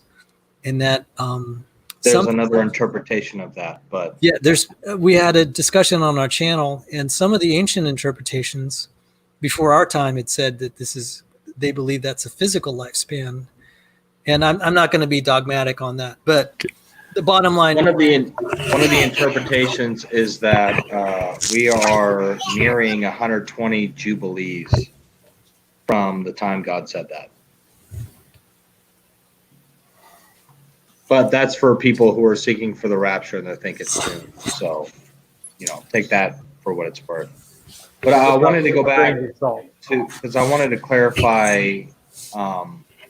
So it seems to me that if the flood were to be the cause of the mass drop-off of lifespan for humanity, and you're suggesting that it's a mutation in something, that seems to me that it would be the what's it called? I'd say the bottleneck. No, bottlenecks don't cause mutations. They can. Well, I understand they're secondary, right? But yeah. The bottleneck would cause the mutations to not be selected out. It could actually cause. Correct. What I suspect happened, and what a lot of creationists suspect has happened, is that there is something with either accelerated radiation or the emergence of radiation connected with Noah's flood. What actually makes a lot of sense. So that human beings are probably exposed to a lot more radiation, and it affected their genomes at that point. And Noah's kids specifically. Yeah. Noah's kids, and probably more his grandkids, particularly. Well, you think the accelerated nuclear decay continued for a period after the flood? No, Not necessarily that, but the climate would have been significantly different after the flood. So they would have been affected by that more than the accelerated nuclear decay. Yeah. I'm not a geologist. Sure, so but well Sal clear. was saying There's the also- accelerated nuclear decay was a cause of the lessening of age. Oh, Mr. Pigs Can Fly is back. Thank you. Thank you for letting Mrs. Pigs Can Fly to share. Yeah, Not sorry at all. Tell guys. her. But thanks for talking with me. Yeah, it was. Thank it was you. It was a pleasure talking to you. Yes. God bless you. Oh, Pigs Can Fly. You can Yeah. post. You can post the link to your video in the chat. There might be people now interested. Just Sure. FYI. Yeah, let me go ahead and get that. Well, I was just going to say regarding that discussion y'all were having, my understanding is that the wives of the three sons, they were supposed to be, they were married within the final week before the flood, from what I understand. That's How do you get that? That's not in the Bible. That's got to be some kind of extra scriptural Well, if tradition. Right. How do you get that? Let me pull up the passages there for you. So while he's looking, I think Danny has been pretty patient, and he may have hopped on for like a particular reason. Y'all do your thing. I'm just coming in, but I did create today a new video in speed of sound, and it's family friendly, has no cursing in it. But it totally further exposes him, and I wanted to share it with the stream when y'all have moved on from the topic. Yeah, what I'm going to do is I'm just going to close out this thing on the Hydra, because Bob was asking. Oh yeah, yeah. When you told me that it was like an actual organism, I googled Hydra organism, and I found a picture of it. It's fascinating. It says animals that are immortal often reproduce asexually. This may only be because immortality became unpopular in evolution early on and may have not developed senescence in the other way. See, does they just have to throw their opinion there, and I'm just going to close that out, guys. Take it from there. You know, I heard that jellyfish have the same ability. Aren't you answering? Okay, this is. I'll come back to jellyfish. Danny wants to do his video, but it's very short. But okay, I'll come back to jellyfish. So, for the viewers, I want to let you know that one of the biggest problems, at least for me, for naturalism, is this thing called right and wrong, which is normativity, is what we call it in philosophy. If you're talking about right and wrong, good and bad, correct or incorrect, you're talking about normativity. That's the or ethics. And so Speed wanted to talk about morality, and this is what ensued. I hope y'all will enjoy. Aren't you answering what is morality? What is right and wrong? Okay, yes. that's meta. No, not what is right and wrong. That's a different discussion. Well, then I don't know what you mean by morality if it's detached from right and wrong. Speed wants to avoid the question of normativity. Normativity being a term that reflects rightness or wrongness, good or bad, correct or incorrect. We've had previous discussions about this, and he wants to avoid that topic. But he also wants to talk about morality. So how does he get around this issue?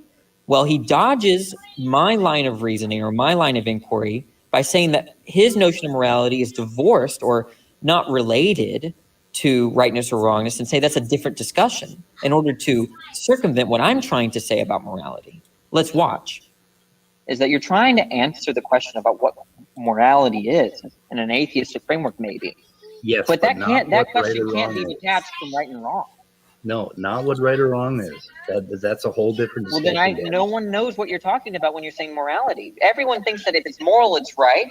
Everyone thinks if it's immoral, it's wrong. But if you're saying something to be immoral but potentially right, no one knows what you're talking about.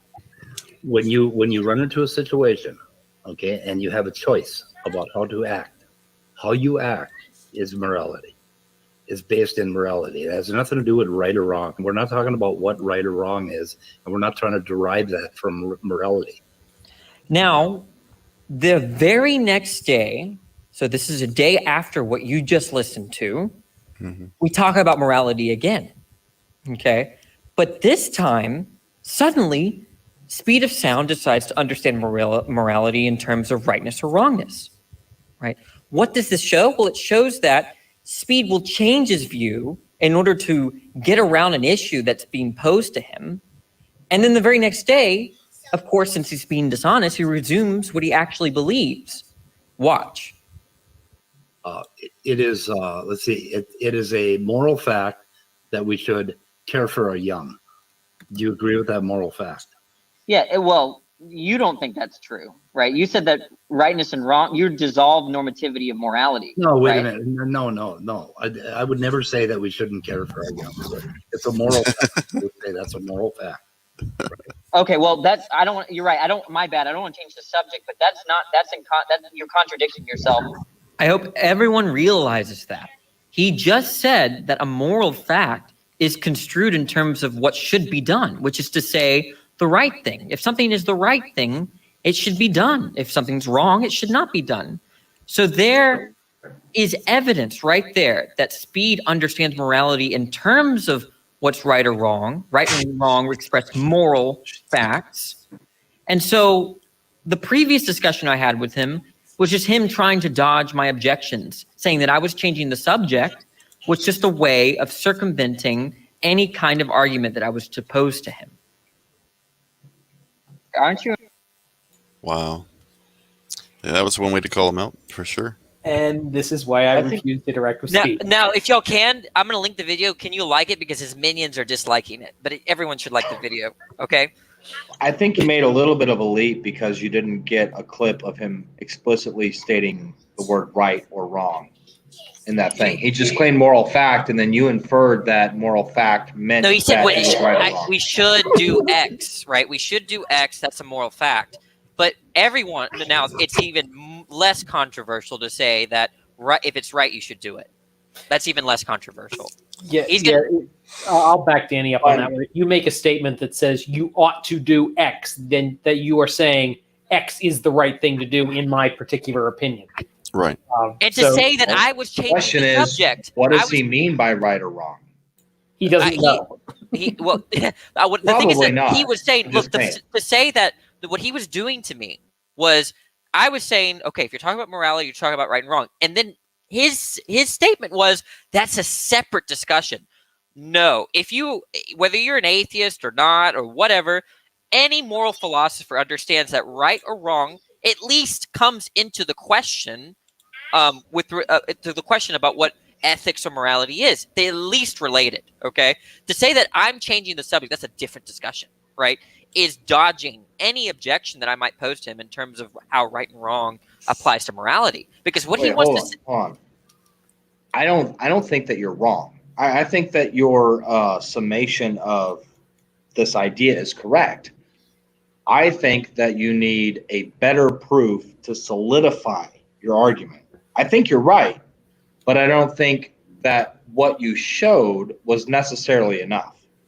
Okay, well, I think that you need to show him say what he thinks right and wrong is, and then you've got him. Yeah, I see what you're saying. It would be optimal if he said, "Yeah, what you should do is the right thing to do." That would be an optimal clip. Yeah. But I think it's enough what he just admitted there, and I think he would recognize. I think what he's going to do now is if he remembers. I think you're making a jump that you have to assume that he's making. I don't know. This is the guy that told me that God can't be real because intellect can't exist without a brain. Okay? What? That's what he Because said. he knows that, you know.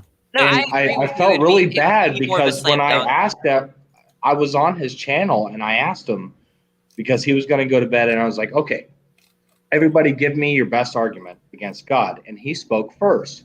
And he said, I think I still have it up.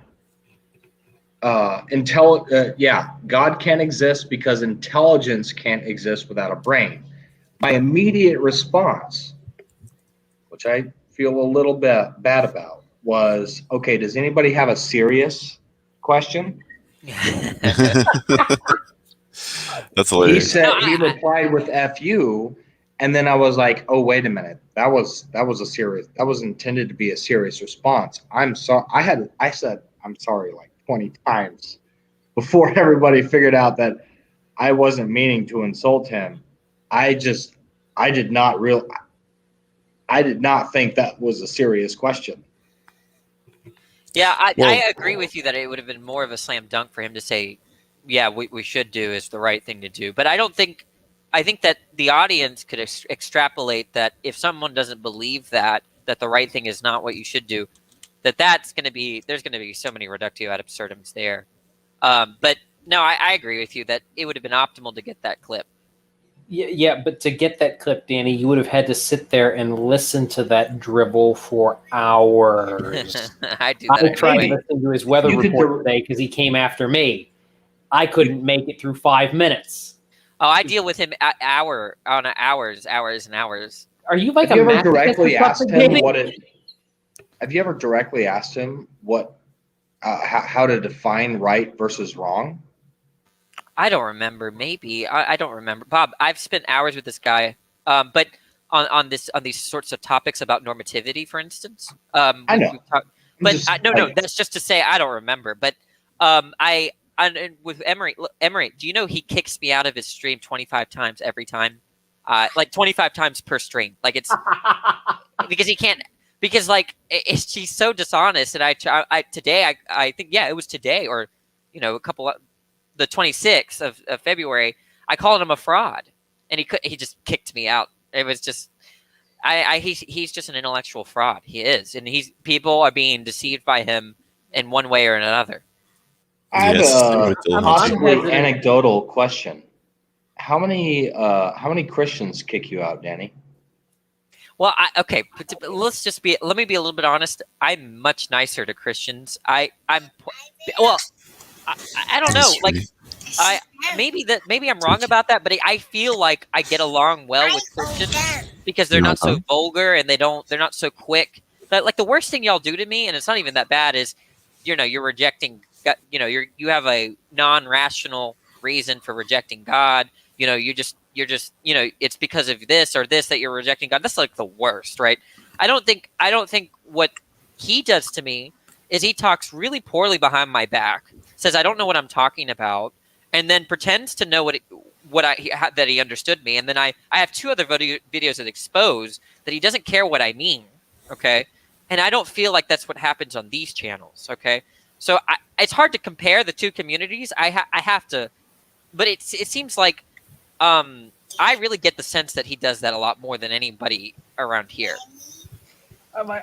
Leo doesn't do that to me. Leo Filius, I get along with. He doesn't do that to me, and he's called out Speed like 2 or 3 times, saying you're kicking him out unjustifiably. Oh, John Peterson. This was on February 26th. He's on the. Have y'all ever heard of the show called The Rage? No. Okay, anyway. John Peterson was saying things about Pascal's wager that were way too simplistic, and I called him out on it on the chat. And here's what's happened. The Rage has like 3,000 subscribers, and it's the host is named, at least on the show called The Rage, I think his name is Knock, and he's not able to host the show for the moment, so he's getting John Peterson to do so. And I was being so critical of Speed and John Peterson in text, and then John Peterson blocked me, cut me out from the chat, and Knock, the owner of the channel, was like, "What the heck, John?" And then John admitted to the whole stream that he did that for personal reasons, right? He can't handle the truth, right? I feel like from that movie, right? I mean, he can't handle the truth. You can't handle the truth. Oh my God, that's so good. But like, no, this is what they do to me. They can't stand the criticism, so they kick me out. Yeah, I'm hesitant to be like, I don't want to get dragged too deep into the YouTube drama. I really don't. But I mean, Speed came at me today, and like, I have my limits to what I will tolerate, and one of them being smearing my friends. And in the first video that he went after me about, he allowed someone on his channel to smear Sal, really nasty smear on Sal, and I'm like, you're not Emery. You know what I'm. Oh, go ahead, Emery. Oh no. I'm telling you that I'm doing a video series. It's been 3 days. I've produced 3 videos exposing Speed of Sound. It will continue. There will be until he fixes his behavior, there will be a whole playlist of dishonesty and buffoonery and irrationality called the Speed of Sound playlist. Okay, I am after this guy because he slanders me, right? And he's abusive, right? And he's abusive. Probably does this to others, right? He pretends to know things he doesn't know anything about, and he just buys books, doesn't read them, okay, and then pretends like he read them. Okay, so I'm telling you, I'm doing a video series to where anytime he slanders you, you say, "Here's a video series exposing speed." I don't need to say anything else. Okay, that's what I'm working on right now. Well, he came. He didn't personally do this, but he allowed it to happen and didn't say anything about it. But basically, what happened with Speed is he was reviewing something that Sal and myself and Otangelo had been talking about on here at some point or other, and he didn't like the stuff I was saying, which whatever, I don't care. But as he pointed out at some point, Sal said, it was when Sal made his comment that his home church would not allow him to teach apologetics, and somebody to the young people, and somebody in the stream essentially said, there might be a good reason why they won't let you do that, Sal. Just saying. Oh, that pissed me off. Did you see my comment? Did you see my comment? Did. You did. Remember my comment? I said I sympathize with what Sal is saying right now because I think that, I have other reasons. I think that apologetics for Christians is an avenue of learning philosophy. Whether they come to whatever Christian conclusion or not is fine. I think that it's what it is. What apologetics is a line of inquiry about how the world is right. And I think that people should pursue that, right? And I think that when I was a Christian, I was critical. I'm like, why are y'all running away from the questions here, right? And as a Christian, I was saying that. And why do you not care? Like one of the most annoying things, right, to me is that I take naturalism to be far more irrational than Christianity, and I'm an atheist, right? But it's so much more respected, right? For what reason? It's actually more. It's just a crazy view to me, right? It's so crazy, and it's respected more in academia, right? And part of the reason is, well, I'm not gonna. This is a bold claim that I'm not going to support, right? But part of the reason is that a lot of the religious community have retracted into a kind of fideist perspective that, look, we're doing our own thing, in terms of, reasoning or philosophy, where we don't need any of that. And they've given the whole endeavor to a bunch of people that don't know what they're talking about, right? And so I'm sorry I interrupted. To a certain extent, I'll agree with that. Like, I may not quite go as far as you will, but I think there is a significant portion of the Christian community that is legitimately afraid to challenge this stuff because they're intimidated by these people with PhDs and all the words that they say that they don't understand. And so they're afraid that if they go up against these people, they're going to look like a fool. And I get that. I get it, but I'm not willing to cede that ground. I'm not willing to do that. And that's part of the reason I won't deal with. If you know basic Christian apologetics, here's my advice to a Christian right now, in terms of this intimidation. Read maybe a book like, I'm sorry, I have a philosophy background, so keep that in mind. I'm not I wasn't a Younger Creationist, but there's like very basic books on Christian apologetics. One of them is On Guard, very basic philosophical introduction into apologetics. Okay, it's called On Guard by William Lane Craig. I know he's not a Younger Creationist, but he doesn't talk about the age of the earth. It's just purely philosophical. Anyway, if you read something like that and then listen to Richard Dawkins, Christopher Hitchens, Sam Harris, Dale Dennett is a little bit more quieter out of the Four Horsemen, right? They will look like idiots to you. They are they have duped so many people, right, with respect to their arguments and their claims, right? It's garbage, okay? And I would advise just to read a simple apologetics book, and then you will hear all these PhDs say really, really dumb stuff. Okay, and then that's what happened to me. And then suddenly, this notion of PhD with respect to like apologetics meant nothing. It just means nothing to me. Yeah. You have a point. I don't know if you've watched the video that goes around of Dawkins and Lawrence Krauss talking about Krauss's book, A Universe from Nothing. Yeah, and it's like it is like no, that's not even the Colbert Appearance. It's Dawkins and Krauss just talking. Okay. And I literally and like Krauss says so many stupid things Oh, I regarding can't biology. stand- Dawkins even has to correct him. Like Dawkins is actually sitting up there correcting Now, Krauss. I talked- we're talking about Krauss's own book. You know, I talked to Krauss for like 5 or 10 minutes, and I will say, okay, he says really crazy stuff, and he doesn't know what he's talking about, but he was really nice to me. He was really, really nice to me. So I want to say that a lot of these atheists are actually fair, they're just kind of intellectually deranged, but they're actually pretty nice people for the most part. I really like atheists that are nice about being an idiot. Yeah. I mean, I do. Who doesn't, right? I mean, Danny, you haven't watched this yet because it hasn't gone out yet. But I actually recorded my podcast tonight, and I mentioned that Speed had come after me and come after Sal in the podcast, and I said I'm not going to interact with him. I got no problem with interacting with people who actually want to have a conversation, and I named you as one of the people who I'm talking about. Oh, thank you. That's flattering. But I got no time for the people who just like want to bluff and bluster their way through stuff. I got the time. Don't worry. I'm gonna represent the disenfranchised people that have been disenfranchised and abused by Speed, and I'm working on a playlist until he apologizes or he corrects his ways. I will leave that playlist up. I mean, I don't want to start World War III. That's not my. Don't worry. I'm starting with you. You're in Switzerland. That's fine. I will take down Germany all by myself. I mean, I don't. I guess I don't want to fight unless I have to. Like, I'm not a conflict-oriented person. I got. Don't worry, Emery. I got this. I mean, there are limits to the level of behavior that I tolerate. So yeah, that's out. But at any rate, so yeah, I think though, like, you're right about a lot of these people. They come, and even Dawkins and Krauss make a great example of this. They come off very confident, very self-assured, and if you question, they throw up the bluff and bluster, and they sound really intimidating. No, I saw that LPP. That's how I got tied into this.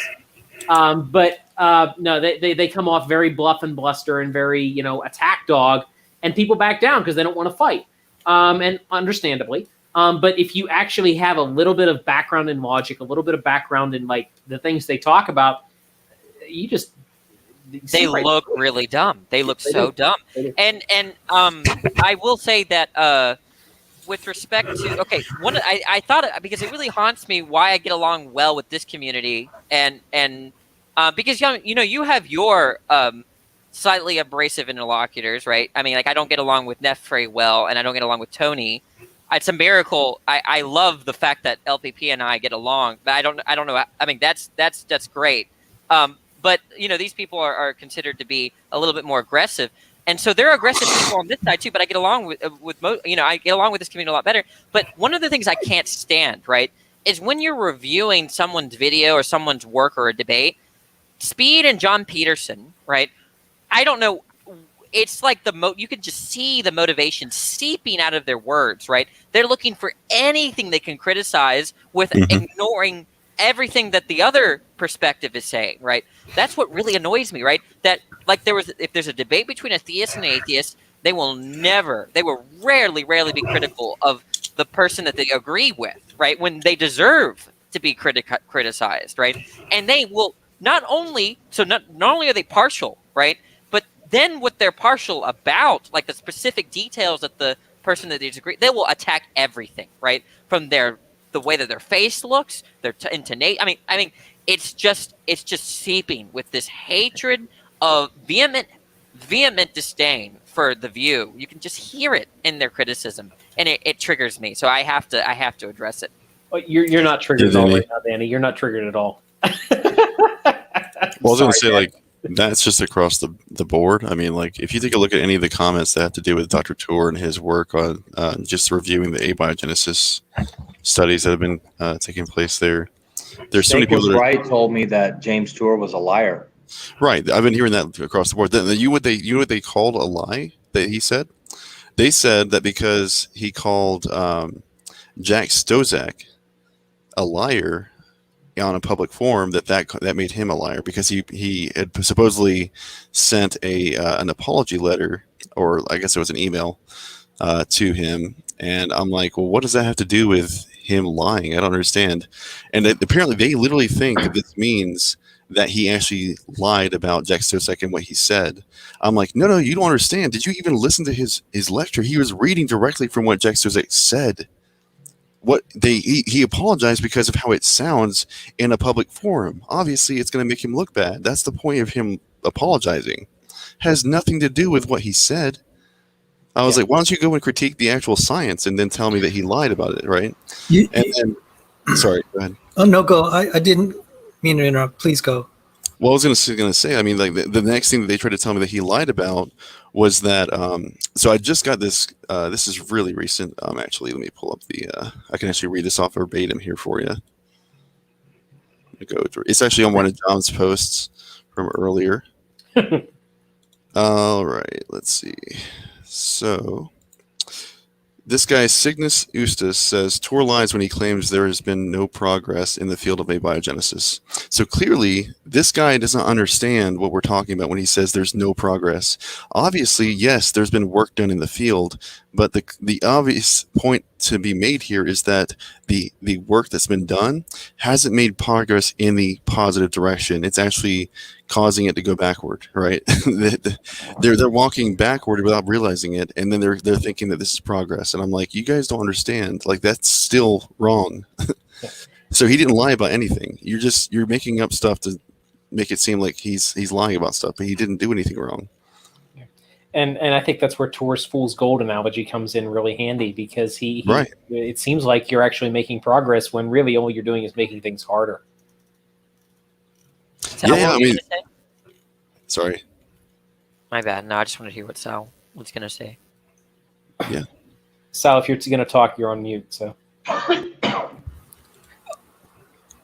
You okay? Actually, I did think Shostak stated a falsehood, so it was probably too strong a word to say lying, but what he said is still wrong.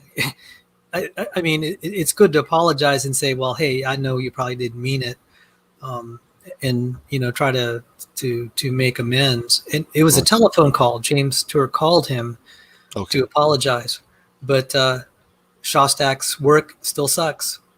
And yes, he's a Nobel Prize winner. Yeah, but Tour worked for a Nobel Prize winner who thought the opposite, and so chemistry takes precedence. And when Dr. Tour reviewed Shostak's paper, I said that was trash. I can't believe an editor let it go through. So maybe it was because of Shostak's reputation. I talked to another chemist. He said that was unbelievable. They let a paper like that go through. The diagrams of the molecules were garbage. That shouldn't have even passed like the first stage. How did it get published? So when Tour was complaining about, this or that, that's not a sugar molecule. That's not this. And just like, yeah. What kind of trash paper was that? Exactly. It's a trash paper that says evolution is true. You see, they get a free pass. They get a free pass. They could say garbage, and it gets a free pass. It's a presuppositional view. That's the problem. And they won't accept that from a creationist perspective, but they'll accept that from anything else. It doesn't make any sense.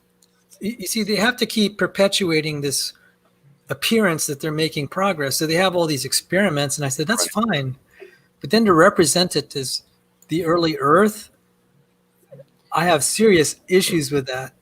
And when Tour was just reading off those 90 pages of characterization and procedures, 90 pages of all their techniques, I'm like, this is like a chemical factory with compartmentalized stages. Yeah. That is not a single But it's trivial because we can make a machine that does it. I mean, considering that, we have to start from the building blocks that are already in place and not the building blocks of the building blocks. That's the dumb part that he didn't want to talk about. Right. That was one of the great things that James Tour said, was that we don't make these things. We go grab them from biology. From actual biology. Keep saying nature, and every time whoever's doing his videos is catching them on that. And every time Dr. Tour says we get these from nature, the guy who's editing his videos says, by nature, we mean this is from biology, right? So, like the amino acids, we don't get them. We don't make amino acids. We get them from biological systems, and we strip those amino acids from those biological systems because we can't make them ourselves.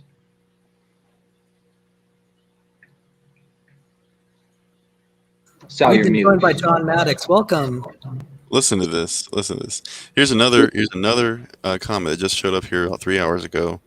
This is from Sklid Blindman, I guess, and he says, "So, fact: Tor claims the field of abiogenesis has made no progress. Fact: the field of abiogenesis has made progress. Fact: Tor is a liar. Now, given that we have evidence for how the building blocks of organisms could arise naturally, your next response needs to include evidence how a mind could exist that is spaceless, timeless, and immaterial. Otherwise, you need to concede that we have more evidence for abiogenesis than for intelligent design." It's just... When is the statement, "I have to go to the bathroom"? When is it? That's 3 hours ago. How do you know?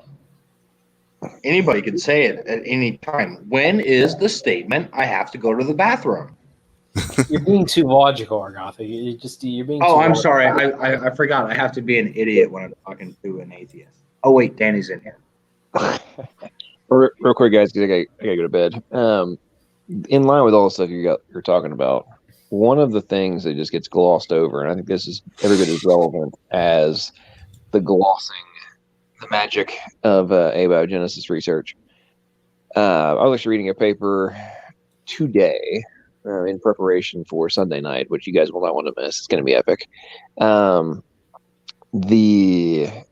plan on being there Sunday. Awesome. And it was a deep dive. And look, okay, the title of the paper is Why We Can't Evolve Software.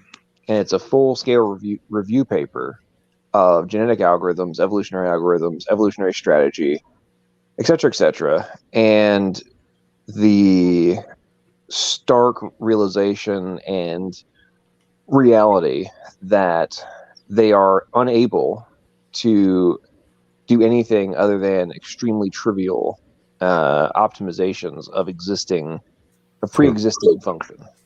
Yeah. In their evolutionary algorithms and genetic programming, etc. Genetic algorithms in computer science. That was space.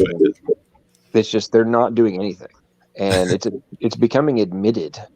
And the people who wrote the paper have this gigantic list of excerpts from all these different papers where people are reaching the same conclusion, and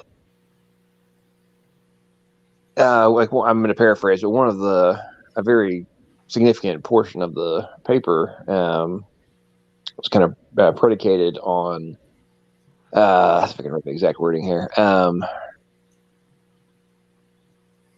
evolutionary theory, or this concept only works in theory, not in practical application. We now have the evidence, based on all the experiments, that in terms of their simulations and such, that evolution actually isn't plausible. Looking at all the computer simulations that are being done, they're not actually reaching the conclusions of the assertions and the assumptions that are made by all these people, all these evolutionary biologists making these algorithms and such, claiming they have solved the problems. Oh, we're just going to extrapolate out to the billionth degree, and presto, we now have humans from single-celled organisms. The very long story short, it was just a very, very blunt, this is not reality, and everybody needs to start admitting this. So I thought it was rather interesting. Praise the Lord. Do you have a link you'll be providing on your Sunday show to this? Or that really sounds like a great paper worth reviewing. It's probably going to be in his folder, the one that he uses for the people that are annoying or something like that. Is it going to be in your folder? Yeah, it's already in the folder. It's in the folder.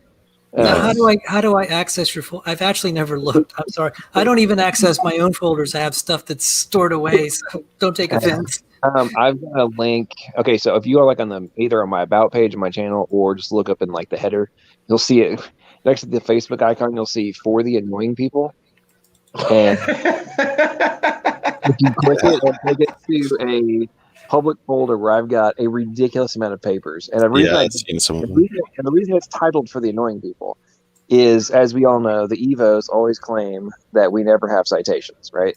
So I created them. So every time, whenever I've been in debates and they've talked trash, I'm like, there's a link that's available to everybody. I don't have to mail it to you. It's literally right here. It's just for you. And what was the title again? Are you in the folder, Sal? Yes, I am, sir. Okay. Click in the. You see the subfolder for Abiogenesis? Yes. Okay. Click on that one, and then I think it's like top left. What comes up? You should see it like. What was the folder? Let me see here. Let me pull it up.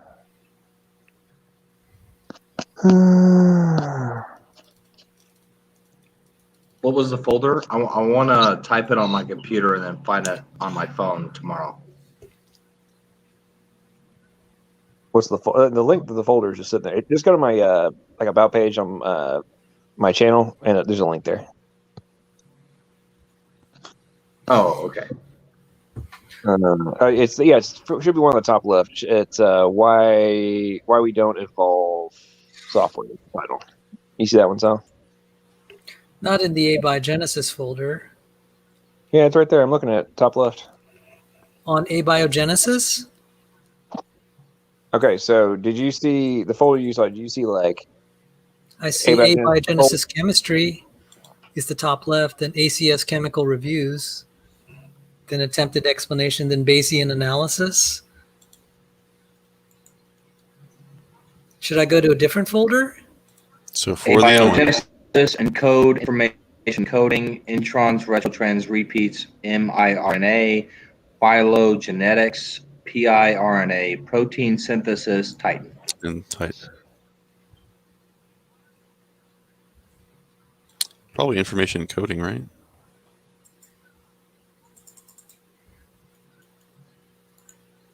Art of DNA strings by barcoding code review, code theory framework. Would it be at the bottom, anyways? Would it be, or is it at the top? It'd probably be in Abiogenesis, right? Maybe in code. Thank you, John, for making this publicly available. This is actually a really good idea, and I actually might start doing this with Papers Eyesight on my blog. Is start doing something like this, because. And you know what? I'm going to name mine for annoying people too. Awesome. So Sal, that paper in question it's in the Abiogenesis folder. Why we don't evolve, right? I mean, why we don't evolve software? It's at the very bottom on the right. Oh, okay. Yeah, bottom on the right. By Yampol.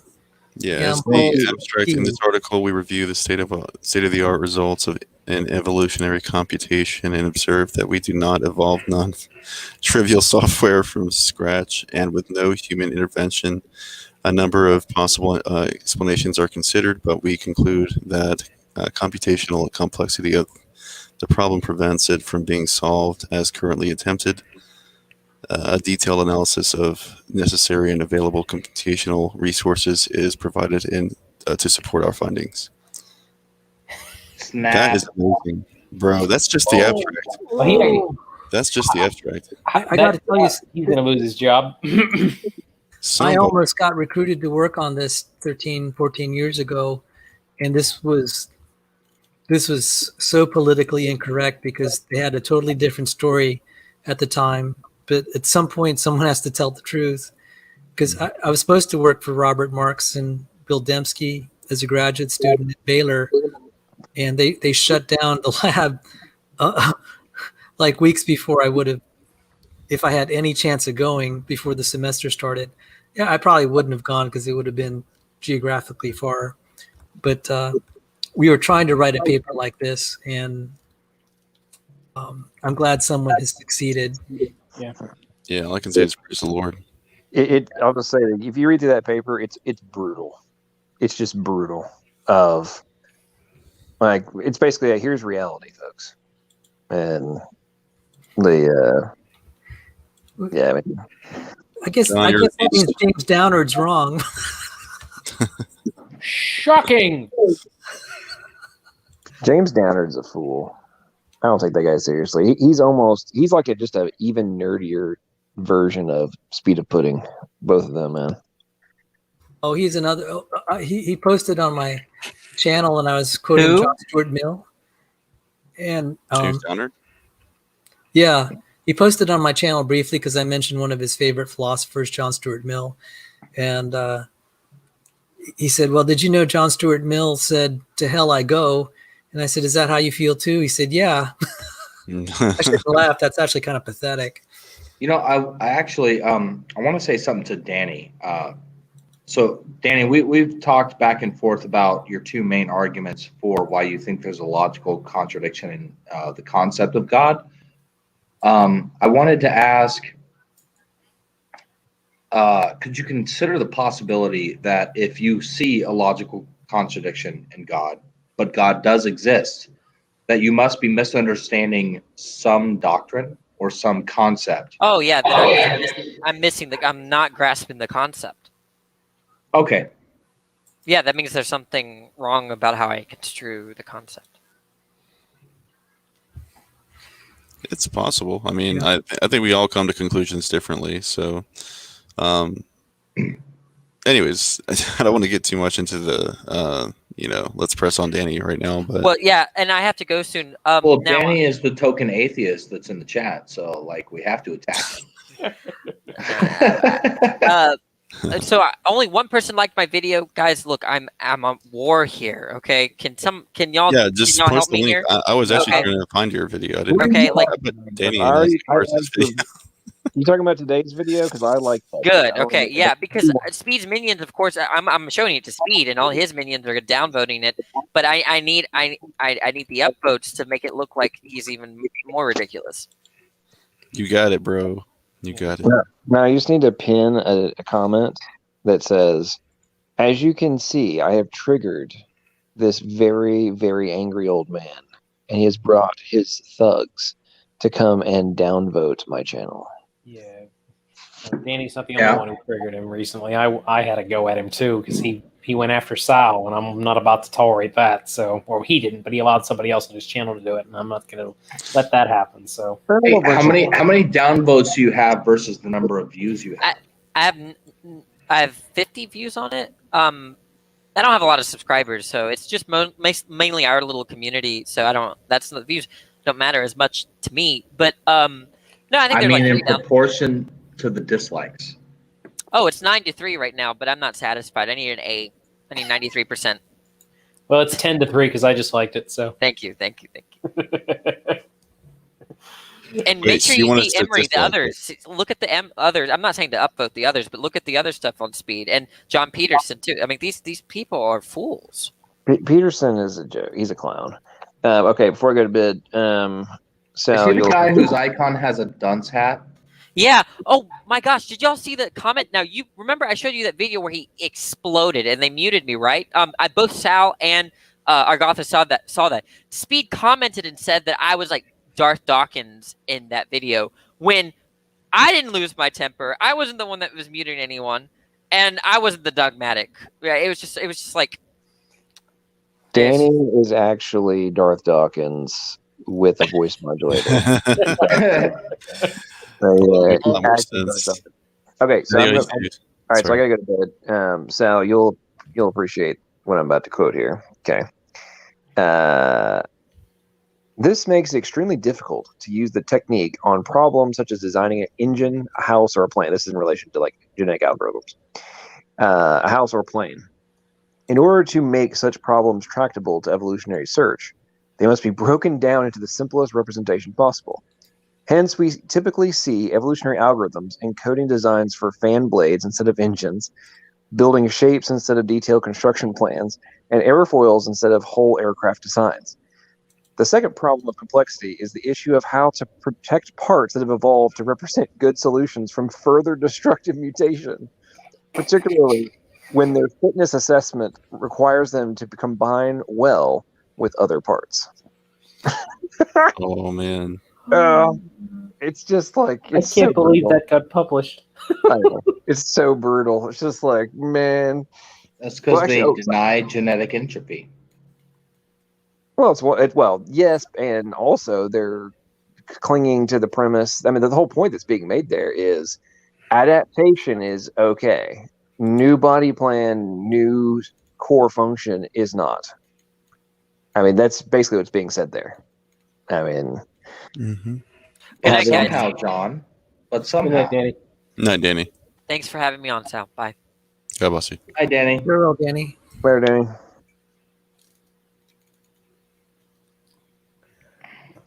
Man, now we don't have anybody to bash. I mean, talk to. Okay.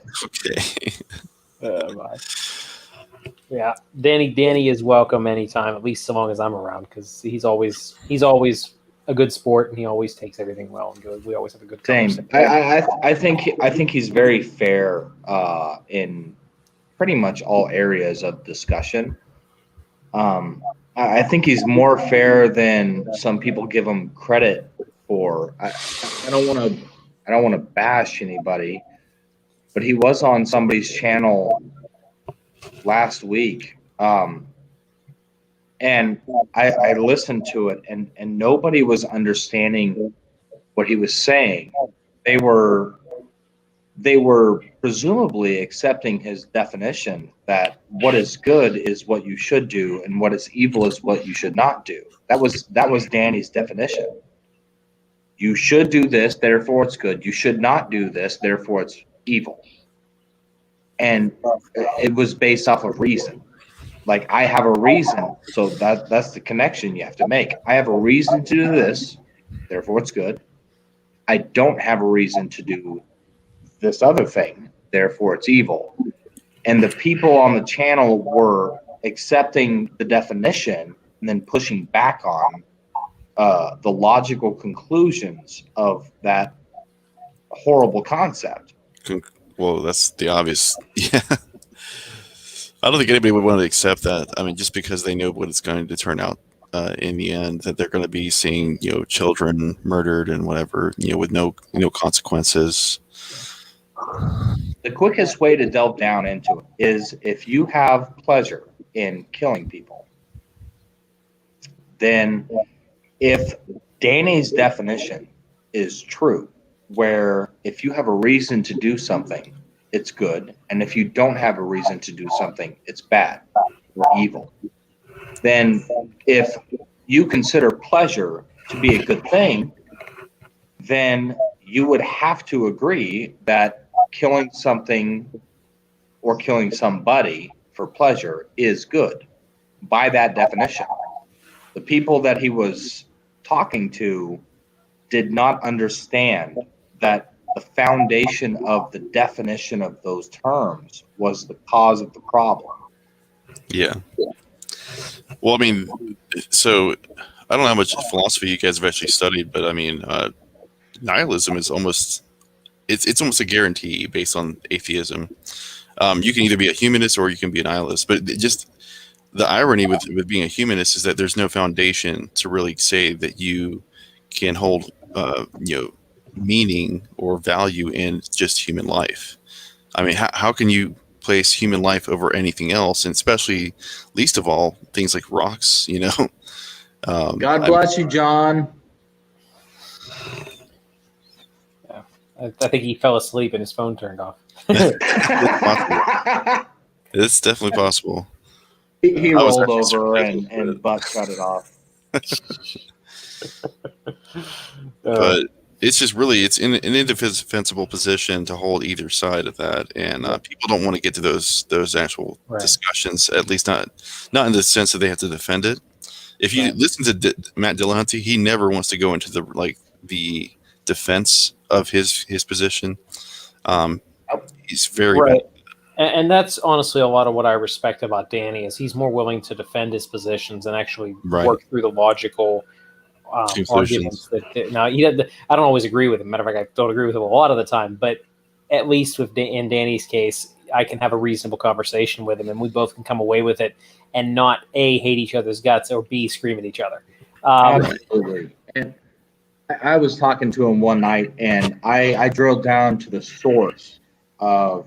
So he was saying that he was a moral relativist, but he was in. I don't know if he would say absolutist. There was another word that he used, but he believed that value was absolute. That value was just value. Like you just are valuable. Let's say well, maybe he wouldn't say soul, but a person is valuable. He would say that it is relative, whether or not you should steal from another person, but there is a sense in which it is always wrong to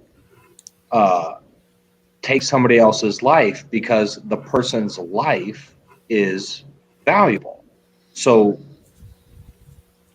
what it ultimately came down to in the discussion was, I said, okay, how do you know that a person's life is valuable? And that's where Danny was like, I don't know. And he was honest and he admitted it. And I respect that he was like, I have a sense that life is valuable, but I can't necessarily justify it. And I appreciate that he was honest enough to say that and not worry about, I don't know, some apologetical argument that would just like destroy his position or what. He didn't just balk at the idea. He admitted that this is where my worldview stops. Yeah, and I appreciate having him in a conversation because he's intellectually honest. That's more than I can say for a lot of the internet atheists, unfortunately. So yeah, I agree. Yeah, I mean, I wish that you guys could see some of the comments I have to read from atheists whenever I post. I'm like, goodness. I mean, I probably don't want to see them. Well, I mean, the thing is, I just don't want to have to keep like responding to literally every single one, and especially when I basically said the same thing to another guy just a few moments ago, and they're still at it, and I'm like, wow, okay. I mean, I just literally answered your question already, but you're not even paying attention to it. But I get that. Like that, so that whole stream of comments that I talked about earlier, that was just on the same comment that I had already posted within the same thread, and I was like, you guys didn't even read my other responses apparently. Like, okay. So, that reminds me of the snake. The snake was right. You know that guy, right? Yes, yeah. I actually gave him my testimony, and he. It's funny. He admitted he was an agnostic instead of an atheist. After that, he said that his girlfriend, who was an atheist, actually has had several spiritual encounters, and I was like, well, doesn't that mean that she actually believes that there's a spiritual realm? And he's like, yeah. And I'm like, well, does that mean that she's still an atheist? And he's like, I don't know. And I'm like, so do you think that spirits are possibly, that spirits possibly exist? And he's like, yeah, I think it's possible. I'm like, well, then why would you ever think that God wouldn't exist then? And he just kind of like, for some reason, it just kind of dawned on him, and it was on Otangelo's channel, by the way. My wife and I were talking to them for a little bit. It was him and Top Dog Shattuck. And when we gave the testimony, Top Dog was just like, oh, she's crazy. She must have had like an episode or something like that. Oh, and I was bad like, move, man. Yeah, well, I told that's just like, so uncool, though. Well, but Top Dog hangs out with girlfriend. Steve, so. Oh man. Well, she was there, and she was trying to defend herself, of course. And I was like, I mean, you have to understand, like, first of all, she comes from an entirely different background than I do, and I wasn't a Christian, nor was she at the time. There's no reason for us to do this. I'm just saying, like, literally no reason, unless it's true, right? Like, just think about it. It's that simple. And I was like, not to mention, she's never had any prior psychosis. Yeah, I mean, not to mention the fact that you were reading the Bible with the explicit purpose of destroying some Christians' faith. That's correct. Yeah, that's exactly what was happening. And even she noticed that was what was going on at the time. And the thing is, she had never laid her hand on a Bible before. She didn't know anything about demons. The closest thing to was skinwalkers because of her culture. And that's a very different description of, some, you could call it demonic activity, yes, but I would say it's definitely not a demon as far as it being a literal person or something like that. I think skinwalkers are demons. I agree. But what I'm saying is, never mind. That's a whole other discussion. What I'm getting across is that she never had the concept of a demon from the biblical perspective, is what I'm trying to get across. And so, anyways, moving forward from that, though, so she never even knew that there could be demon possessions, let alone that she could be, have them cast out by Jesus. She didn't know about any of this stuff, right?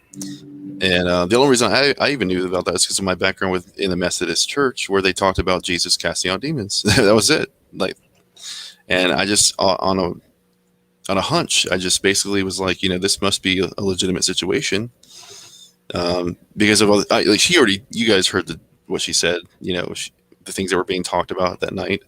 She never talked about stuff like that. She not even once. Would she ever threaten to leave me to go sleep with a bunch of men or do whatever, she was talking about? She also said that she had, whenever that tingling had taken over her body, basically, she had felt this almost like a sense of pride that she couldn't overcome. And it was to the point where she felt like she could literally go and do anything without any consequences. And that's something we talked about afterwards, after the event had transpired, and we prayed about it and everything. But yeah, I mean, like I said, the psychosis, if you're talking about like multiple personality disorder, that stuff would show up really early. Like we're talking about like between 8 to 12 years old. That's the average case that this would ever arise. And at this point, she was already 24 years old. I mean, I'm just saying that's the only time that's ever happened, and it's never happened since. That doesn't make any sense for that not to happen if that were the case. And I did quite a bit of study for this just to verify. So, I mean, if there's anything to say about this, this is a two-person, testimony with individual backgrounds that have very distinct structures here. To me, it's a godsend. All I can say is that God put us in the right place at the right time. Together, we both had paradigm shifts at the exact same time. We both came to Christ at the same time because of this event. How and you happen to know that people could drive out demons by the name of Jesus. Yeah, and I wasn't even a believer. That's the thing, is that, like I said, I was actually trying to, argue with some guy on YouTube about the Bible. I was looking at Deuteronomy and the Psalms, trying to find something I didn't like.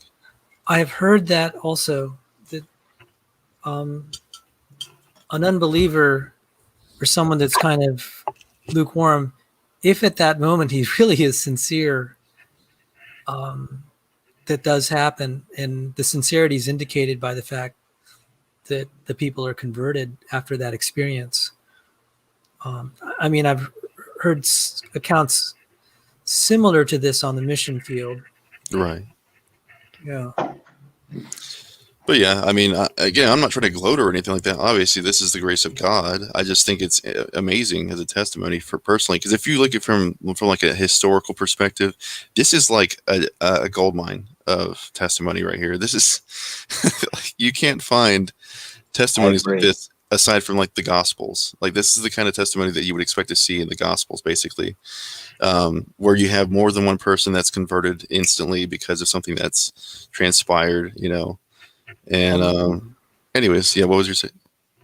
Like an atheist like Matt Dillahunty will say that they whine about, why didn't I have a road to Damascus experience? And you'll hear other atheists say that God knows what would convince me. Right. And I go back to Romans 1, and I think that God knows that you won't be convinced, and so he just doesn't bother with you. Well, remember that passage, like I said, casting your pearls before swine. Remember, that's exactly, he's just following his own doctrine. Yeah, I agree. I find it difficult. I find it hard. I gotta trust God. Jesus is God. Jesus said those words, and I have I find it difficult to accept that there's a person out there that wouldn't see the truth of God and love Him. Yeah. Well, if you remember, people like Richard Dawkins said that even if I should Alien. actually, huh? Aliens. That was Richard Dawkins, right? No. I was gonna say, Aaron Ross said that even if it were proven that the Christian God were real, that he would not worship him because he says that he's not worthy of worship because he's a monster, basically. And Richard Dawkins was saying the same thing about him in his book, The God Delusion, right? That he's like a misogynist, psychopathic, genocidal maniac, megamaniacal. I'm like, wow, like this guy. He just went on this long rant, just about his emotional appeal, how he feels about God. And I'm like, just take a look at the Bible. There's the Lamentations for a reason. Like, that's not like you're not the first person that's had a problem with how God has done things. Sal, is that yours? Can you link that in the private chat? I'm going to put it in also. I can put it in the private chat, and I'll also put it in the public chat. Mm-hmm. The reason this is stood out, this is at the National Institutes of Health, this book review. Now, the reason that it got out was the National Institutes of Health monitors and archives certain journals, and there's a journal by the Catholic healthcare providers, medical doctors. Mm-hmm. So this thing about healing in the early church, the church's ministry of healing and exorcism from the 1st to 5th century, ended up in the National Institutes of Health archive. It's 2019. I totally stumbled on it. But because it was written by the medical doctor and also it's in a respectable healthcare journal, and it's really a book review, not necessarily endorsing or refuting, they let it get archived, which I was thrilled about. And it was very scholarly because I was studying the work of Craig Keener, who had been studying the topic of miracles and healing. And if we just look at the early church fathers and their writings and the historians, they attribute Keener summarized it. He said the spread of Christianity in the 1st to 5th through 5th century was due because of the healings and exorcisms. And if we look at like the writings of the early church fathers, lots of claims of healings and miracles. Yeah. And I thought about it, and I said, James 5:16 says, confess your sins to one another, confess your faults to one another, so that you may be healed. Right. I think that is, I think that is still in effect. It doesn't mean everyone will be healed, but if there is sin that's causing your sickness, that's the sort of thing that will be healed. Right. And so I was thinking about it. I said, come to think of it, there were lots of religions there. Why did Christianity just overtake the empire? Mm-hmm. And as I read some of these accounts, and also I went to the tried to get pieces of the original book.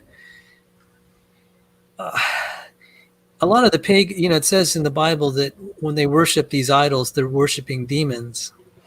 And of course, in a pagan society, there's going to be lots of demonic activity, and so there would be a lot of need for exorcism as Christianity spread and people were praying in the name of Jesus. The demons fled. And I wanted to say one reason there's probably up until recently in the United States there hasn't been a lot of demonic activity is there are a lot of good Christian churches. I mean, enough salt, so to speak. It may not have been the whole country, but enough. And you know what? As atheism has progressed, the number of requests for exorcisms has gone up, and they're even turning to satanic exorcists. I saw it's disgusting article. Yeah. And it's like, yeah, this is, and we're seeing a lot of movement in the atheist community toward witchcraft and New Age, and just strange stuff. Well, so I look you've heard of forward to reading it, but I've got to go to bed. So Oh, well, thank you for joining us. And I'm going to put it in the public chat too. I've got it. I've got it in a tab. I look forward to reading it tomorrow, or really later today. Oh, wow. Well, I mean, it might be something I might even read on my channel, do a reading on. Oh yeah, like maybe it would be a really cool thing to discuss. Well, yeah. If you want to come and do a reading with me, I've been doing that occasionally, where we go through scholarly papers. But that people say, "What's your evidence that Jesus is the Messiah?" I said, "There's a fisherman in an obscure village. I mean, not a carpenter. I'm sorry, who had no possessions." I mean, he said, if you could have picked a more unlikely person to have changed Western culture, I said, how did that overtake so many empires and governments and survive them all? And because all authority under heaven and earth was given Amen. to him. Amen. So Amen. we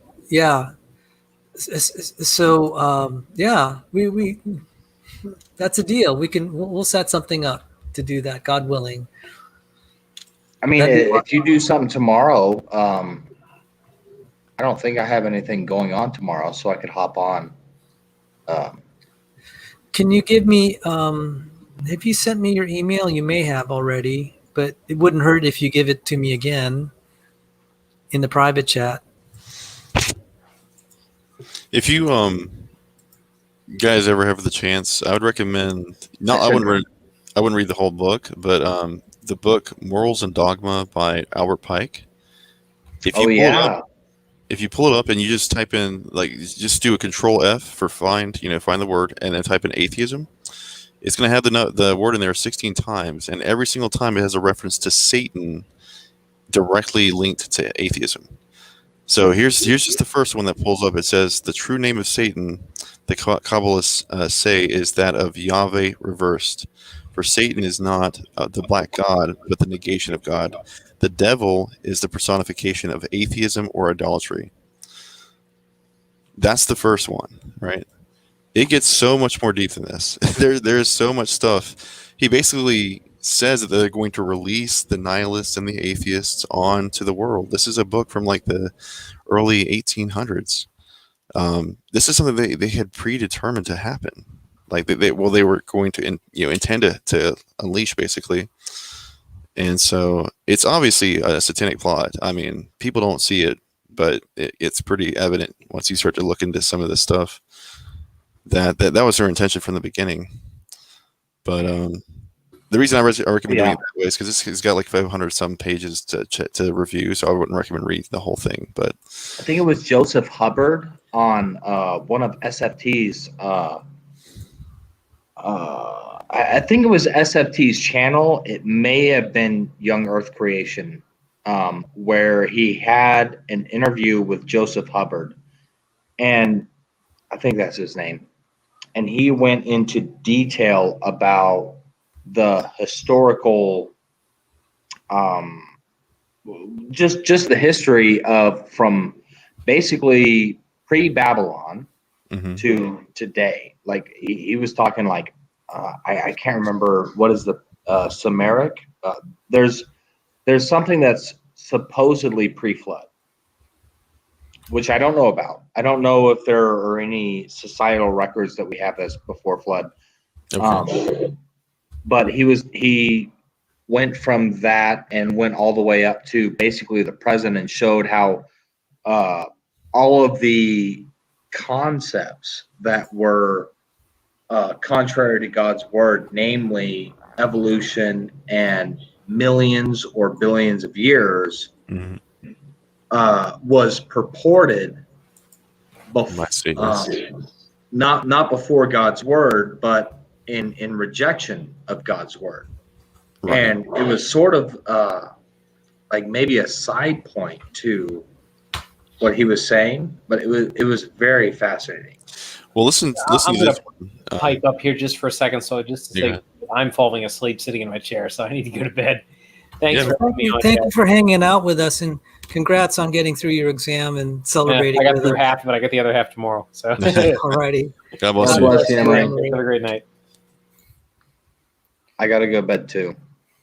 1 All right. Corinthians 15, 1 through 4. The gospel by which you are saved is that Jesus Christ died for your sins, according to the scriptures, and he was buried, and he was raised from the dead, according to the scriptures. Good night, brothers. Good night. Good night. Good night, brother. Have a good one. God bless you. And we'll be in touch if I'm able to swing something tomorrow. Yeah, I saw that you sent the email. I'm looking for it. I'm waiting for because I'm looking at my phone, so I'm just waiting. All righty. But Yeah, I good night. haven't set a time. I don't know when. So I guess it's just me and pigs can fly. So, but You this got is it. fun. You can do it.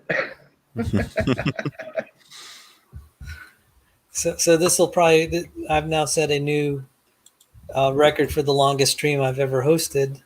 So. Oh yeah, sorry. No, that's okay. I fully intended to let this just go and just because I normally, I try to budget the hours, but since my last hour on StreamYard, if I go over the 20-hour limit, they'll just let you go over it. They just won't let you post a new broadcast until your month expires and you get reset. Right. So Okay. I'm just kind of taking advantage of that, and just it's very comforting to just be around brothers and sister to support during the COVID lockdown. It's very comforting to have fellowship because we've been in isolation for 13 months straight. Yeah. And I haven't felt isolated because electronically I felt very connected and I could talk to people. Yeah, praise the Lord. I think that a lot of things have actually been for the good of the saints, even with this pandemic, and people don't realize it. I mean, regardless of safety, I don't think that's really the key issue here. However you feel about the virus, but Oh my goodness, I have, there are people that have been reported in our church circles that have died of the coronavirus, and I believe it because these were immune compromised people. Right. But I think there's been a lot of false reporting. There's a lot of stuff I just totally don't trust. There has been, unfortunately, a strong suspicion. All these countries have been playing with bioterror weapons. Yeah. And, if anything, it surprised me. None of this is leaked out already because the stuff that they're doing, they're just so careless.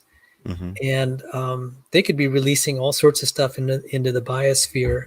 So it's not like this is just like anything ordinary. It could have been deliberately. Yeah. Because we know all these countries are doing like lots of bioterror research that they're not going to admit to, but that they must be. I think the irony would just be that since it did originate in China, that it would be basically they had attacked their own people just to spread it.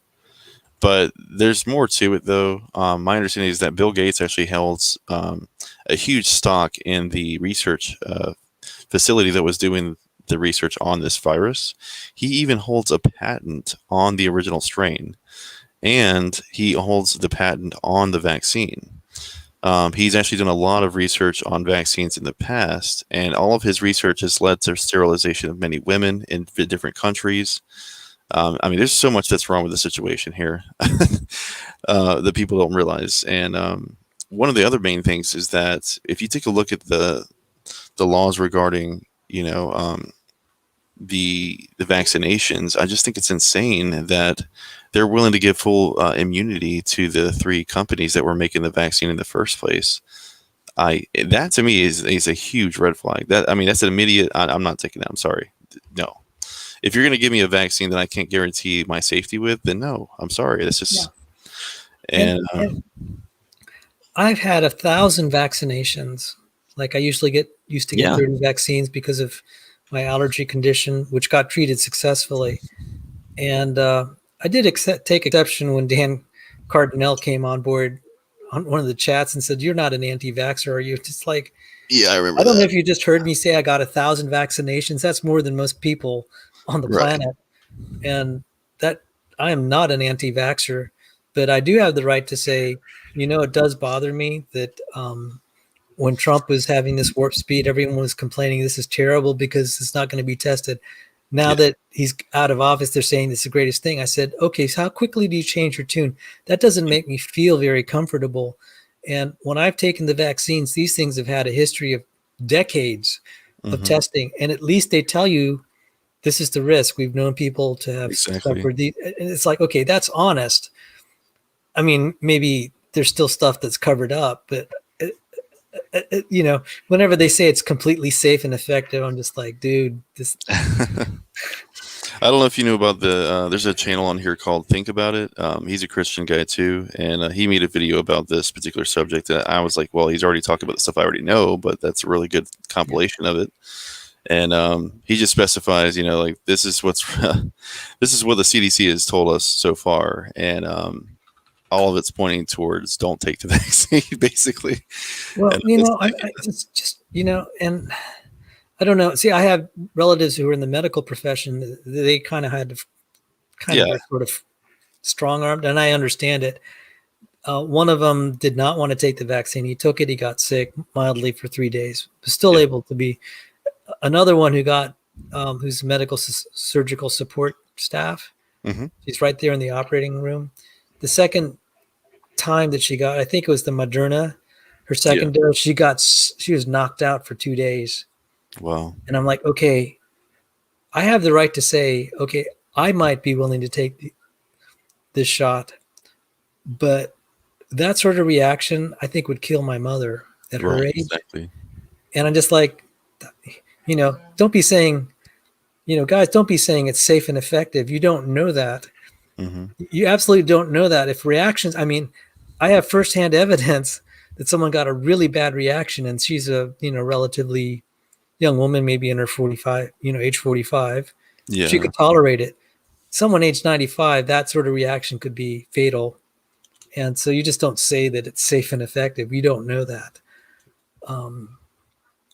Because our family's taken lots of vaccines. I've never known of a single case where someone was knocked out for 2 days because of a vaccine.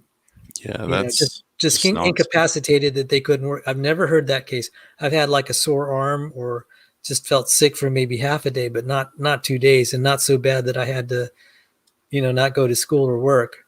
So that is disconcerting. And plus, that's the second relative out of 2 relatives that have taken the shot. Just like, that's not a really great batting average. When I've had my vaccines, I've had so many that I didn't even hardly get a reaction. And so to be hearing this stuff of getting really sick is disconcerting. And I don't think that they're being honest about all the reactions that are happening. I'm hearing some stuff that, it's like, aren't you reporting this? That the patient has to go to the emergency room or whatever.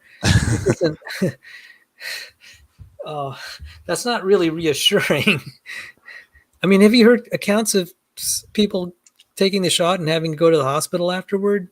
I've heard of people dying. I mean, there was even a doctor that passed away after taking the vaccine. Now, it was a few weeks afterwards, but that's still really close to when it was taken, and he had no prior health concerns to date. So that's the interesting thing about it. That link I posted here is actually a meme. It's got some rats that are on there. See, that's the thing. I'm not anti-vax, but I am skeptical of. Right. I'm skeptical of the process of how this thing is coming down. This is not. It really is not reassuring. I mean, I can't. I don't trust the government to make even honest reports, because when YouTube was shutting down these doctors saying that the number of deaths was being inflated, that really bothered me. Oh yeah. Well, I mean, I already knew about that ahead of time whenever I started hearing about cases where they had people that had died of like just normal things, like there was a guy that died of a motorcycle accident in Florida, and they counted his death as COVID related. There was a guy that had died, I want to say it was in a helicopter crash, and then he got counted as a COVID death as well. Yeah. I'm like, what in the heck are you talking about? This is clearly not a COVID death. Yeah. And I found out, it sounds conspiratorial, but then I found out the insurance companies will give a lot bigger payment if you claim a COVID death. Yes, and that's so true. There's financial, this doesn't have to be a conspiracy theory. It's just outright greed and fraud. Correct. And there was also like, that's why they had an increase of the number of deaths for people that were on respirators. I mean, I'm not trying to say that they were murderers, but I mean, maybe they assisted, and I don't know. I don't want to assume too much there, but it just sounds like, because I want to say that they said that the number of deaths for people on respirators was more than 80% higher than it was for the past several years. And that was crazy to think about. I mean, within only a few months, that's scary. That means that your life is basically worth nothing to these people. If that is the case, and they really are doing that, well, you better hope that you never end up on a respirator. And there's some other shenanigans going on. Look what's happening to Mario Cuomo. Even his own party is calling him out on some dirty dealings with the COVID death cover-ups. We don't know exactly what he was up to. Nursing homes. Yeah. Yeah, I heard about that. There's been some, someone will do something stupid and we don't know exactly why, but there could be a money trail. I mean, we just really don't know. I mean, this whole thing of the over-reporting, I said, who would twist people's arms to over-report? And then I realized someone was put two and two together, said it's, I think it was one of the doctors who said it, that there was a lot more money involved if you claim COVID. Yeah. Someone would be compensated more. My brother was talking about it like really early. He was saying that there was like $10,000 involved if you were to, I think it's just for the diagnosis, and then if they happen to die after being diagnosed, you get an even higher amount for that as well. I don't know how much money was involved. All I know is that there was like rough estimations there, and that's what he told me. But I'd have to go and resource that. And then what was really suspicious is when Facebook or YouTube shut down that video. I'm like, guys, you're letting Muslim terrorists advocate jihad and all that, and these doctors were just, I mean, what was going on? Why can't you let them just speak? They shut down that video. And there's a lot of things that go on. There's a financial interest that we, a lot of times we're not privy to. And this is all really it's really distressing, because that means the culture's morals on the whole are decaying. Oh yeah. I mean, you can clearly see that. You saw the medical, what was the medical assistant secretary, I want to say, that Biden put on his staff. It's a transgender man I think it's called Dr. Levin. Have you seen him? I haven't paid attention. So he partly because I'm just so sick of watching the news and just it's all bad. It's legitimate. I mean, there's a real transgender man that's ahead of the medical staff there in Washington D.C. and he is. I don't know what's wrong with the guy. I'm gonna try to pull up a article that talks about this, but basically he was saying that they're trying to allow children as young as, I think it's 8 years old, to get hormone blockers. Or I'm sorry, it's actually puberty blockers. So it's going to keep them from just going through puberty in general, in the event that they claim to be transgender, right? Which could be any number of ways. They could be coerced into it. They could be any. Think about it, these are kids. I mean, it's just nonsense. It's literally nonsense. You're going to allow these kids to be able to chop their nuts off or something like that, just because they have a whimsical idea in their head. Are you kidding me? Like, you're not gonna let them smoke until they're 18, right? You're not gonna let them, watch pornography or something like that till they're 18. Like, what the heck is wrong with these people?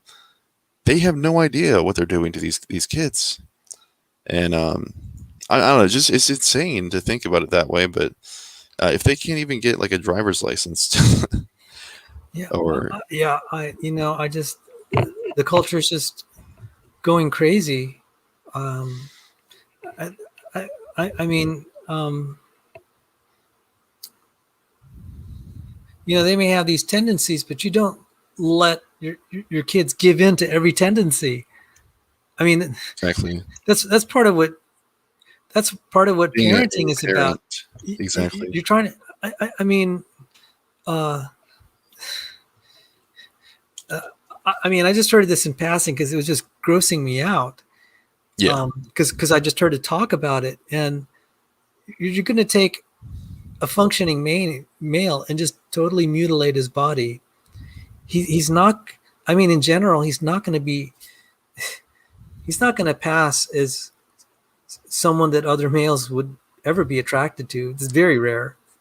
Yeah, it's pretty disgusting, honestly. And that'll only reinforce the fact that, other women will not necessarily even view that guy that's mutilated as a genuine woman. I mean, exactly. Well, I mean, nobody should. What's that going to do? You end up mutilating that poor person's body, and then he's rejected by society, and then you're complaining about society not being accepting. I'm just like, I mean, there's video on YouTube right now about. So there was an interaction between Rand Paul and the same Dr. Levin about the specific subject, right? And he's like, so you think that it's okay for a child not to be able to pick their own bedtime, but they can pick their gender? And of course, he's like, can you understand that genital mutilation has never been authorized for anyone below a certain age? I think he gave specifics in that lecture, but Rand Paul is very thorough. He went like for a good almost 5 minutes about this. And I mean, if you get the chance to watch that video, it's pretty, yeah. Now, you know what? I got to tell you something. I'm going to refrain maybe a little bit from this because I need to try to keep this YouTube channel up as long as I can. And I get it. Yeah, I mean, I never thought I'd have to be careful about this. And it's not that, I mean, that where I stand, and I've just said it, but yeah, I completely get it. I mean, that's why I try not to use certain words, because I know that it's going to be whatever you want to call it, hate speech or whatever. But well, I got deplatformed for my chemistry lectures, so wow, that's insane. I mean, I got replatformed, thankfully, but because I complained, and I said, guys, I've got 15 subscribers and I got 3 views for my last video. How? What is up? And it's a chemistry lecture. I mean, yeah. So, but what ended up happening is I probably got a lot of complaints. People just trying to shut me down. They kept reporting my channel as spam or whatever, just falsely reporting it as a scam or whatever. And the YouTube administrators just accepted their word for it. And I was just shocked to find my channel had been. I got this email saying, we're informing you, your YouTube channel, we terminated it because, we don't allow commercial scams and spam and misleading information. I was pretty upset. Just like, you mean I gave 3 chemistry lectures and this is how I get treated? Right. And I felt God was telling me, find other platforms to host your stuff because you could be shut down. And so, yeah. I guess there's what is it, Gab? There's let's see, there's Rumble. Called, yeah, there's Rumble, Gab. I had it all in my head a moment ago and I can't think. BitChute's one of them, and then there's another one called Odyssey that's really recently been opened up. If you want to check that out. The only reason I even know about some of these is because of a guy named Brian, but he's an atheist actually. But I've been trying to get him to listen because he was going over the reason why he rejects Christianity, and he said that he looks at all preachers basically as prosperity gospel preachers, but like You know, you won't get that here. give me money, and I'll God will give you tenfold or whatever, and that's the kind of people that he expects. And he actually posted a video with like this kid. I can't remember the kid's name. Some blonde, curly haired kid, and it's from like the back before I was even born. Yeah, Marjo Gortner. I think his name's Marjo Gortner. Yeah, something like that. Yeah, he was pretty much just a scam artist, but the thing is, he was raised in that, so he already knew like all their different tactics, and he just kind of exposed it. And he's over here, counting his money and saying, "Yeah, we're gonna go to the next person," and I'm like, "What the heck?" I mean, obviously, yes, that's the way I thought too for a long time. But there are some legitimate pastors that are just here trying to get the word of God out, right? It's not about money to them. And it never was. It's about helping people and helping them to come to Jesus, and that's the whole point. Now, yes, there are tares among the wheat. That's what it says. It's why. Do you know who evolution is a lie? Do you know who he is? I don't believe so. Is it on YouTube or is it like? No, he's trying to get in. Evolution is a lie. Can you identify yourself in the chat, please? Just tell us a little bit about yourself. I've seen the handle somewhere. Can you type something in the chat?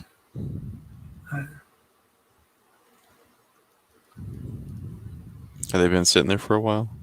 No. Huh. Greetings. That's Iger, isn't it? Evolution is a lie. Have we met? Hey, is that Hello? Iger? Yeah, I think it's Iger.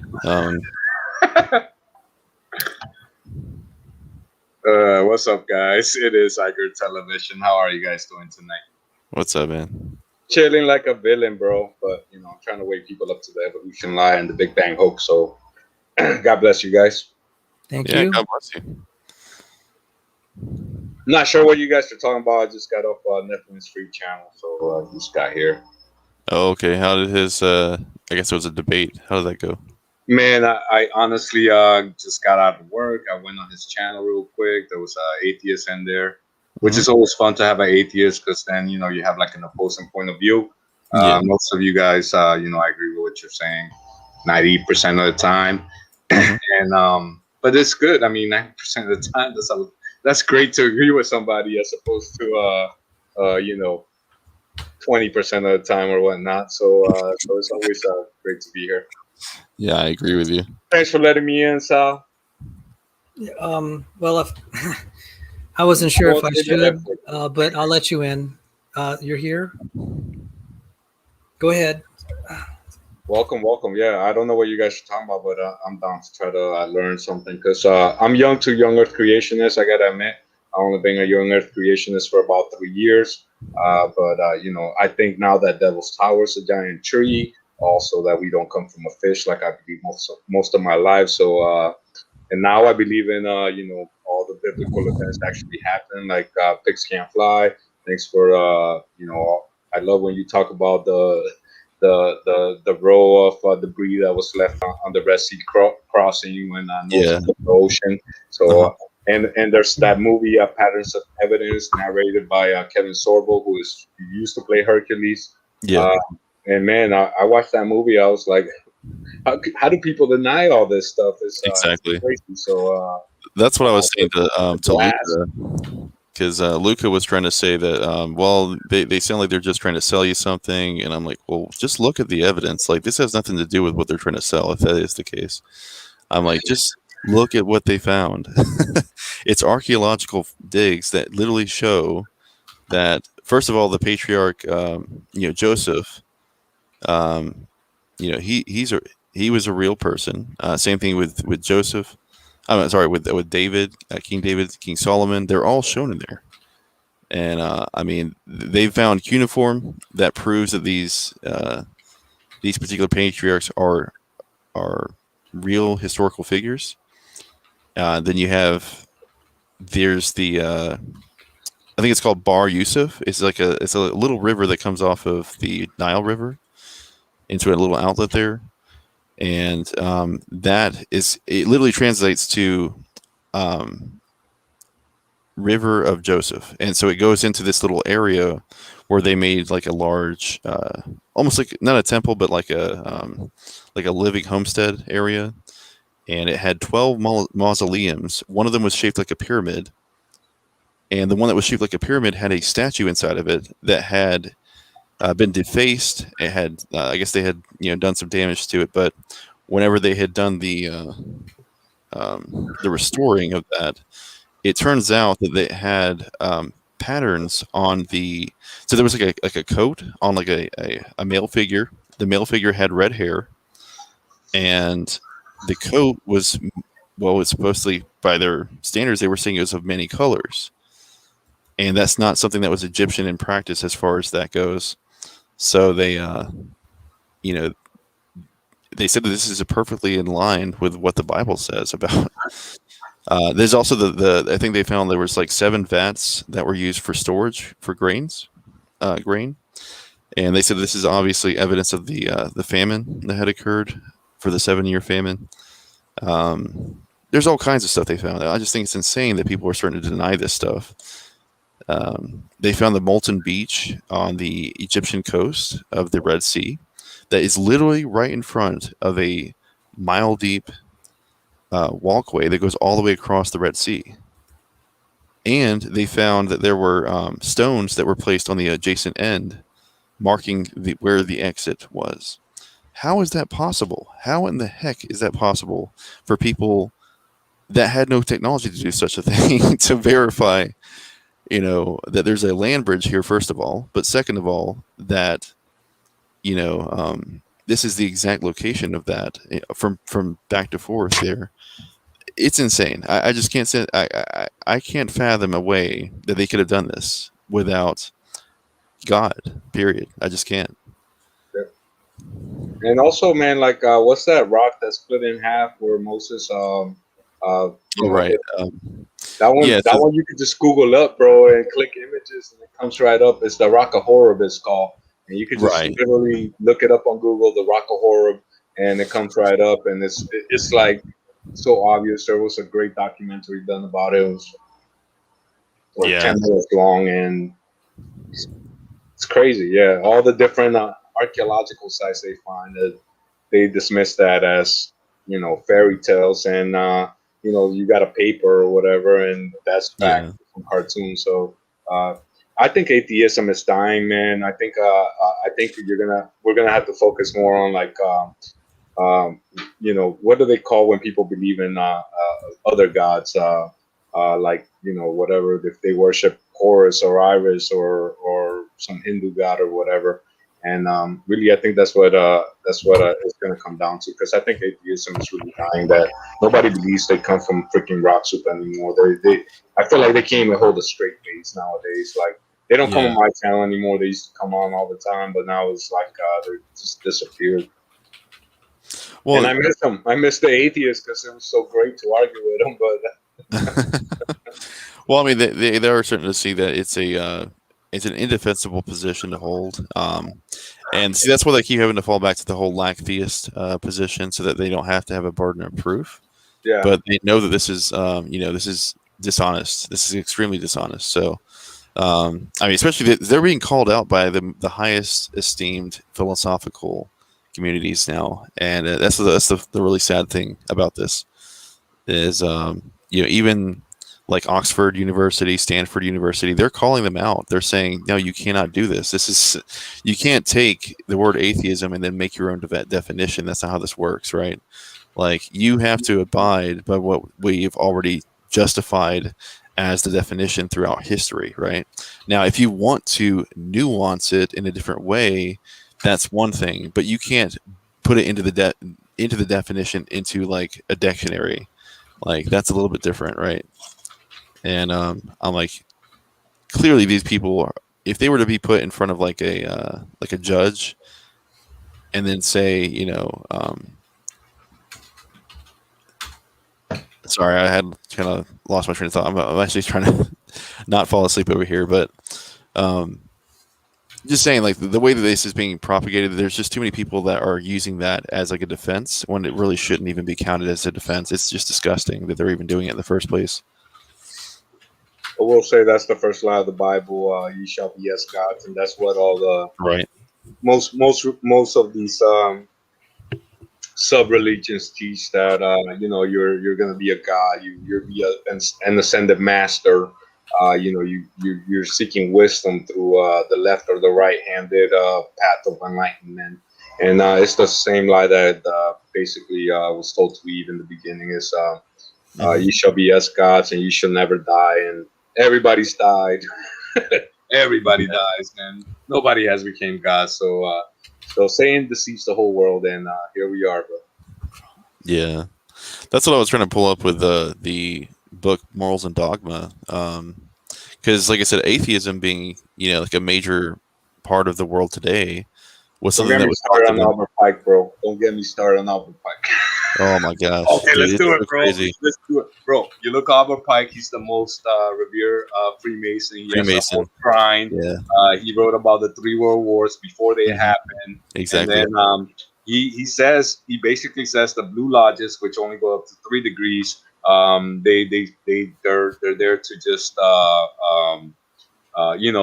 to mislead them, basically, that it's not up to you get to the higher degrees and they got to spit on Jesus or whatever on the cross or whatnot to get to that point. And he also writes about how if you just Google up Albert Pike worship Lucifer, and he wrote how you should not tell those two till they get to the higher degrees, like the 30th, 31st, 32nd, and 33rd degrees, that they worship Lucifer. I can pull it up real quick. Actually, it really does show. Yeah, I already have it pulled up. I was actually looking up just the word itself in there. Tell us about Albert Pike, bro. I'll try to find some good stuff to say. Well, this one statement right here, it says, "True, the theory of atheism has been uttered. It has been said, death is the end. This is a world without a God. You are a body without a soul. There is a here, but no hereafter for you. A earth, but no heaven. Die and return to your dust. Man is bones, blood, bowels, and brain. Mind is matter of Orion's belt, so distant that it will take light 1,000 million years to come from it to the Earth, journeying at the rate of 12 millions of miles a minute. There is no heaven this side of that. You see all the way through. There is not a speck of heaven. And do you think there is any beyond it? And if so, when would you reach it? There is no providence. Nature is a fortuitous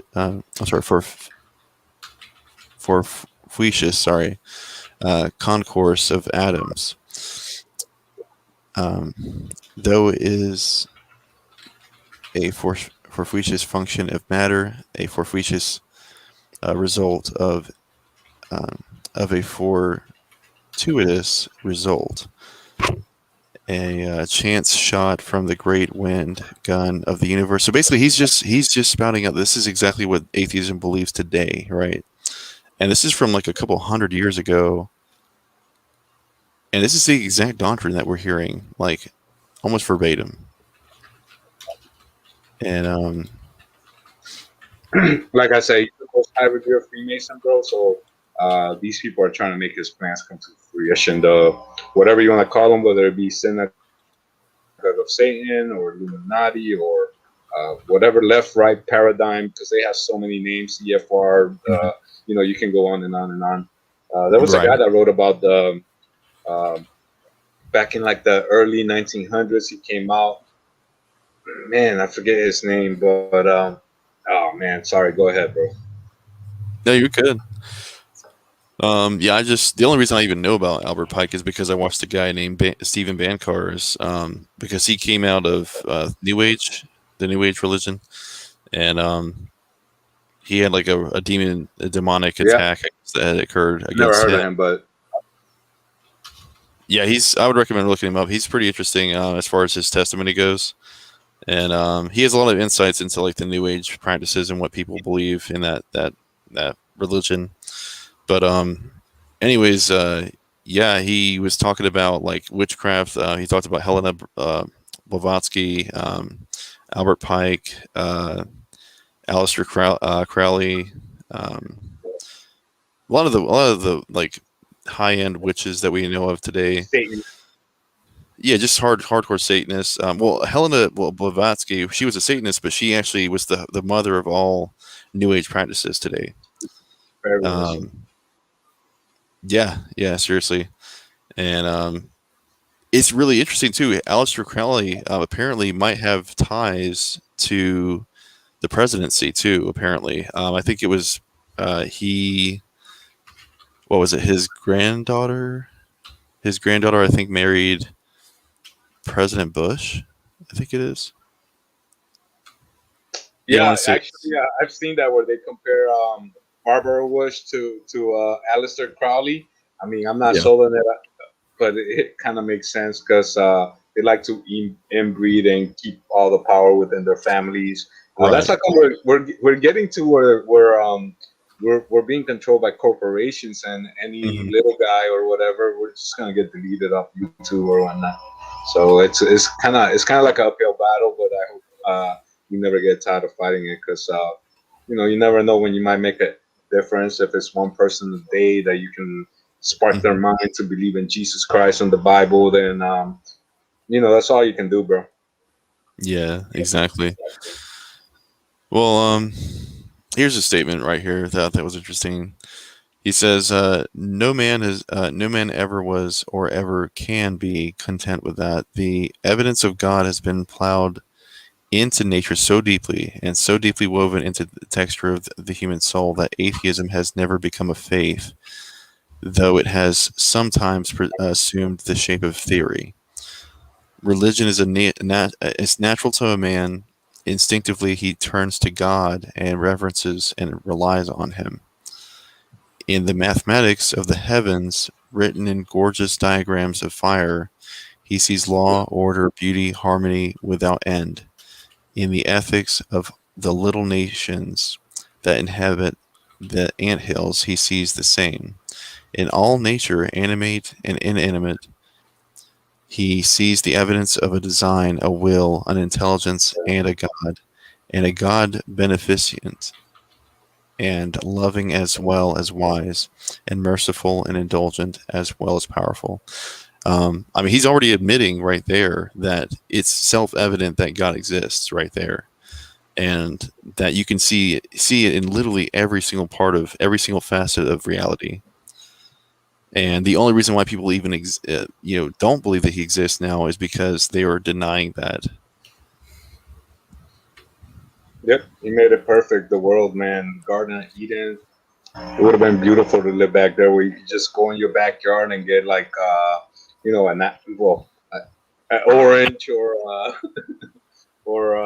carrots or whatnot. Maybe some yucca, bro. Where I live in Florida, you could just put it on the ground and that thing grows. So you gotta work they grow really fast.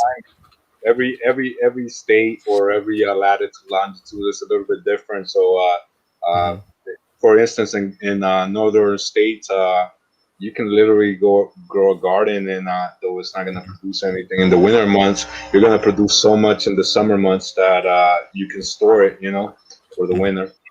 And but yeah, man, it's crazy the world we live at, where we're so dependent on Walmart, Publix, any big corporation.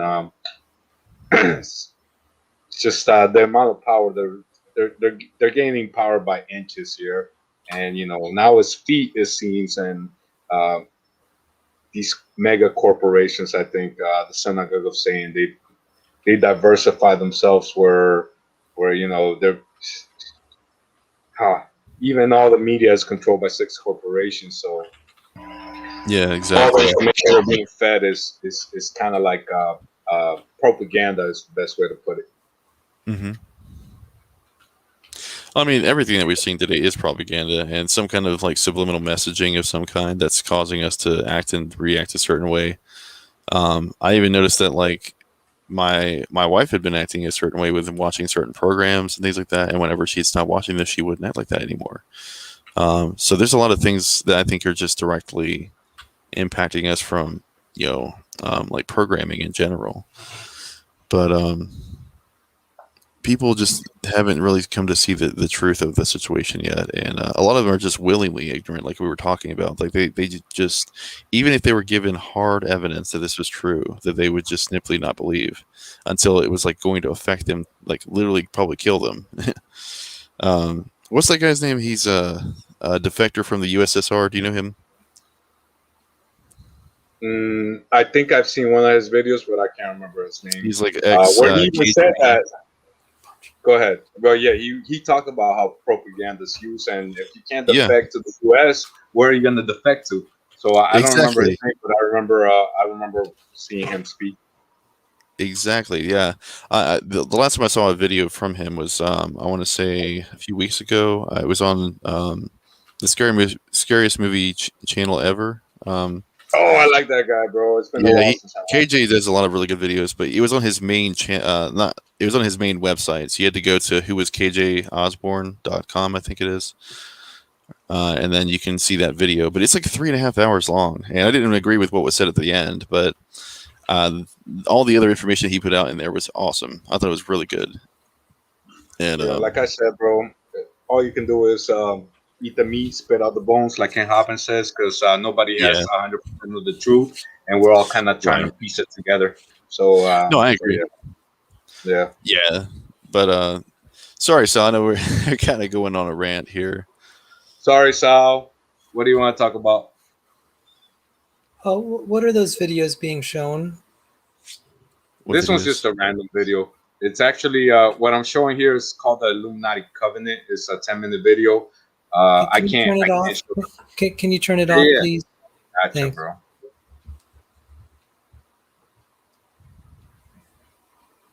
I've been watching videos about giant trees lately. Yeah, can you turn that off, please?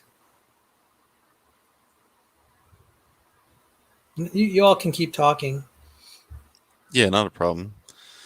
Well, yeah, we were just going over the, like I said, the evidence for like the Exodus, and obviously there's a lot of evidence for the flood. Once you take a look at like how there's all these sedimentary layers, there's no other way to really even postulate this could happen unless you understand that this can only be laid down by water, right? And if even the mountains are made of sedimentary rock, then you have to assume that there was that there was a flood that covered the tops of the mountains. It's just that simple. That's right. And we find whale skeletons on top of mountains, shark's teeth.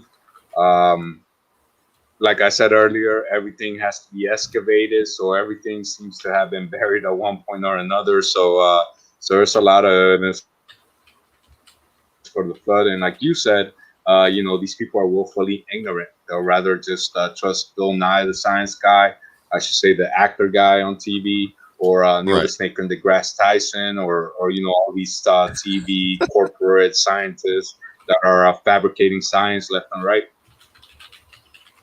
Yeah, I mean, there's science is something you can replicate.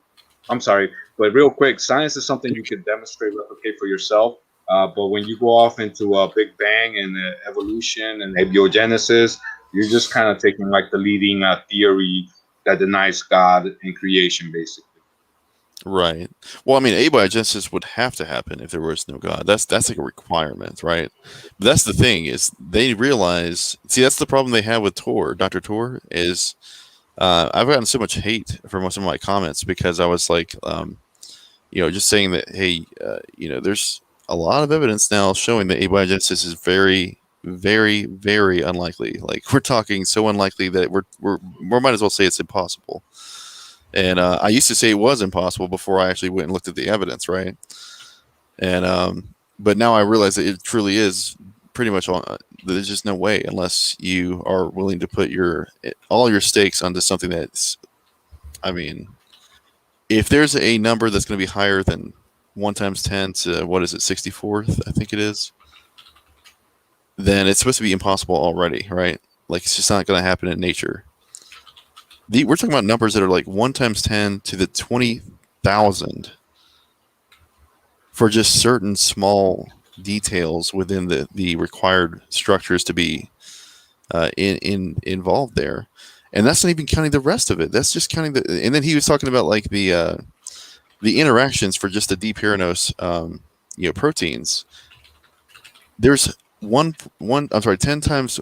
I'm sorry, 1 times 10 to the 170. I'm sorry, he said the 79 billionth. Sorry, 79 billionth power interactions, possible interactions.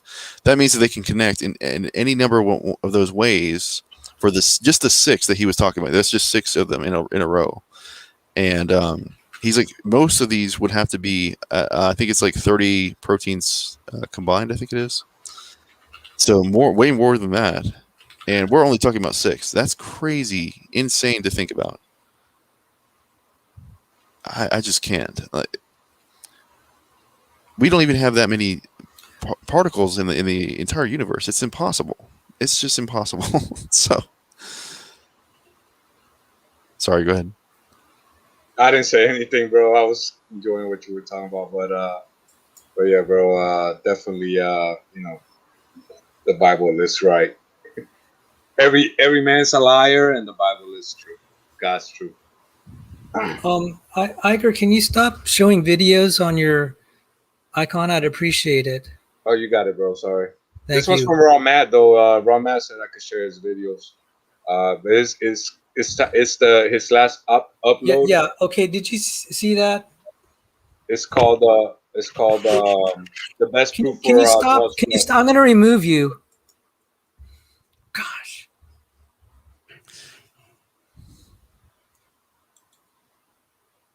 Sorry, Sal. Yeah, he's just trying to promote other people. I guess I didn't realize that was going on.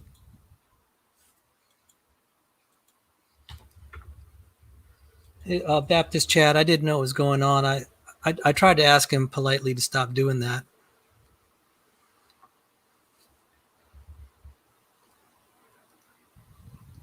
So.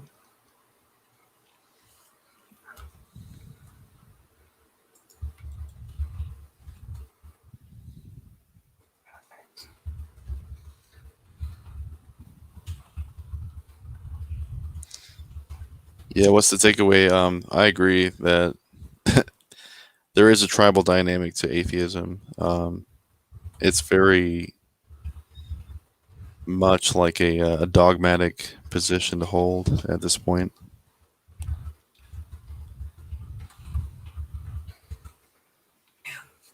Sorry.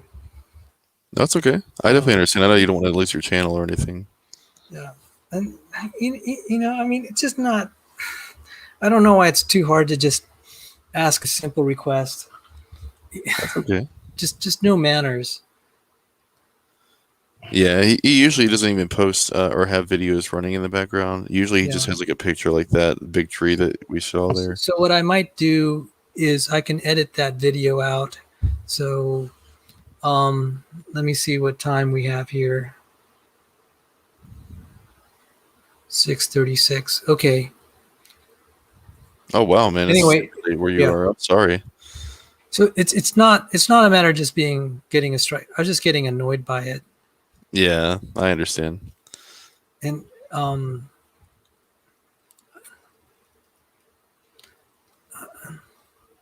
know. It's just one of those things. Yeah. Because it takes away from the guests talking or whatever. So. Are you like off the coast, the East Coast? Yeah. So, it's after I asked the first time, he just kept doing it. I'm just like, dude, that ain't cool. Yeah. Well, he's just saying, feel free to share anything on his channel, and God bless everyone. All right, thanks. Yeah, he didn't mean to cause any problems there. He said that he got permission though for Raw Matt's video, and yeah, I understand.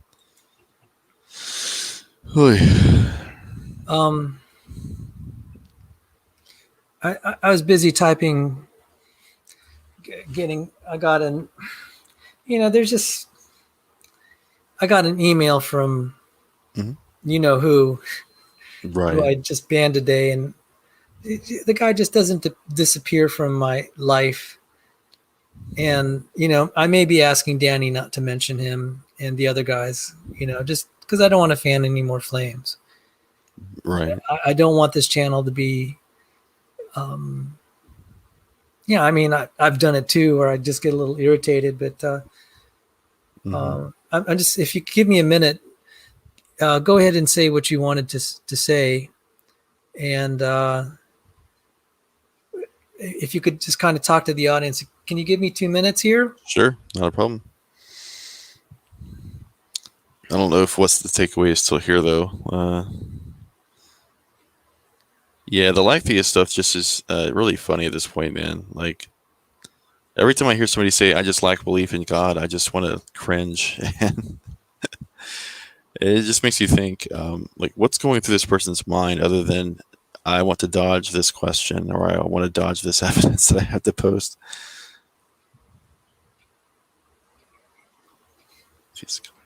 Okay, so even Bart Ehrman.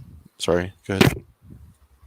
Well, I told someone one reason we're done is I don't like the company he keeps and people that accuse me of being, they tell lies about me, and I'm just tired of it. Yeah. Well, yes, so I'm not gonna be visiting channels where they just say that. And I have a lot of other things to do as far as other people to spend time with and to read what they're doing and saying. So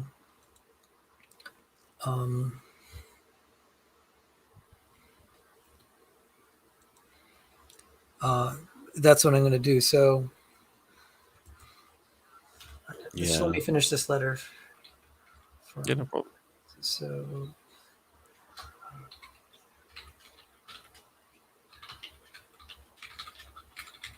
but I was just going to say, as far as like atheist scholars are concerned, Bart Ehrman, he has a document that he is actually on a blog of his where he was talking about how he came out as an atheist, and people were shocked about that because he used to call himself an agnostic, and then he quoted, he said, "I just believe that they were just two levels of the same thing, right? So atheism is just the higher level of not really believing that God exists, basically, and the agnosticism was just simply, I'm not sure, but I can't say anything about it." And of course, we still have atheists that try to say, "Well, I just lack a belief in God." Clearly, you can't just lack a belief in something because that wouldn't make your proposition true or false. In other words, you can't have any reasons to even have the conversation if you're going to say that you just lack a belief. See, because if they say they lack belief and then they act like, "Oh, God doesn't exist, therefore we're going to snuff out Christians," right? There's a problem. There's an inconsistency there. Because if you lack belief, I couldn't get Dillahunty to figure this out. That means you could be wrong. But you're acting like you're not wrong. So what does that mean? Your actions are like an atheist. Right, exactly. It's like living. So if you're going to live out your, like the whole point of like actions speak louder than words is that clearly if you're going to live a certain way, that's going to mean that you don't actually believe what you're saying. Yeah. And if you really want to be an I don't know, it's then, okay, then what are you going to do? Just stay at home all day and not do anything? Because then you don't know any move that you're going to make. So at some level, you believe what you're doing is the right thing. Otherwise, you would not even be, you'd be totally immobilized. But that's a philosophical, I mean, that's a subtlety that a shallow thinker like Matt Dillahunty is not going to. Right. I mean, to be completely like intellectually honest, and then of course like consistent with that view, you would have to be willing to go and search out all the religious texts and then find the best possible God out there, right?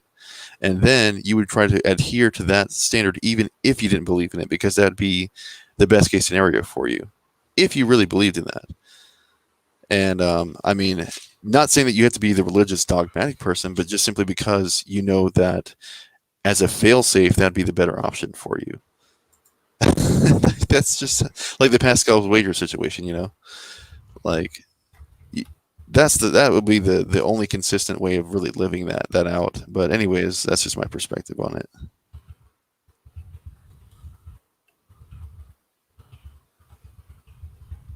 I'm typing here to Patrick Alexander. I'm going to just type a message, particularly anti-theists.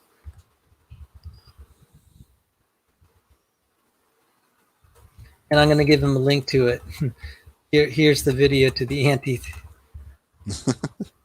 Did you see that one? No. That anti-theists are angry, narcissistic, unagreeable, antisocial. Oh yeah, I did see that one. Yeah, that was actually really good, actually, because it had a really awesome study that was involved there. Yeah, I mean, people may have interpreted it as an ad hominem attack, but I'm just like, well, even if it were, I backed it up. I mean, you can call it whatever you want. I mean, if it's evidence with actual science, then you're still proven to be that, if that is the case. So,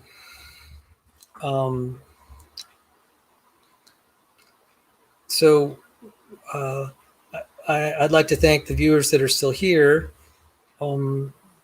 This is, I don't do this too often, but every now and then it's just like to hang out with friends on a Friday night. That's, this isn't really after the first hour, which is kind of sciencey. We just started to do a hangout here. So, Oh, okay. So Patrick Alexander says, haven't seen it. I'm new to the group. Have only hung around for the last week. I will check it out. Okay. So Patrick, let me just fill you in. This was actually a study by an atheist who was kind of upset with people like Matt Dillahunty on some level, because they're the ones that end up creating the perception of how all atheists behave. And so there were some people that were not very happy with the behavior of the anti-theists. So there are 6 categories. They have some that are like seeker agnostic, and then like anti-theist, and in all there are a variety there. And they put them through psychological testing to evaluate certain things about them. And the group that scored highest on the scale of narcissism, anger, unagreeableness, social skills, dogmatism, it was anti-theists. I mean, they're top of the scale of all, probably qualities that aren't very wholesome. And I just pointed that out, and I said, this describes certain anti-theists to an absolute T. I was shocked. And like you, I have met atheists who are very reasonable, or very cordial and sincere. And I can get along with them. Danny's an example. Yeah. So Patrick Alexander, welcome, and thank you for being a part of our channel. Patrick Alexander said, was it a social study? It was a social and psychological study. So it was part of someone's PhD doctoral dissertation. And it was done by someone who's been the chair or leader of various skeptic societies, and he's trying to classify. What he did is he took statements about their beliefs and attitudes or something like that, long interviews, and then also had them take psychological tests. So I'd say it's not a social study; it's more of a psychological profiling study. So, but. It was just really funny because there's so many people I've interacted with that describes just some really nasty people. And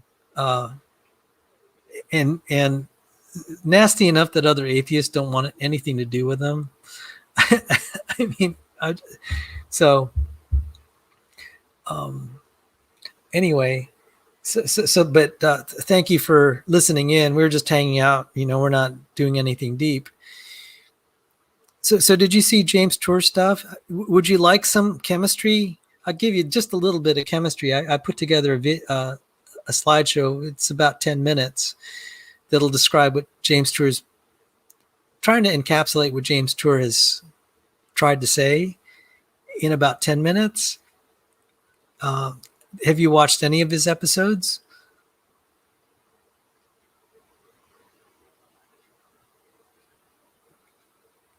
Pigs Can Fly, are you still there? Yeah, I'm still here. Have you watched any of the James Tour episodes? Oh yeah, I've watched all the way up to 7, and I haven't finished 8 yet. I haven't had the chance to.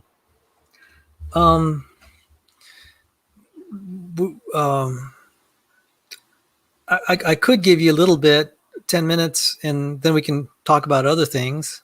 Sure. If you're okay. So let me see if I could find this. So the issue is,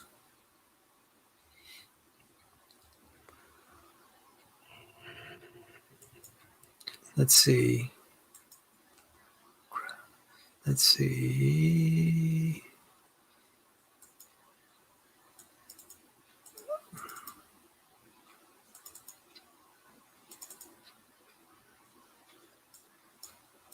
So, okay. How familiar are you with biology? Me? Yeah. So I mean, I took a biology course, of course, in high school, and I really haven't touched any of it since then. But I have been doing a lot of like just reading about and listening things to lately. the channels. Yeah. Yeah, I've been getting a lot of different information. So, but I think I have a pretty good understanding of what I'm hearing, anyways. Yeah. I mean, he's done a good job. I'm just going to go into the little particulars and see if I can encapsulate this quickly, because also trying to teach it is a way to also help me practice communicating. So this is the after show to episode 8, and we're talking about DNA specifically and nucleotides. So I was saying about 50% of the problem with abiogenesis that Dr. Tour is highlighting, I tried to illustrate it without getting technical by way of analogy. This is a picture of glass marbles that are all the same size and weight, presumably, but they have different color. Now, if we had a much larger set of these and we put them in a box and shook it, they would mix. They would not self-sort. They should not self-sort like this, where they all group together. And this happens at the molecular level. Now, there are molecules that will self-sort like water and oil, and there are other molecules that are easier to self-sort than others. But one can think, even at this, what we call the macro scale, that this is not so easy to do naturally. You need an intelligent agent or a machine created by an intelligent agent to be able to take a random arrangement like that and to organize it like that. And what Dr. Tour was highlighting is at the molecular level,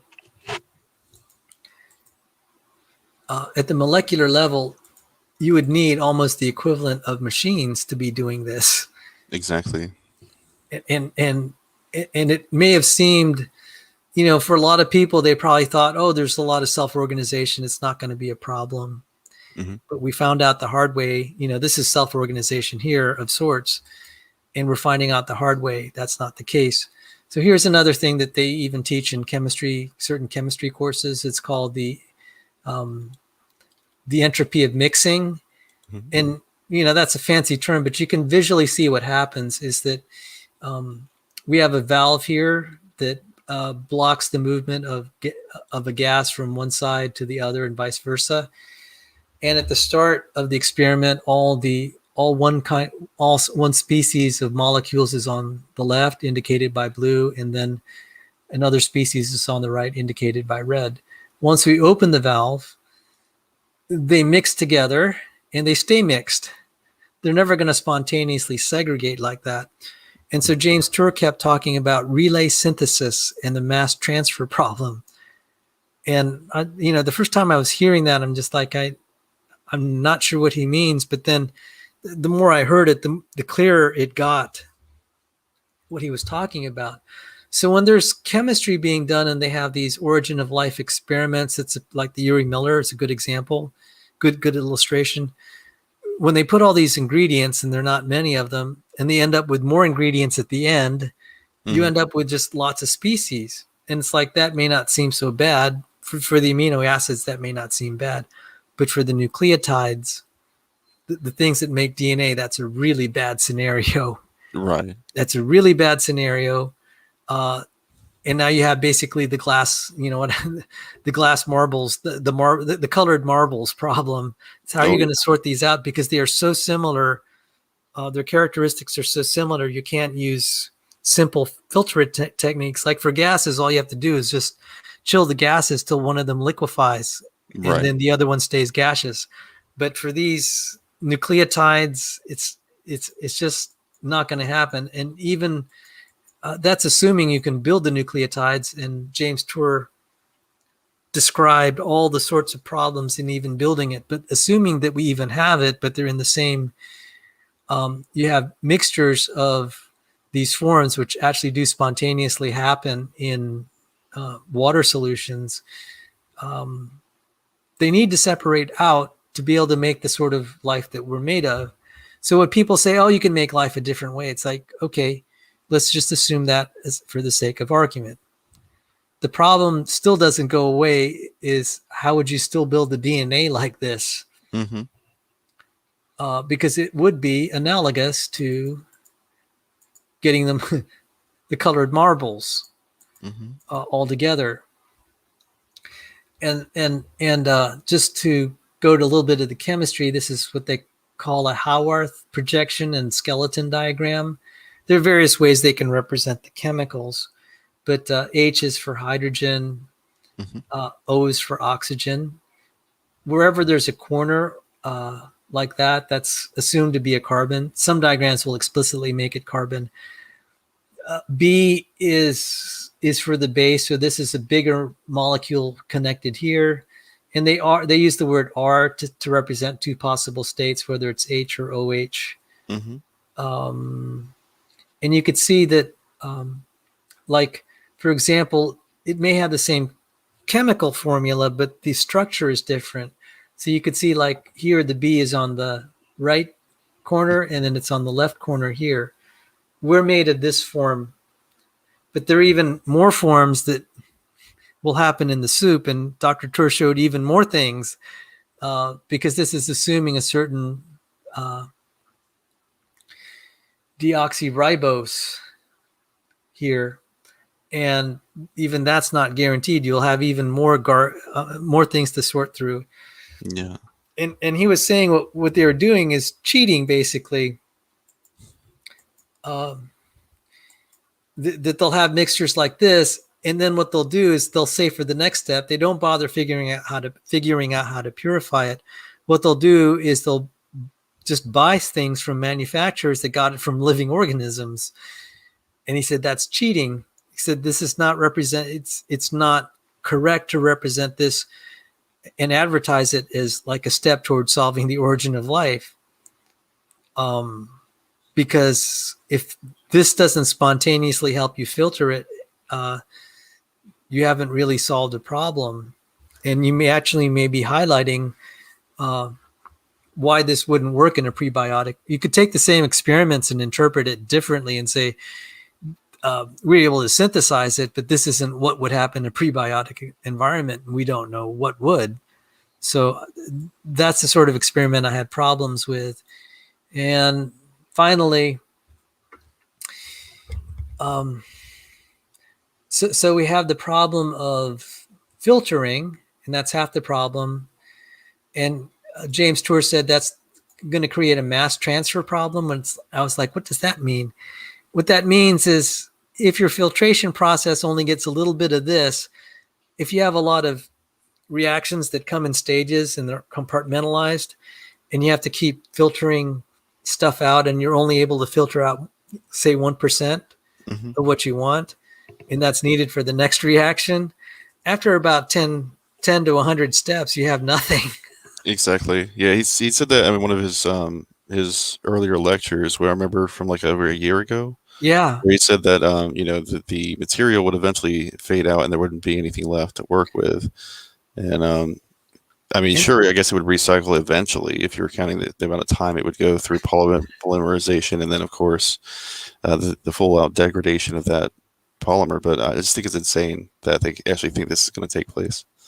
Yeah, and he was saying that these things will actually degrade in a way that you can't be accumulating it.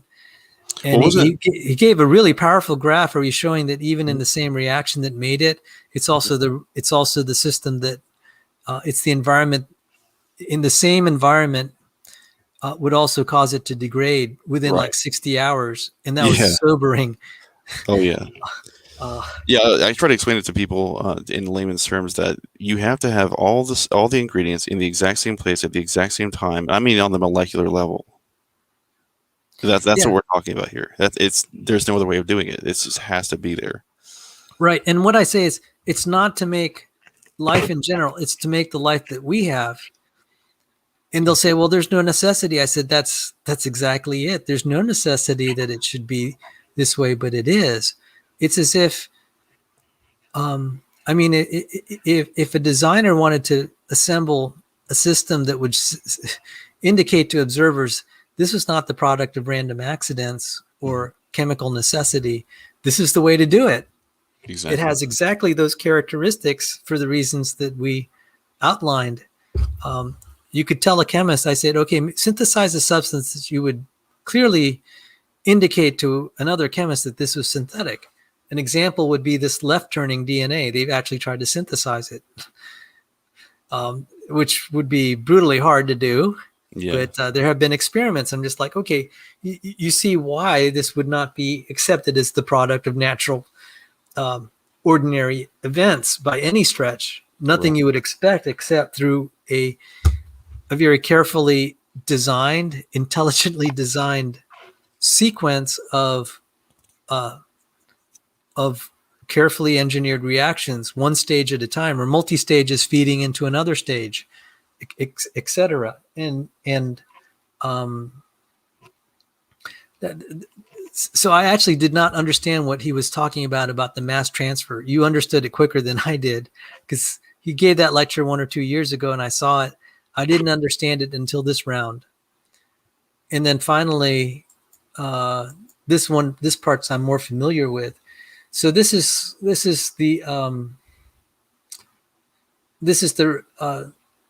I believe this is a regular RNA. Yeah. Right here. And what he was pointing out is the amino acid. Right. Right. So you see this P here with the 4 oxygens, that's the phosphate group. Mm-hmm. There's nothing that's preventing it, like if we're trying to have this in a prebiotic soup, from this phosphate group going here or the phosphate group going here. And this is from my biochemistry textbook that's highlighting problems a little bit with RNA chemistry and why it's so fragile. Or you could end up something like this. Right. And so if you have it's all about polarity too. So if you look at, obviously there's the positive and negative charged oxygen there. The polarity has a huge impact on that as well. But I mean, if you took if you're thinking about this as far as like the molecular structures are in the first place, when that initial illustration that you had whenever you started this with the marbles, like think about that. These would all have to be perfectly aligned with the exact particular charge just to be able to be in that particular position, right? And then if you look at the one after that, clearly that would have to be the exact same, right? It has to be able for each of these specific things to be in alignment based on the electrical charge that they're already posited with, which is insane.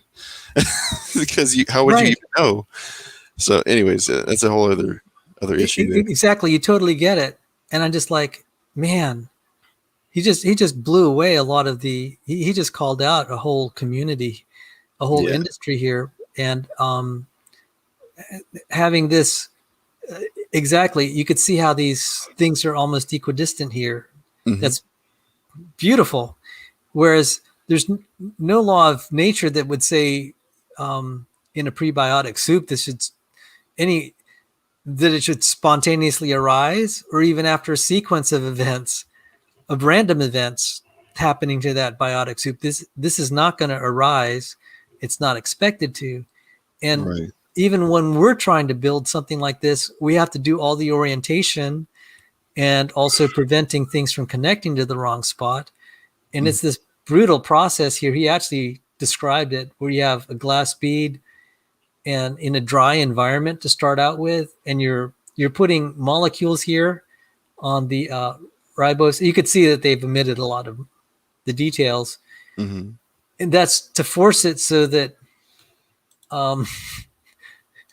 you don't have things occupying here unwanted until the right time. And then so it has to go through this whole process so that you finally get the phosphate where you want it, so that it'll start to look like this.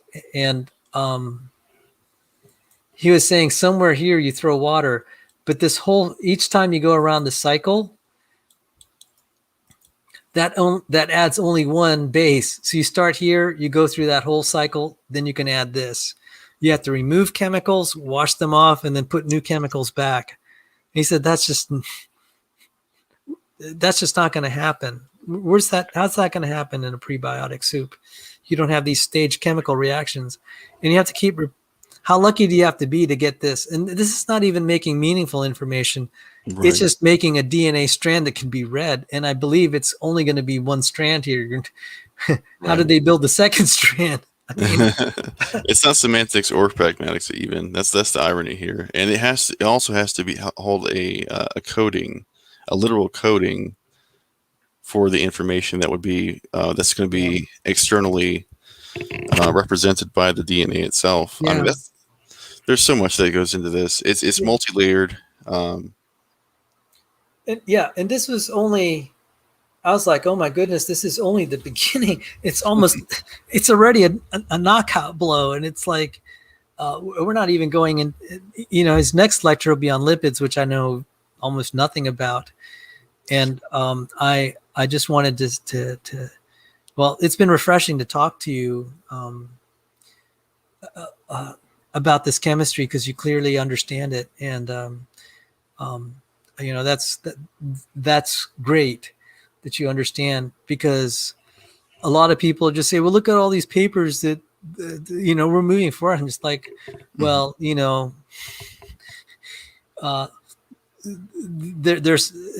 pretending to solve real problems, and they're not.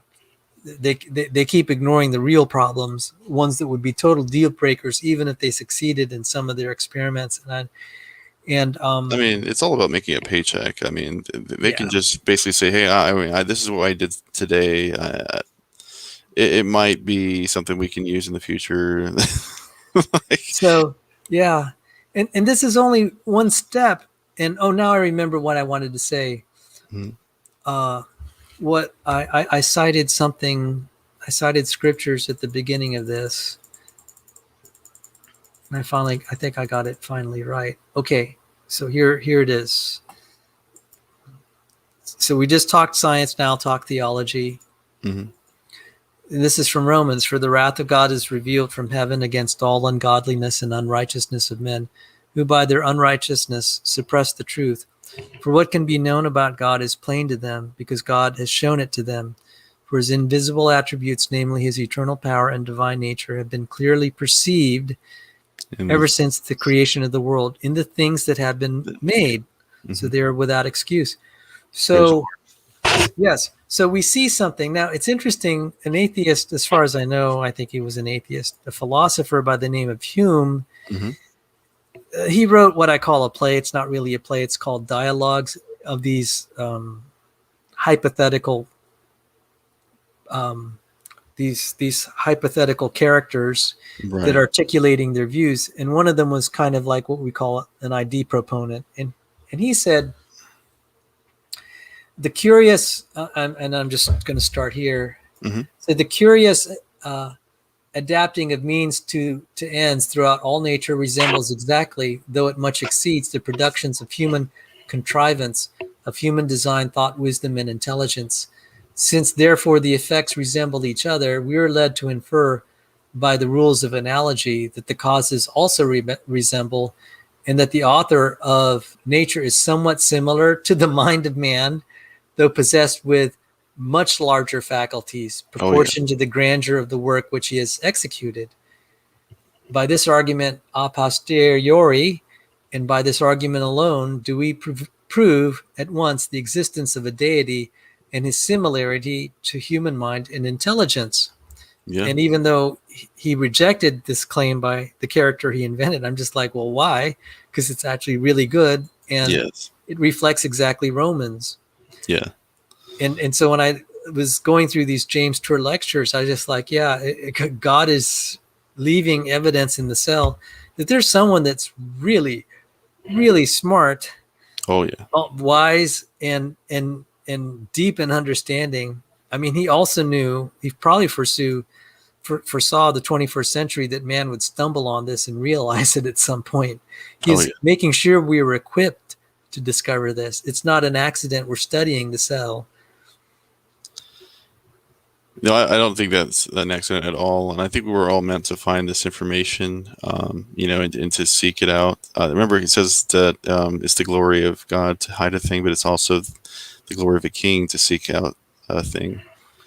Yeah, I'm going to have to shut down the stream and take care of Mom. But I wanted to tell you, I'll try to remember to pray for you, because over the last few weeks, you come to mind every time I read a story about submarines.